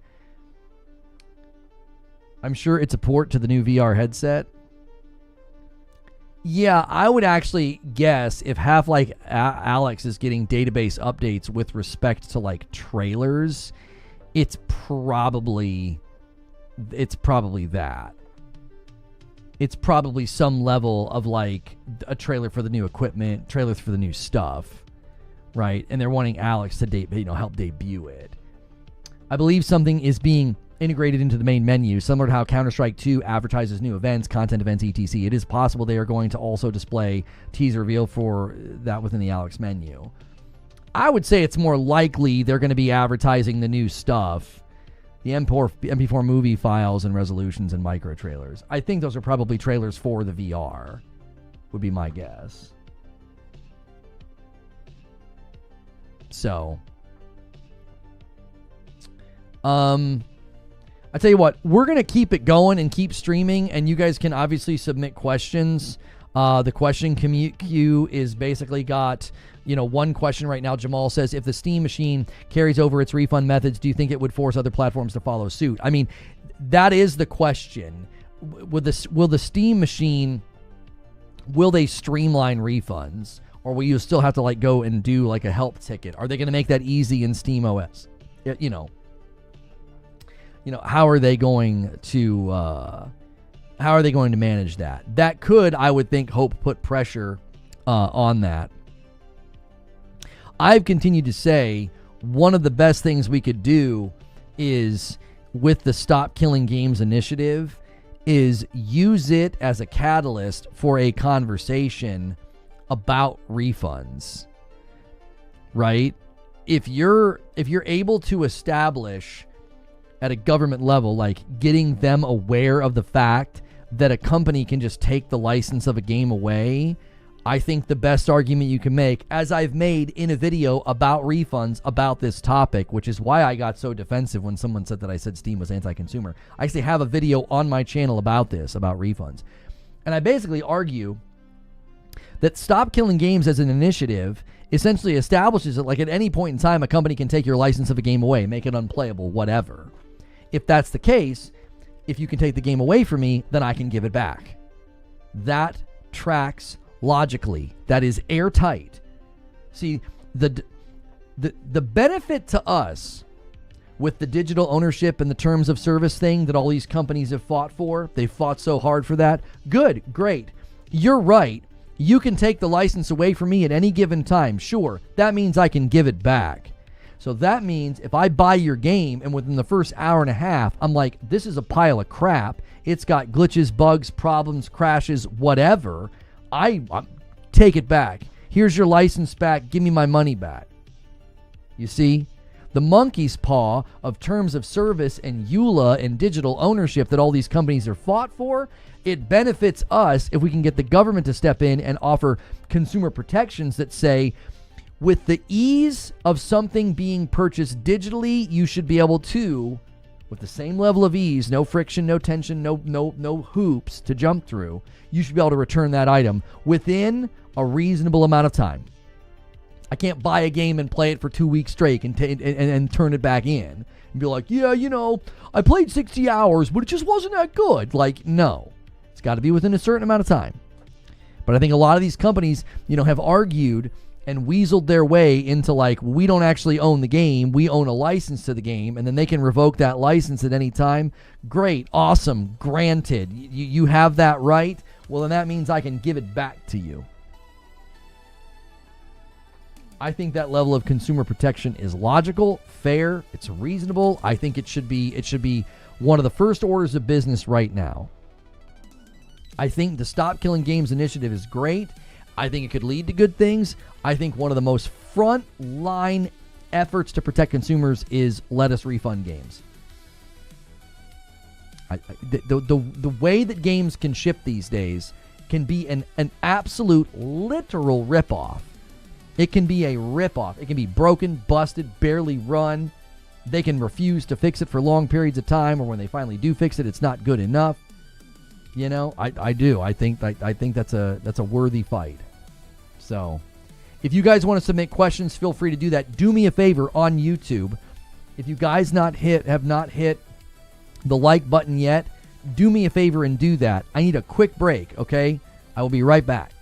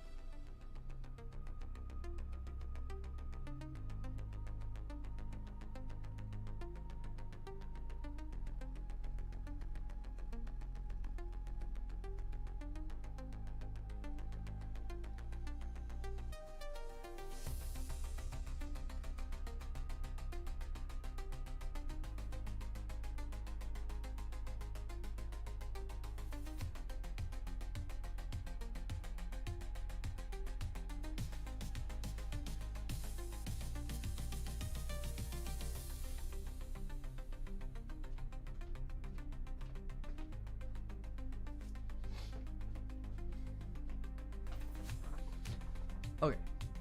I'm back.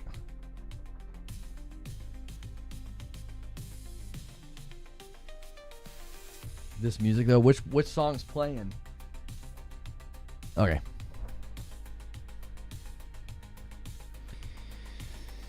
Okay.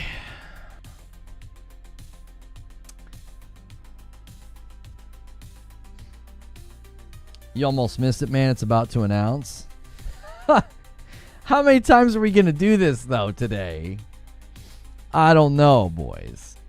I got a code for Moonlighter 2, and we do need to do a stream of that today. I do.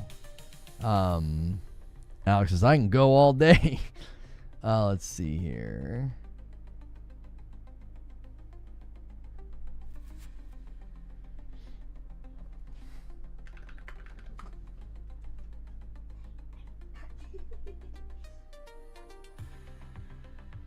Game Awards banner is gone from the store just now. Did something happen with the chat or the stream? Will there be no green room today? I actually don't know. Let's see here.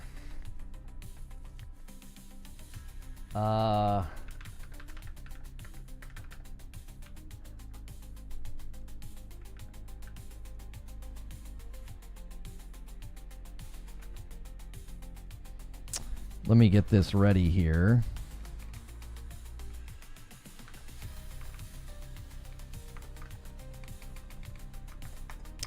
This will be a live stream for you.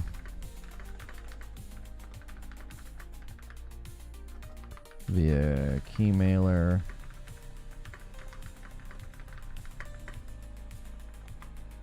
Moonlighter 2 review as I play through the game.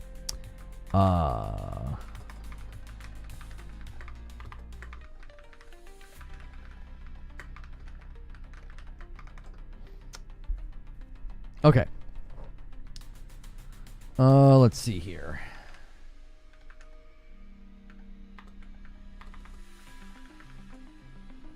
No, Moonlighter 2. I always like when there's like a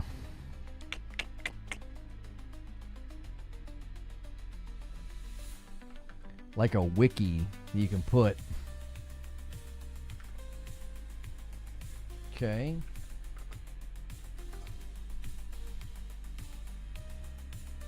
I'm getting like the description ready. So when it comes time to play it, we are ready to go. Any minute now. You guys are officially, you're just officially high on your own supply at this point. I'm not even providing hopium or excitement. You're high on your own supply. It ain't coming from me, bro. Ain't coming from me.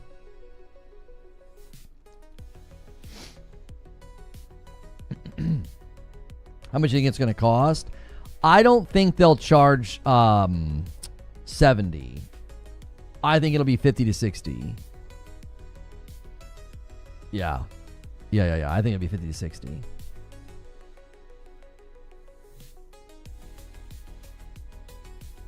You already know it'll drop the second Lono switches to gameplay. I know. I'm kind of stuck. According to the agreement that I have with Keymailer is that I have to play Moonlighter on Twitch. I'm tempted. I'm not sure what the call is. I'm tempted to have you guys all just come over to Twitch whenever I stream it, instead of doing the stream on YouTube, because we've had such a strong day with this stream. I don't want to put something else on the channel necessarily today. Like sometimes if you do two things in one day, it can be counterproductive. Like letting this live stream just kind of, cruise throughout the day and meet new people, expose them to how we conversate and how we talk and how we kind of vibe. That might be a better idea. YouTube has become a very delicate animal for live streamers like myself. So we have to keep the hype train going. Twitch boo. Yeah, I know. We would only do it for like an hour anyway, Barrier. We would only do it for like an hour. Pause. Anyway. Give it 15 more minutes. Yeah, I think once we get beyond 2 o'clock, I don't know. I feel like it's you get to a certain point in the day and it's like, yeah, it's probably not happening, boys.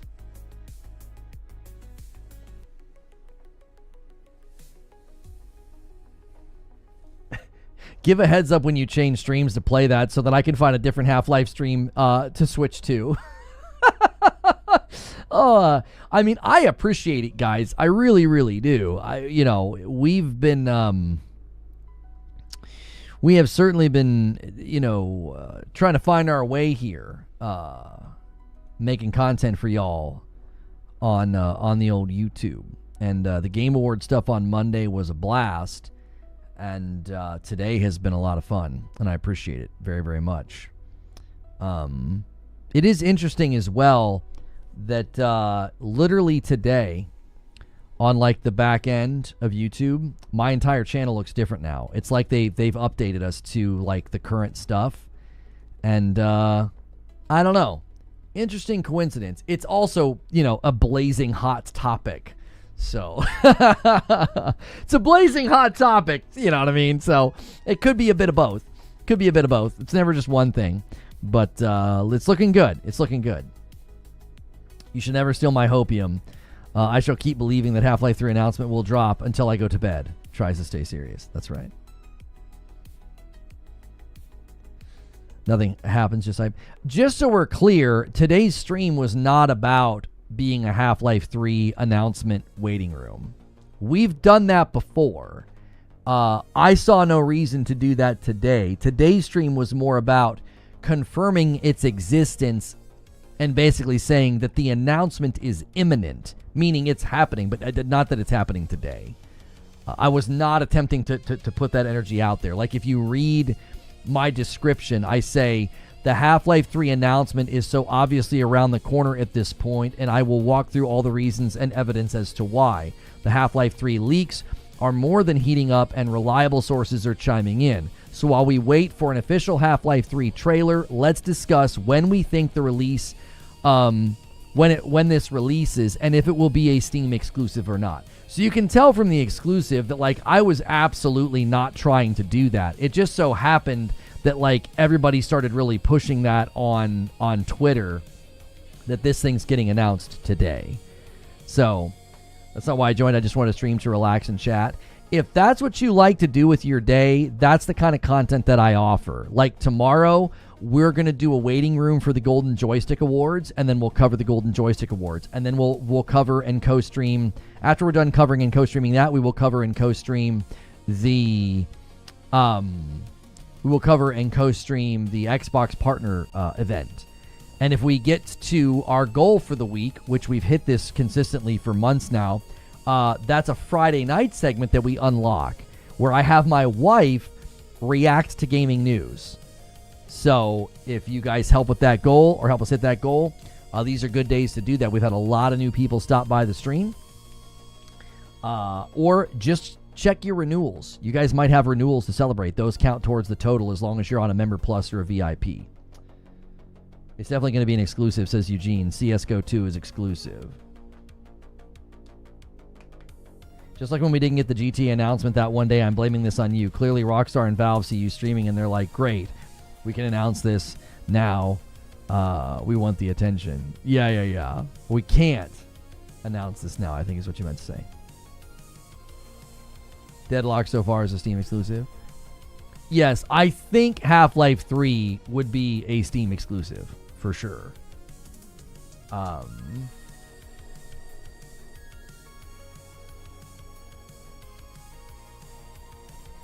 Yeah, I mean, Lucas7H, there's no reason to, like, come in the room and just start telling people to be quiet and calling them names. You know what I'm saying? That's not the kind of energy we need here, bro.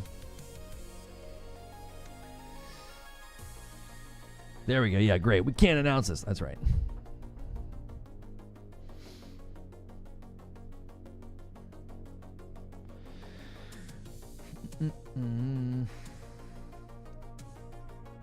Half-Life 3 is out now. Oh, it is? Man, I can't wait to play it. When is the future game show? I don't know when the next future game show is. honestly. I don't. Why am I getting added in the music room? Oh, okay.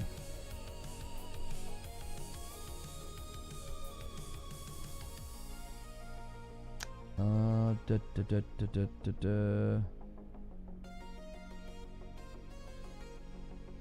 Kirby Air Riders reviews are in. It's basically a 10 out of 10 game if it's your type of game. If you're not, you might find it fun, but won't likely keep you around. That was basically Skill Up's conclusion. Is it hit Metacritic yet?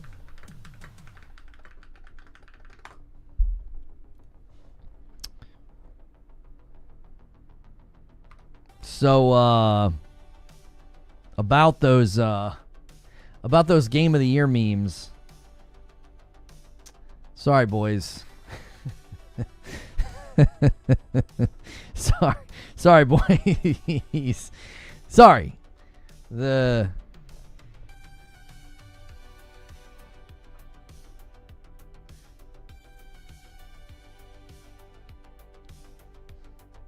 It's bad on meta. It's hilarious. Yeah. Yeah, the Kirby Air Riders Game of the Year memes are pretty much dead, boys. Meta sucks. Meta's not doing anything other than doing an aggregate score of everybody that reviewed it. It has 178, not 78. The white page is blocking out the 1.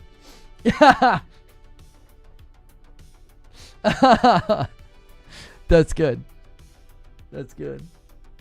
It's propaganda. It's anti-Kirby Air Riders propaganda out here. Oh my gosh.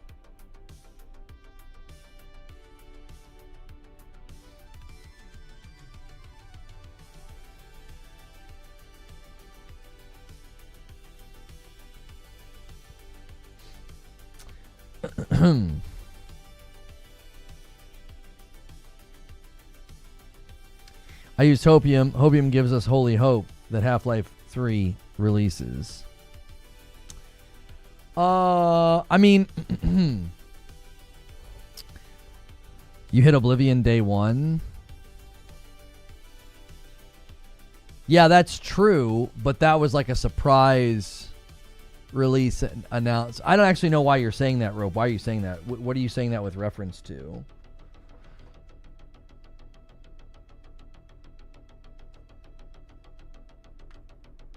All I'm seeing is an ad for Disney. What was the game? Kirby Air Riders. I'm new to Half-Life. Who is Gordon Ramsay? Gordon Ramsay in Half-Life is basically like an up-and-coming chef, and he's trying to find his way in the culinary world. But there is sort of this governing body that tries to stop him, and you kind of have to fight against them. It's pretty intense game. Yeah. That's pretty much the plot.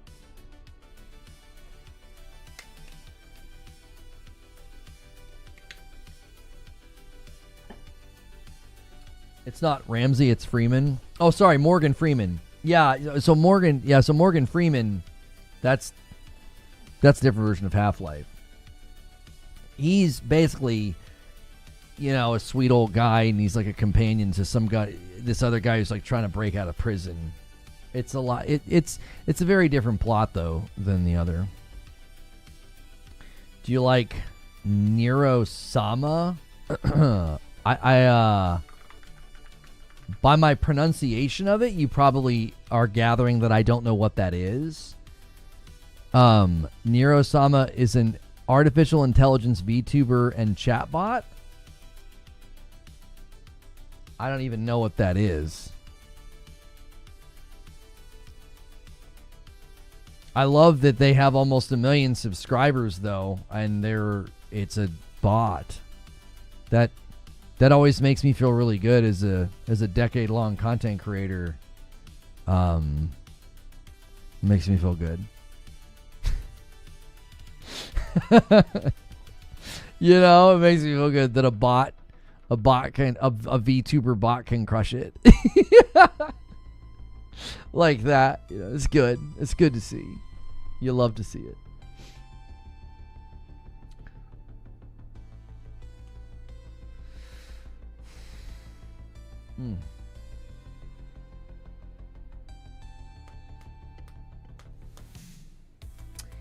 Well, I don't know if we're gonna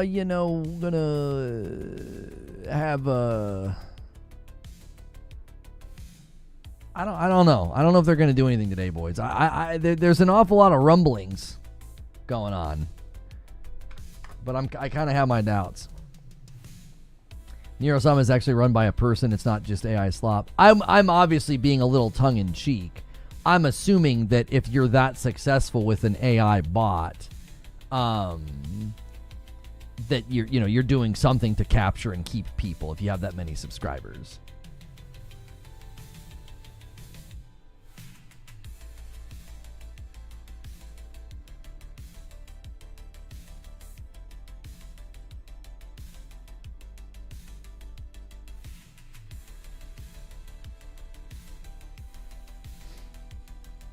I'm checking the feeds. Here we go. This is a good one. Come on. Do something. That's right.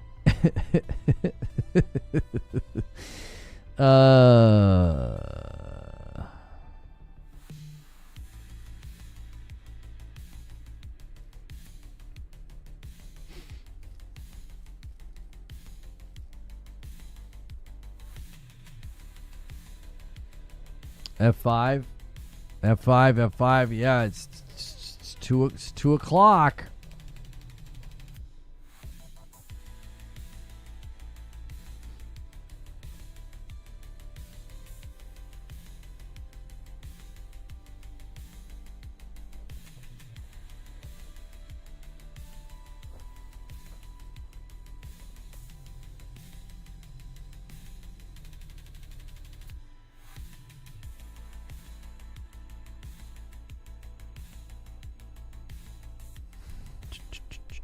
Not seeing anything, boys. Nothing ever happens. I wasn't convinced that something was happening today. I'm being honest with you. Like, you guys started coming in and saying this was happening and this was happening, this was happening. I was like, okay, seems like there's some rumblings here, but I don't know. It seems like they're gearing up for something, but I don't know. I wasn't really convinced something was happening today.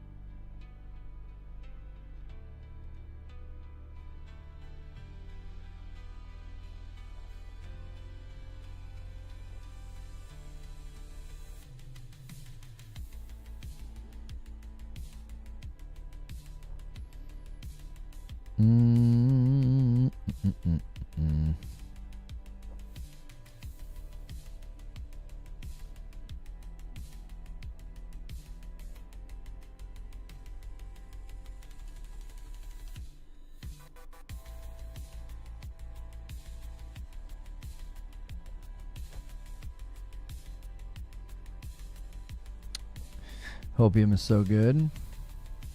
Yes. Yes, it is.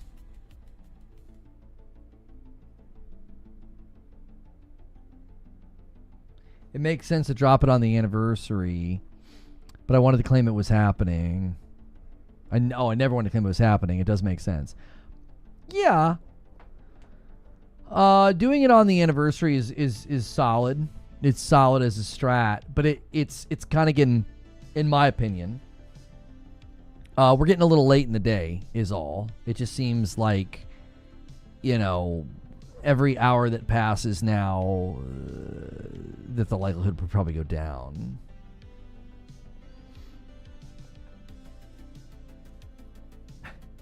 There's always tomorrow. I agree, Alex Gamer. I think they're going to announce it at the Game Awards. I opened my show saying that.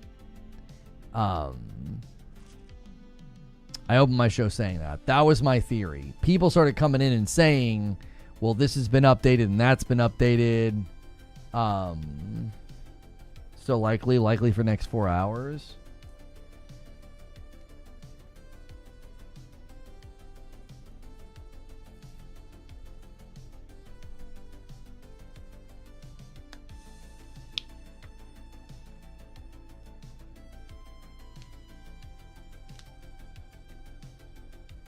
I have 50.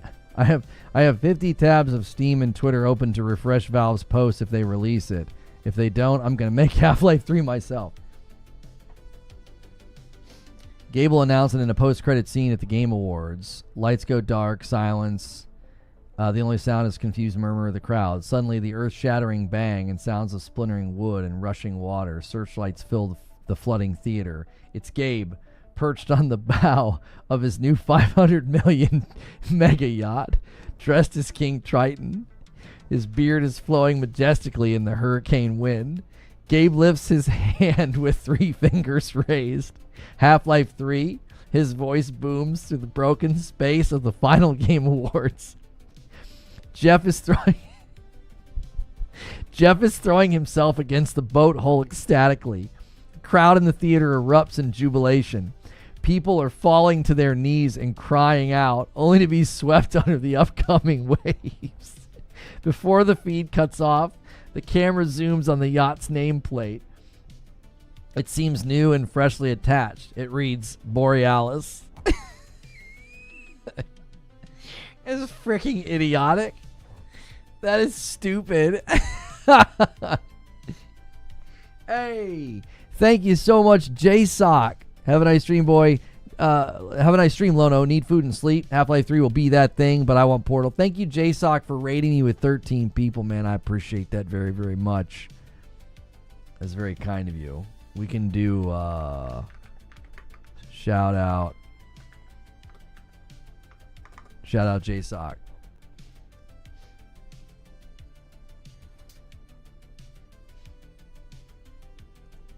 We love you since D1, so please keep it Lono. Yeah. Definitely. Thank you very much. I appreciate that, JSock. I appreciate you and all the people that support on the various platforms that we put the content.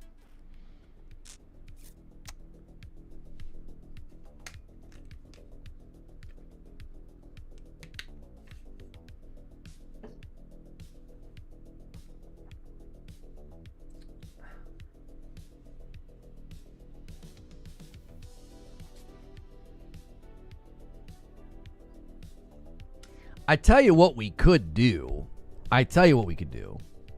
We've entertained this idea before.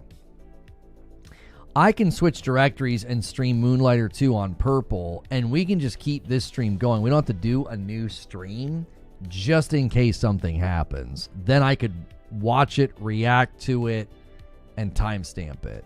Maybe we do that. You know? I don't know. That is the worry and the concern, is they're going to do something, and I guess we would just have to make a new title and thumb, boot up and react, or maybe just do an upload react. Maybe we should just do that. I don't want to see that. The worry and concern is I don't want to do that because I don't want to damage this stream on YouTube. If a stream starts to get way too off topic, like, I don't know, playing a completely it's not a relevant game to GTA. Playing Moonlighter 2 in the stream, I just don't think would be a good idea. We've entertained that idea before, like just doing a bunch of different segments in the show and then timestamping them instead of doing separate streams. Valve's on the best coast, huh? It's not even noon over there. Noon over here. Oh, there it is.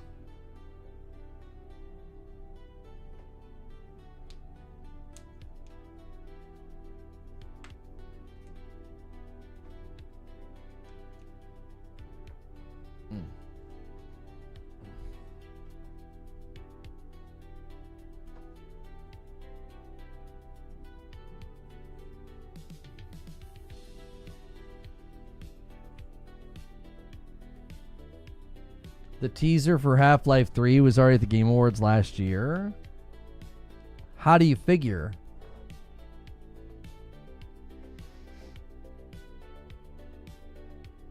In 20 minutes?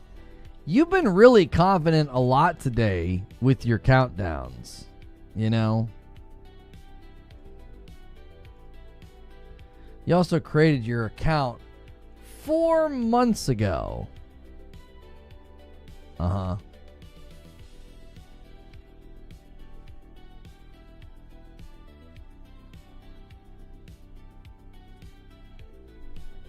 Your boy in TeamSpeak have something going on.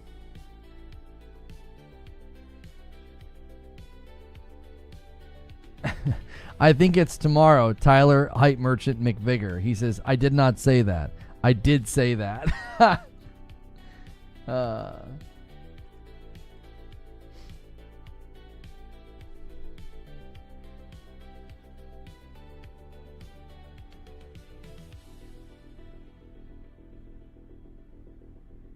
If there's anything, it'll be 12 Pacific because that's when Valve does everything. But that's not true. We went to their Twitter account, and this announcement was at 1:20 my time. I'm Eastern, okay? So this is like, this is kind of early in the day for them.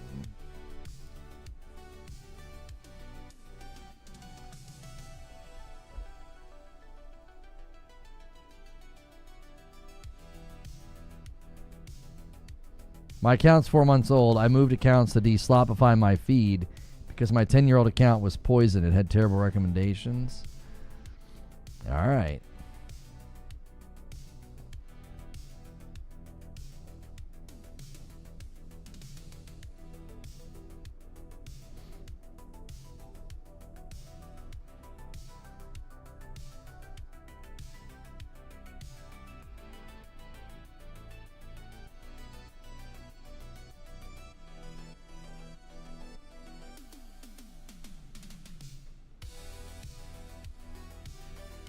Maybe it's 7.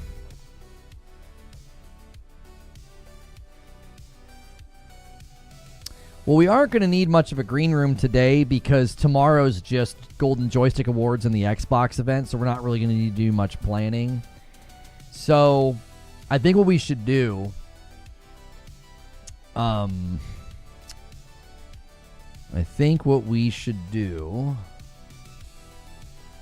is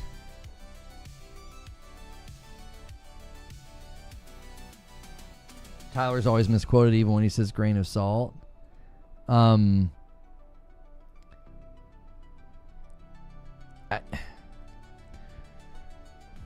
feel like we are still just getting such kind and good treatment. I think we should just kind of keep going and just hanging out. I like the title a lot. That's right. Half-Life 3 is coming. It is our destiny. That's right.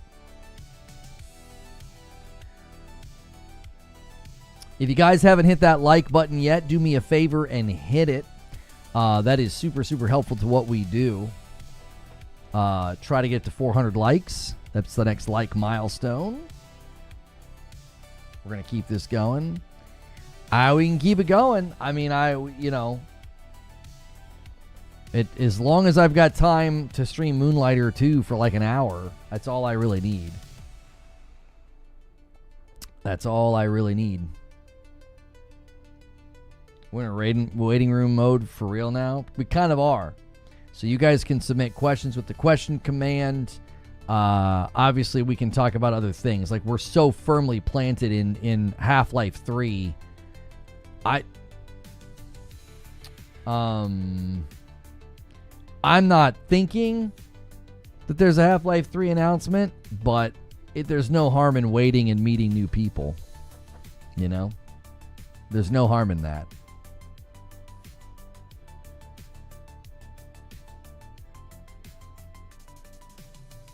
If you want to use the question command, you do have to be a member, Nibari. I mean, I have no problem answering your question. My earliest memory in life, my earliest memory of Half-Life, I was at my friend's house, and he was playing it on his PC, and it was terrifying. It was absolutely terrifying. I just went to the local beer store. A new company opened on the floor below them. They roast coffee. Oh, that probably smells amazing.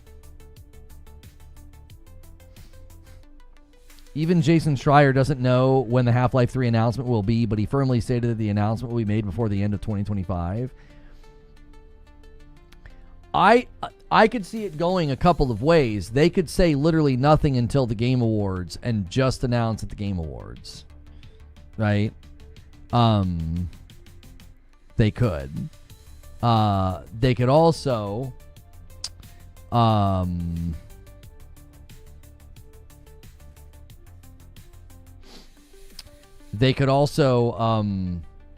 do like a teaser trailer today, and after the teaser trailer, do an announcement or a gameplay thing at the Game Awards. So today could be like, today could just be like a teaser if they do something today, or it doesn't have to be today. Like before the Game Awards, they could do something like a teaser, just confirming that it exists, make everybody go freaking crazy, and don't show anything. And then you show up as the one more thing at the Game Awards. And when you show up as the one more thing at the Game Awards, you know, you're the ender, and you get to kind of just like,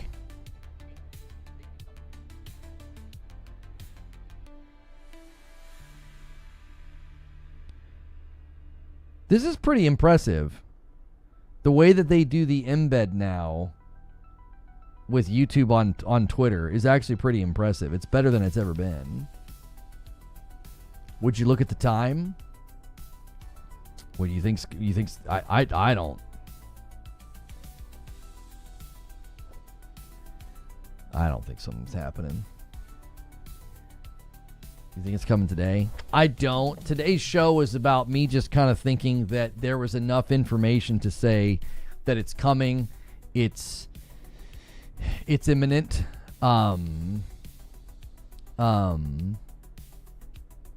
Sweet.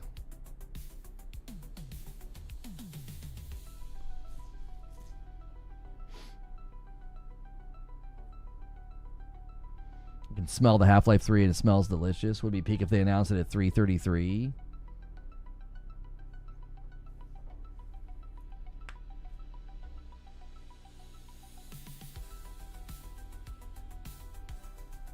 I mean, if they do it at noon their time, that's in 45 minutes. I don't think there's any way to predict what they're going to do, because they announced the Steam Machine at like 1:19 Eastern, which, you know, 1:19 p Eastern in West Coast.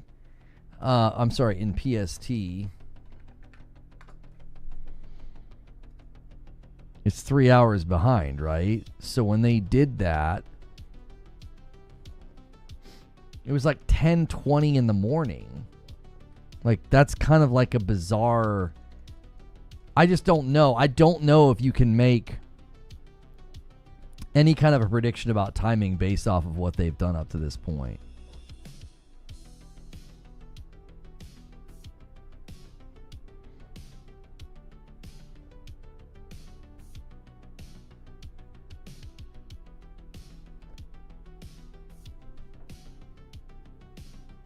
Yeah, so people are saying they're West Coast based.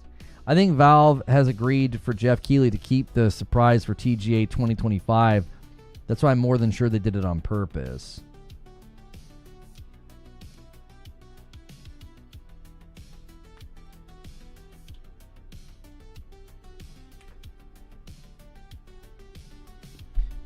People were speculating that the Half-Life 3 announcement would be today, because they were speculating that the Half-Life 3 announcement would be today, and they were speculating that because of the anniversary. That's essentially why people were speculating that. I thought there was enough info. I thought there was enough to go on to say this is real and the announcement's imminent. I did not think there was enough to go on to say that there's an announcement today. Half-Life 3 won't be announced at the Game Awards. We know that much. It's pretty known. Can you explain how you know that? What are you basing that off of? I'm interested, because I actually think that the Game Awards is a great time to announce it.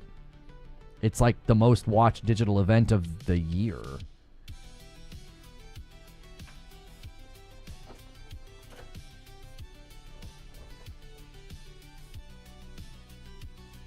Maybe announce them today, an official trailer at TGA.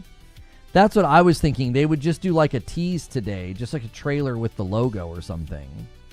And then you do something big as like the one more thing at the Game Awards.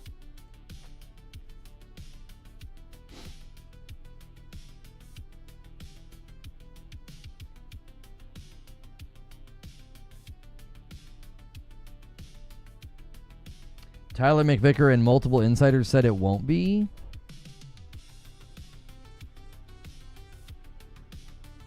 I'm not, you see, where did Tyler say that it won't be at the Game Awards, and what other insiders are saying that it won't be at the Game Awards?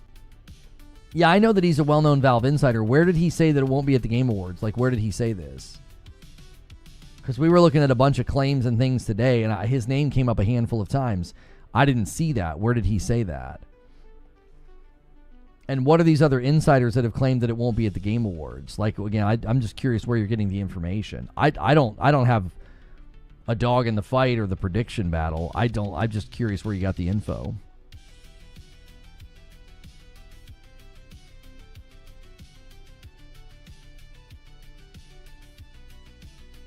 There was one insider who confidently said it won't be at the Game Awards.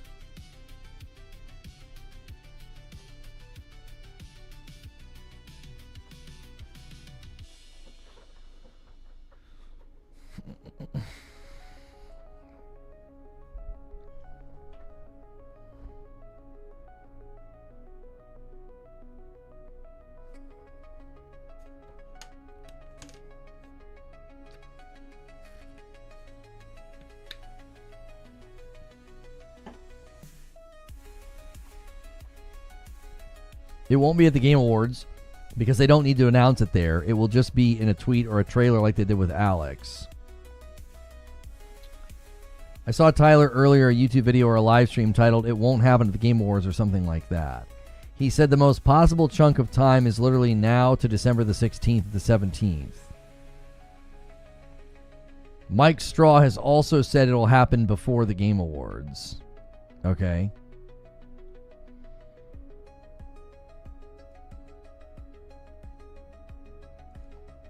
Colo saying hi. Always fun to have a new follower with a brand new account. Hello to you.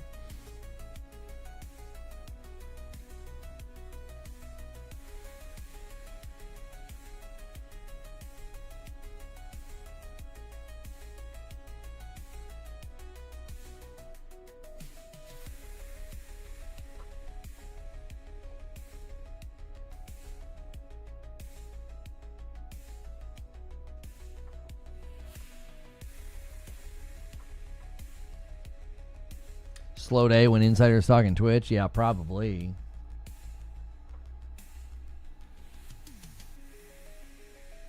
And there we go. Yeah, that's not even a timeout. That's just a ban. That's like a brand new account. They're just going to go around and spam that in every stream they go to. That's not a legit account.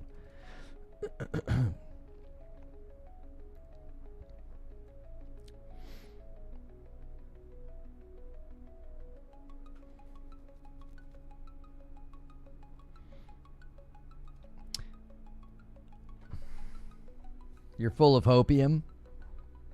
The Steam machine needs to be between $600 to $700.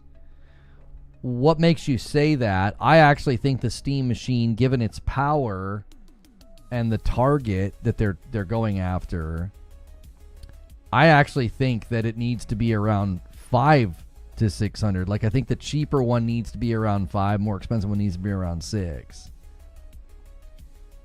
There's a board in the Half-Life 2 Reddit that contains everything related, the codename of Half-Life 3.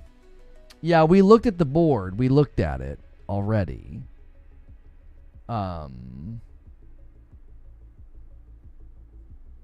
Yeah. Why needs to be? Check Discord. I know, Eugene. The conversation about the Steam machine price, I don't know if you guys have seen this or not. I'll show it to you. It's an interesting development, to be sure. We've quoted this a handful of times today. Linus Tech Tip says he's disappointed the upcoming Steam machine may not be priced like a console. Quote, Valve asked what I meant by console price, and I said $500. Nobody said anything, but the energy in the room wasn't great. So, again, it seems that, and again, we're obviously going to have to wait and see what they decide.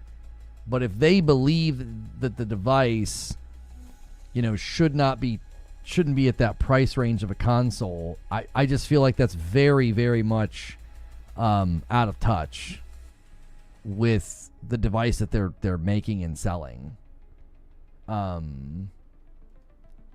It's because again, it's like they literally said in an interview that like most of the people on Steam have rigs that are like weaker than this thing, right? It's like, okay, so you made a device that's like slightly weaker than a PS5, and when your device comes out, the PS5 is going to be 6 years old. You know what I mean? Steam can't produce a console like spec. Oh, they can't produce console like specs at the same price as Sony. Maybe they were going to price it way more and they were like, oh crap, is this what people are expecting? Sony produced like 15 to 20 million a year and they're struggling to get it to the 550 range. Steam has no shot. So ultimately what Eugene's arguing is that Steam is not going to be able to get to scale to create enough Steam machines to lower production costs, and PlayStation's far above them with respect to production time pipelines, and even Sony is struggling to get things in the 550 range for their PlayStation due to like tariffs and inflation. So the Steam machine might of necessity be more expensive, and then it's going to sit rather oddly in the market. It's going to be weaker than 6-year-old consoles, or like if properly optimized, you could say it's very close to the power of 6-year-old consoles, and it's going to be more expensive than them. Like I can't imagine going to the store and buying hardware that's equal to or slightly weaker than something that's 6 years old and it being more expensive. Like at the time, at the point of purchase, you could buy the 6-year-old console for less money. You know what I mean? Like and if you're on a decent rig and you're like going to be dropping, not a significant, but a good amount of cash on this thing, instead of it being like a $500 or $600 purchase, if it's more like a $700 or $800 purchase, I don't know.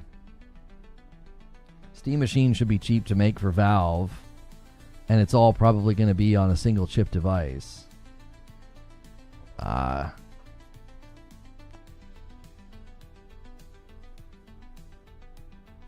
don't know. We'll see.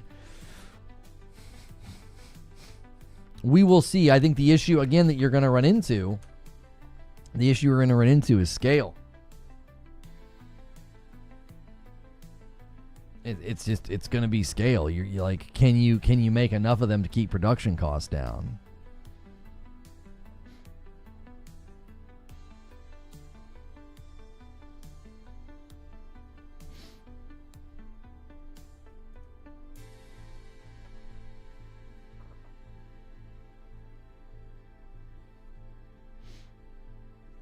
Regardless, there's no way the 2 terabyte option will be under 600.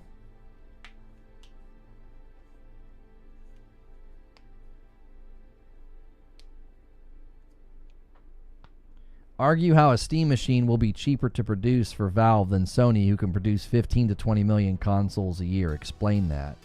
Yeah, I need that explained to me. How is Valve going to be able to keep production costs down per unit?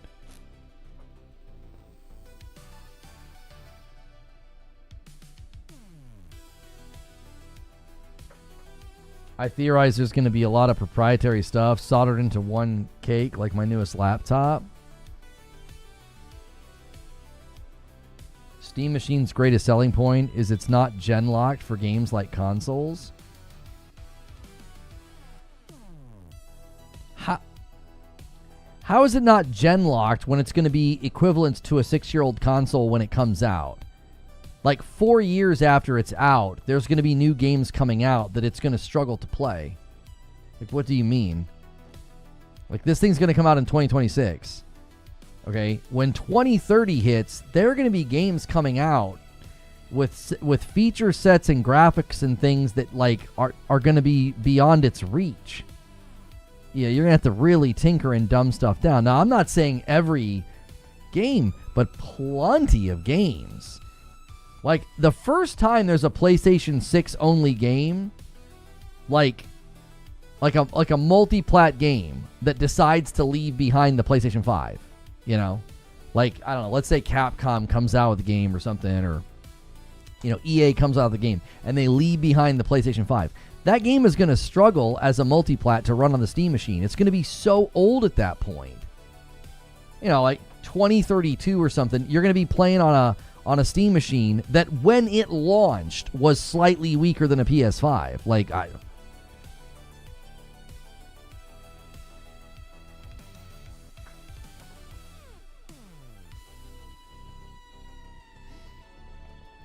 these boys are floundering now.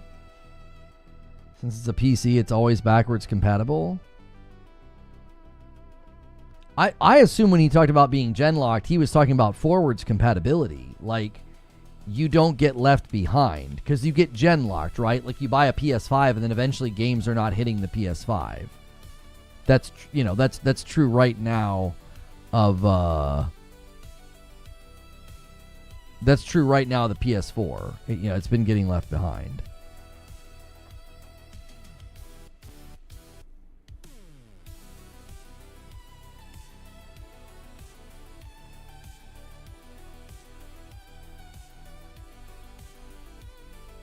PS4 Gen 4 will always be backwards compatible, by the way.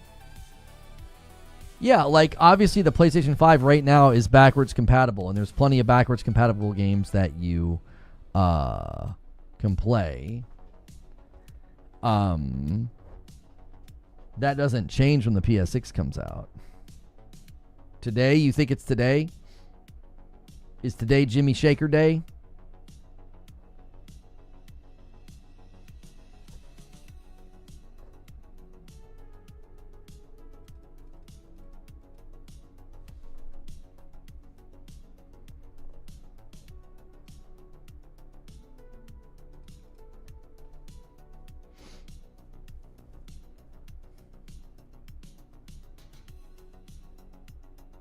I wonder if Valve would make it possible for you to download newer games in the far future that simply cannot run.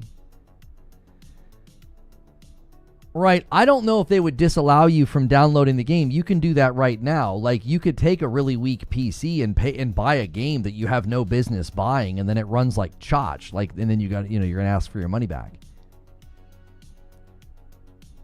Do you know what I'm saying? Did you finish Alex? No, I stopped playing VR games because I just don't have the time. I've got to move stuff in my office out of the way. I got to run a cable to the headset and be in here. I don't use my PSVR 2. I don't use my MetaQuest 3 anymore. It's a super big bummer. I may take my MetaQuest 3 with me to Ohio next week.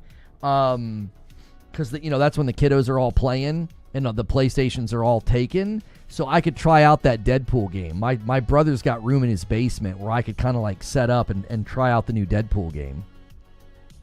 I like VR. I just don't have time for VR. My schedule is very, very tight. You know, I'm married with 2 kids. So like my evenings, it's like I've got small blocks of time that I can play games. And I've finished a ton of games this year, more than I ever have.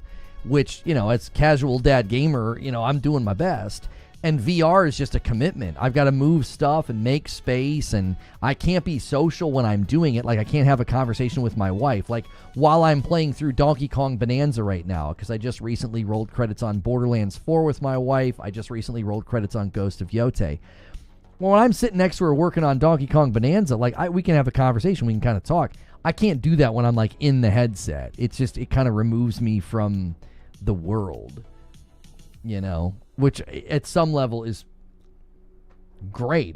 It's part of the it's part of the package. It's part of the value proposition. But it's just the VR as a type of game has just gotten rotated out of my it's just gotten rotated out of my repertoire.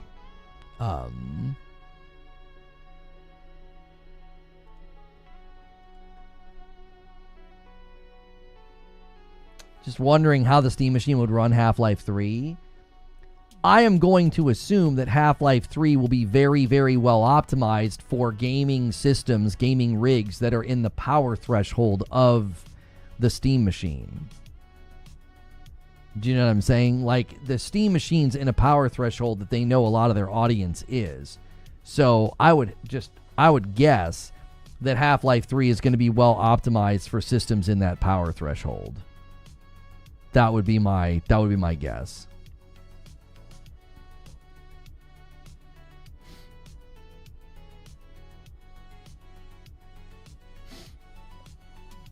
Because it'd be really, really weird to, like, announce Half-Life 3 and then, like, it runs really, really poorly. It's running poorly on your Steam Machine. Like, that wouldn't be a good look. I mean, I think they're going to want to guarantee that this thing, runs well on the Steam Machine. Do you know the ending of Alex? Well, no, I don't.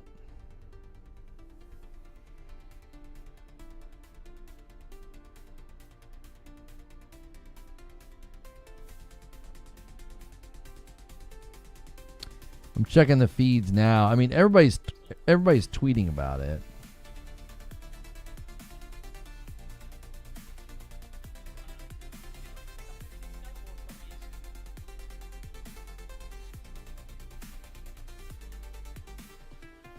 I'm not seeing anything, boys.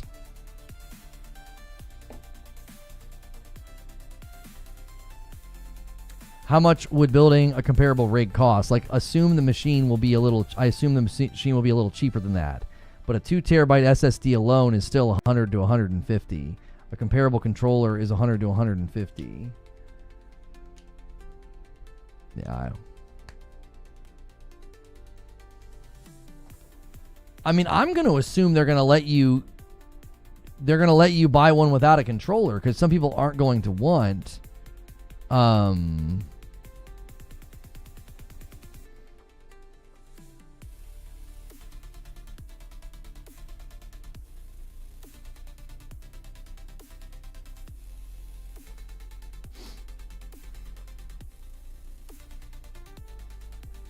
because that's certainly going to raise the price if it's got the controller with it. You would think they're going to give people the option to buy it without the controller. That's the risk they're taking on building a quote-unquote console. You have some degree, even though it's a PC, to make effort to optimize the games releasing on it. Yeah, I've maintained that it's a PC because they call it a PC. But it's also functionally, it's a console. Like, you can only change or upgrade memory and storage space. You can't do anything else to the rest of the hardware. Okay, so it's very console-esque in that regard. It's also set up with the form factor to, like, go into the living room. That's very console-esque. So, like, it's a PC that's very console in its execution, which I think is worth noting and worth telling people, because similarly, in you get in conversations with, like, what is this thing and what's its capabilities, I think consumers should be adequately informed about what something can do, what its capabilities are, what's its power thresholds. Like, I think these are things that the consumers should be properly informed about. I don't think that anybody should be getting blindsided by, like, well, I thought this and I thought that. I don't think that's how things should be marketed. Everything should be very, very clear. Nobody should be buying something and thinking that it'll be able to do X, Y, and Z, and it's not. Like, there's nothing wrong with informing the consumer about, like, something's capabilities. I think that's a good thing to do. Sony will back out of PC ports. I've not been compelled to think that they would do that. I don't believe the claim that they're considering speeding up, though. Like, there was the claim that they're going to start bringing games to PC in a 6 to 8 month window. I don't believe that for a second. I don't think there's any indication of that. I think there's far more indicating that that's not happening, as opposed to it actually happening. They brought Spider-Man. They brought Spider-Man to PC like 15 months after it released. Spider-Man 2. They brought Spider-Man 2 to PC like 15 months after it released, and it just was not a very polished port. I can't imagine cutting that in half, like 6 to 8 months. Like, they're on record saying the fastest a game would come to PC is 12 months. Like, Herman Holst said that. If that change has happened internally, that they're now targeting like, hey, if we can do it, let's do it 6 to 8 months after release. I don't feel like, a low-level employee would be leaking that. I feel like that would be like a high-level decision that would be evidenced in an earnings call. It would be evidenced in budgets. There'd be commentary. There'd be sales forecasts. There'd be something to signify that that's happening. We currently don't have that. Now, if they're going to do that, that's why I've always said, if there's going to be a change in strategy, the first place you're going to find out about it is going to be an earnings call. Like, that's where they're going to say it. Nixus is working on Saros.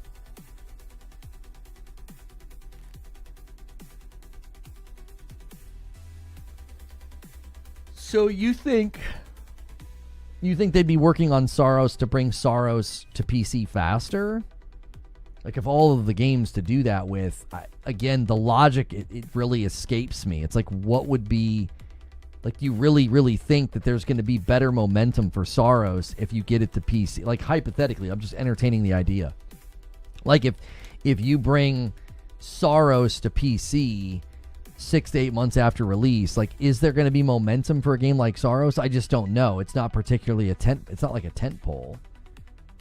What else is Nixus doing? I don't know. I don't know. They are more than just a porting studio, though. And I also think that, like, the next big game they would be porting would be, like, the next big game would be Yote. Which, again, I don't think Yote is going to be on a fast timeline because they just added New Game Plus and Legends is coming out next year. I don't think they're going to be rushing Yote. I think once they deliver the final piece of content to Yote, then after that, you usually have about a year of waiting. So if there's any extra content, if Yote has any plans beyond what's currently available, it would come after Legends, which would push that timeline back even further.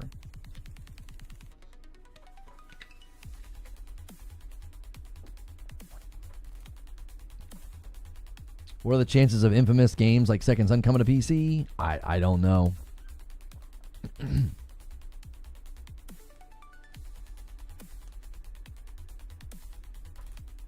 Yeah, I don't necessarily know if Unreal 5's problems are to be blamed on lazy devs. I don't think I agree with that. Excuse me. I don't think I agree with that. But there are certainly razor blades in Unreal 5 that have to be, dealt with.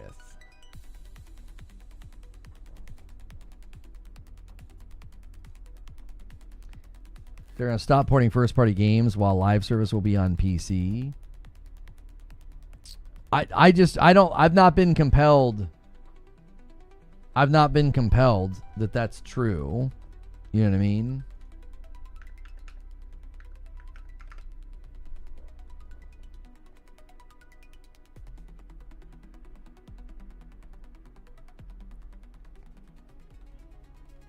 I mean, this could be GE Brastel.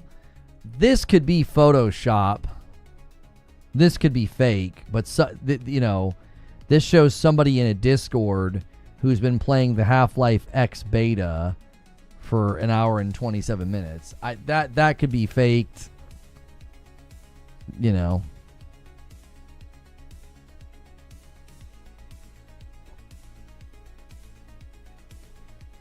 Because you can make yourself play anything if you know how to do it with that integration with Discord.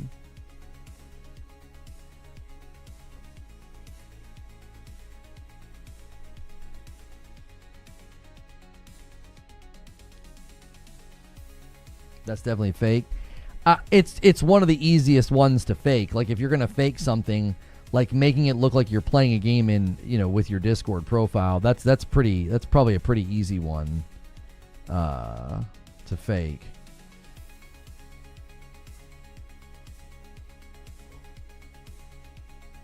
Valve uploaded something to the Steam database.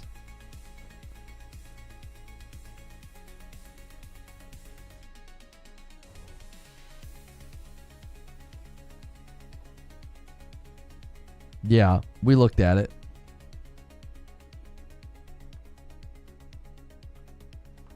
Oh my gosh, guys, I'm playing Half-Life 3. Yeah, Greg just made one.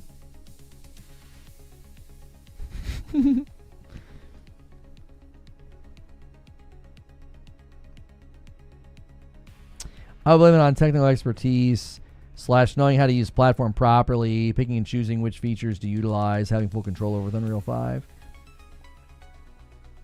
I mean, it just, as an engine, I think it's got some issues and some frustration points that people have to deal with.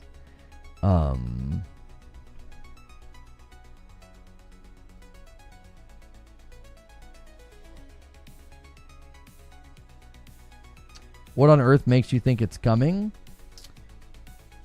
Well, I've gone through the information multiple times, and to be clear, I did not think that it was coming today or that an announcement was coming today. That's something that the community started running with because it's the anniversary of the game.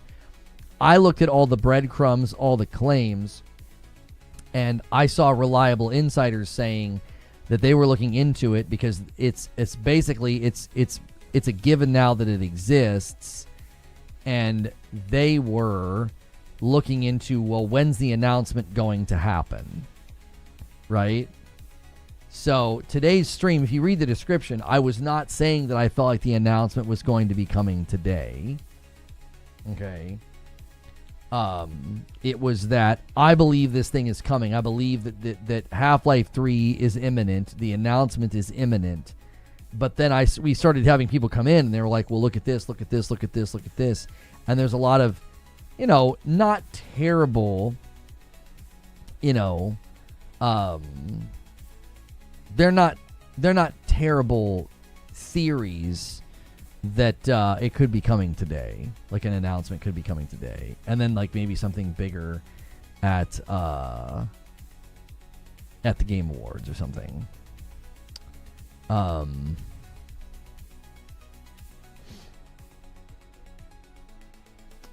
Hang on, I'm clearing through my DMs. It's just a bunch of bots. Can I send you some picture? No, you can't send me anything.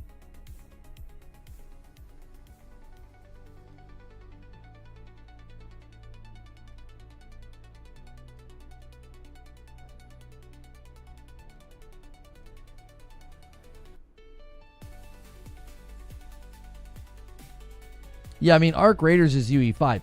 There are certainly developers showing that you can do good things with UE5 and ship a solid game. I don't think that's in question.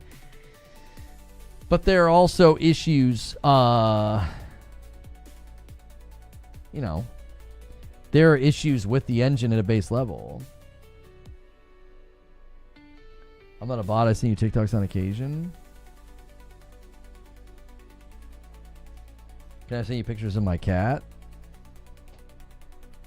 I mean, if it's your cat, if it's actually a cat, if it's something that people call a cat that's not a cat, then no. I ain't trying to get involved in all that.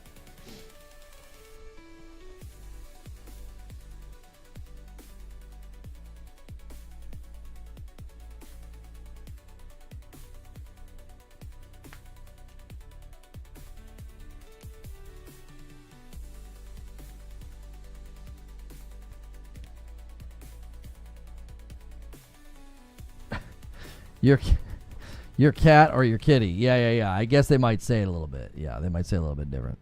So today is nothing. Today's stream was not about the fact that I thought they were going to announce something. The community seems to think that they might. I've not been super convinced. I thought it would be a good day to do it. It is the anniversary of the game. But Well, part of he's married with 2 kids, don't you understand? What's interesting is in all the years I've done this, I've never received an unsolicited, like somebody just sends something like that to me. That's never happened. I've never just like opened my DMs and been like, holy frick, like that's never happened to me. Thank goodness, right? Like I know that women deal with that pretty much every day, but thankfully that is not something that I have to worry about.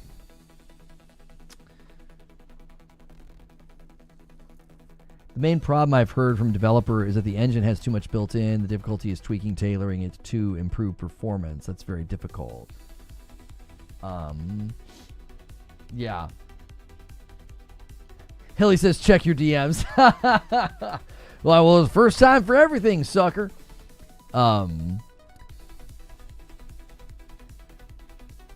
Yeah.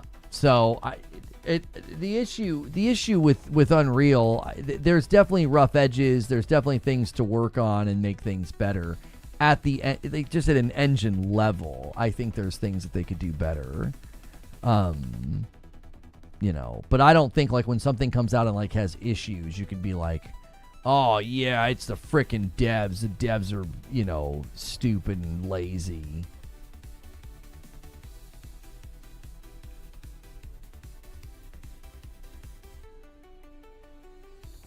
Do y'all like the games though? What games are you talking about? You talking about like Half-Life 1 and 2?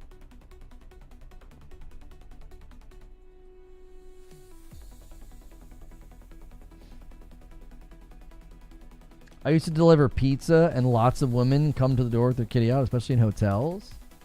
Are you freaking serious? That's insane. Like, let a dude do that. That ain't gonna work. I think the Steam machine is gonna be $800. That's for the recent. Then ran into a short of doubling post. Steam is gonna have to eat the cost to keep the machine desirable. Bad timing.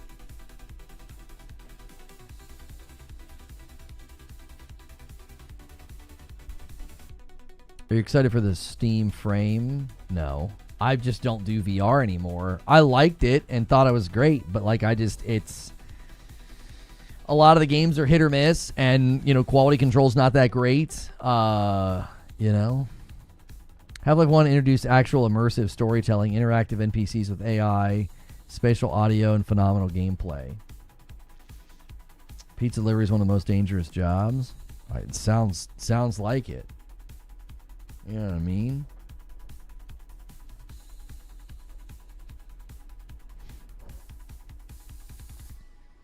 What do you think of Black Mesa? I never played it. Back in the day when I primarily played on PC, I played, the snot out of Half-Life 2. I beat the story, did a bunch of PvP. That was back when I played a lot of like Unreal tournaments and did a lot of Unreal Tournament, a lot of Call of Duty, a lot of Quake 3 Rocket Arena. I was in like a clan.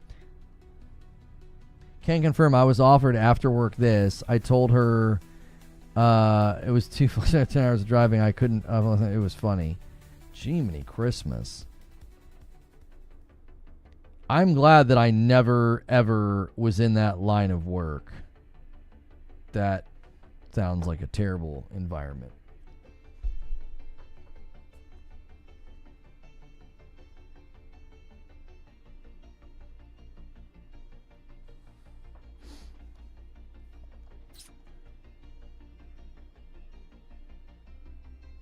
Playing Black Mesa right now, you're missing out. It's the greatest remake ever made. I have a hard time going back to certain games. I have a really hard time with that.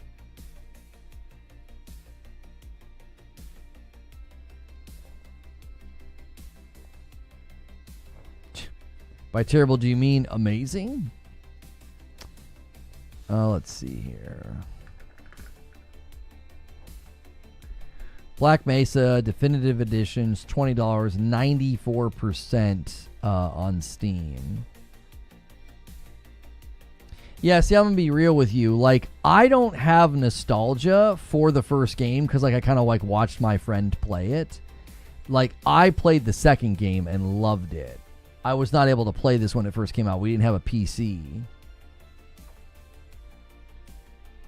Half-Life is not coming. Desperium administered. Yes.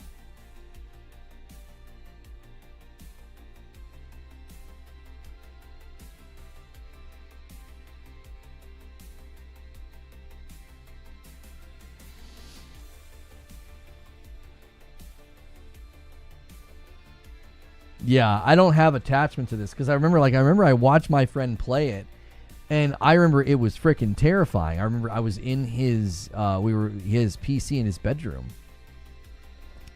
and it was like against the wall, and it was we were scared playing it because it was like we hadn't really ever seen or played anything like that before. I delivered pizzas in my hometown. I never got girls doing that kind of thing.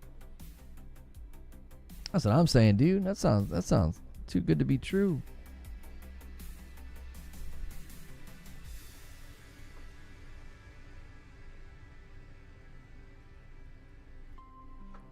Half-Life 3 isn't coming because it's too expensive to make. I don't know how you're this gullible. Okay, can you establish like why then so many people are saying that it exists? Like reliable insiders are saying that it exists. They're waiting for the, they're basically trying to nail down like when the announcement's coming. Like what do you think about, the public looking at all the evidence and all of the things said by, reliable insiders, people who have contacts that are like, oh, this thing is real. We're trying to figure out the announcement timing. What about that you think makes us gullible? Like, your use of that word seems kind of strange. Pretty sure he's making a joke. I don't get the joke. He's never spoken here before. I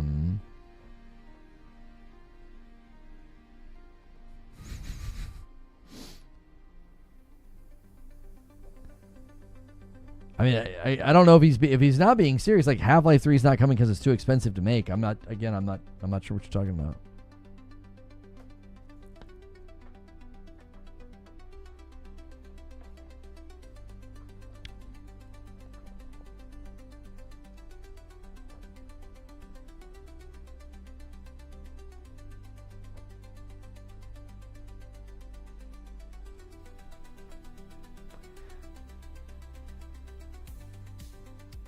Valve makes $10 billion every year, so too expensive, I don't know. Yeah, I'm not understanding that. It's dry on content out there. I mean, yeah, I guess. I read the punchline is too expensive to make. It's too silly of an argument to make sense, so it's for sure a joke. If there's one thing I've learned in all the years doing this, Nibari, it's that a lot of the times when somebody says something that seems incredibly stupid and you're like, that's too stupid to be serious, that has to be a joke. I don't think it's a lot of times by design to be a joke. I think it's a demonstration of stupidity. Like a lot of the times, like you would think, like, oh, you've got to be kidding me. You can't possibly mean that. But like, I think it's a lot of the times, literally, it's stupid. That what they're saying is stupid or exaggerated because they're like that's just kind of where they exist. Do you know what I mean? Like I think sometimes potentially it's like for attention. It's like they've learned. Well, I can say really stupid stuff, and then people pay attention to me or respond to me. Well, I just called someone stupid. How could you? I know. I hope that wasn't too harsh. I hope that wasn't too harsh for anybody here right now. I know the internet can be a pretty rough place, and I don't want to add. I don't add to that negativity out there with really mean and harsh words like stupid, or duty head. You got to be careful out there, boys.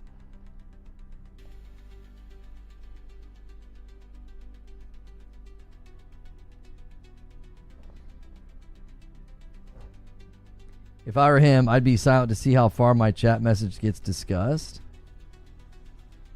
I don't even think we're discussing it. We're kind of discussing the notion of people saying silly things for attention, which is like sort of like a meta discussion. Like there's plenty of people that do that. I mean, people will reply to a tweet and they'll literally say, you know, oh, I could beat that guy in a fight. And it's like Brock Lesnar, you know. And they know that everybody's going to reply and tell them that they're stupid. Like they won it. You know what I mean? There's a whole host of that. Do we still have time to get the hopium tanks ready? No.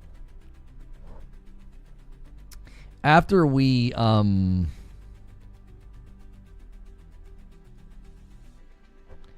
get past this hour mark, I'm gonna have you guys all join me over here on Purple. I don't think we want to stream the Moonlighter thing on YouTube. I think we want to let the Half-Life 3 stream just kind of do its thing.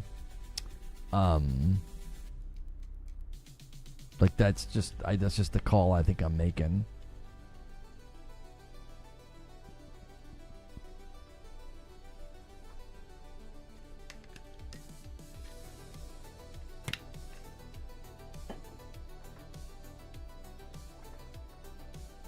Who would win, 100 men or one gorilla? Yeah. I don't know.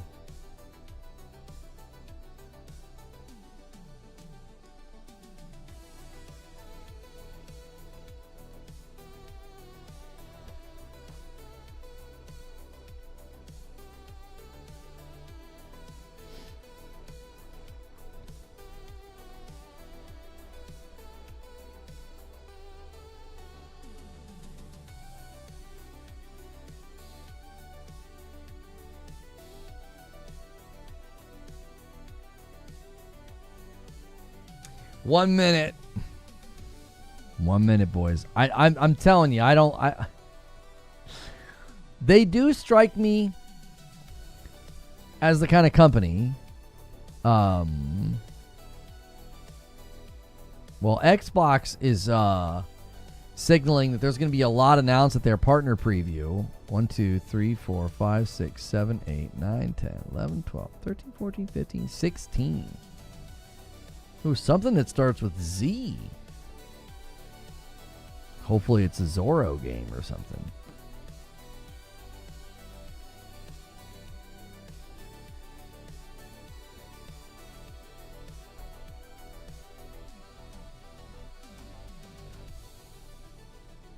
It's 3:01, boys. I don't think it's happening.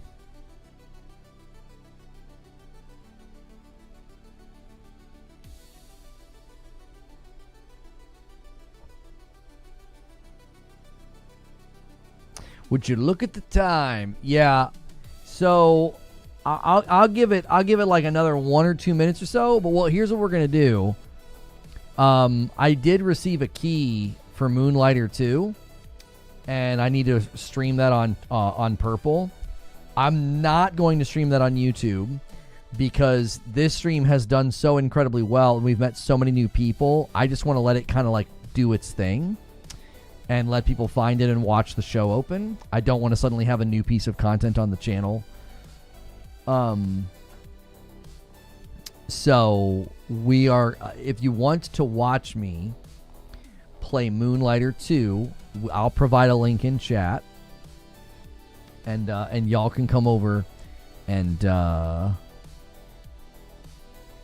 watch me play that on Twitch.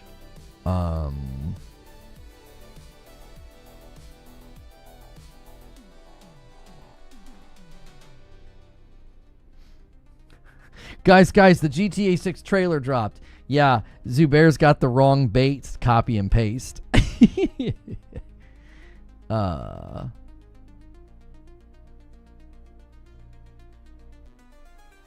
Really?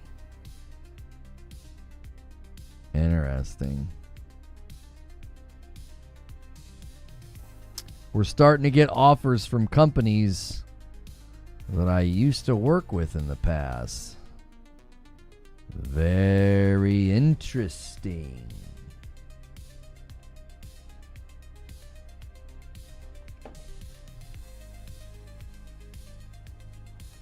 Hope is gone.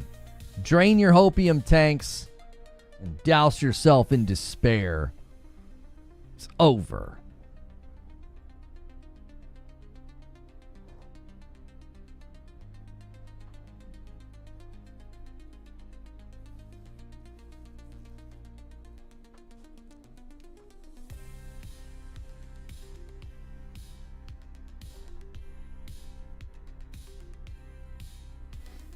Back then, they didn't want me.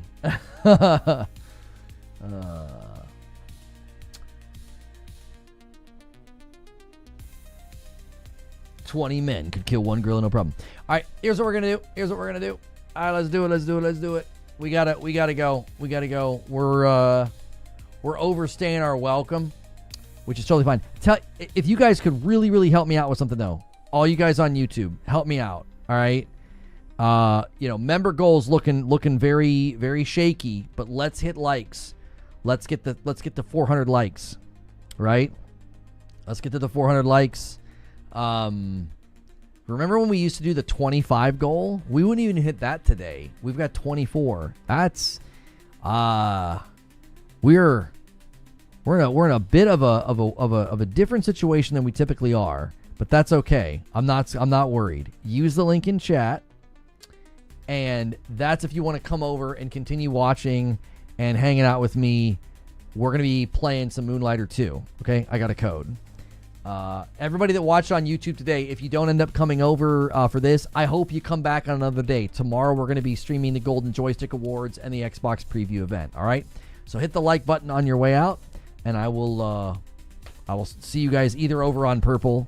Use the link in chat, or you can... Catch me tomorrow, okay? So, one last check.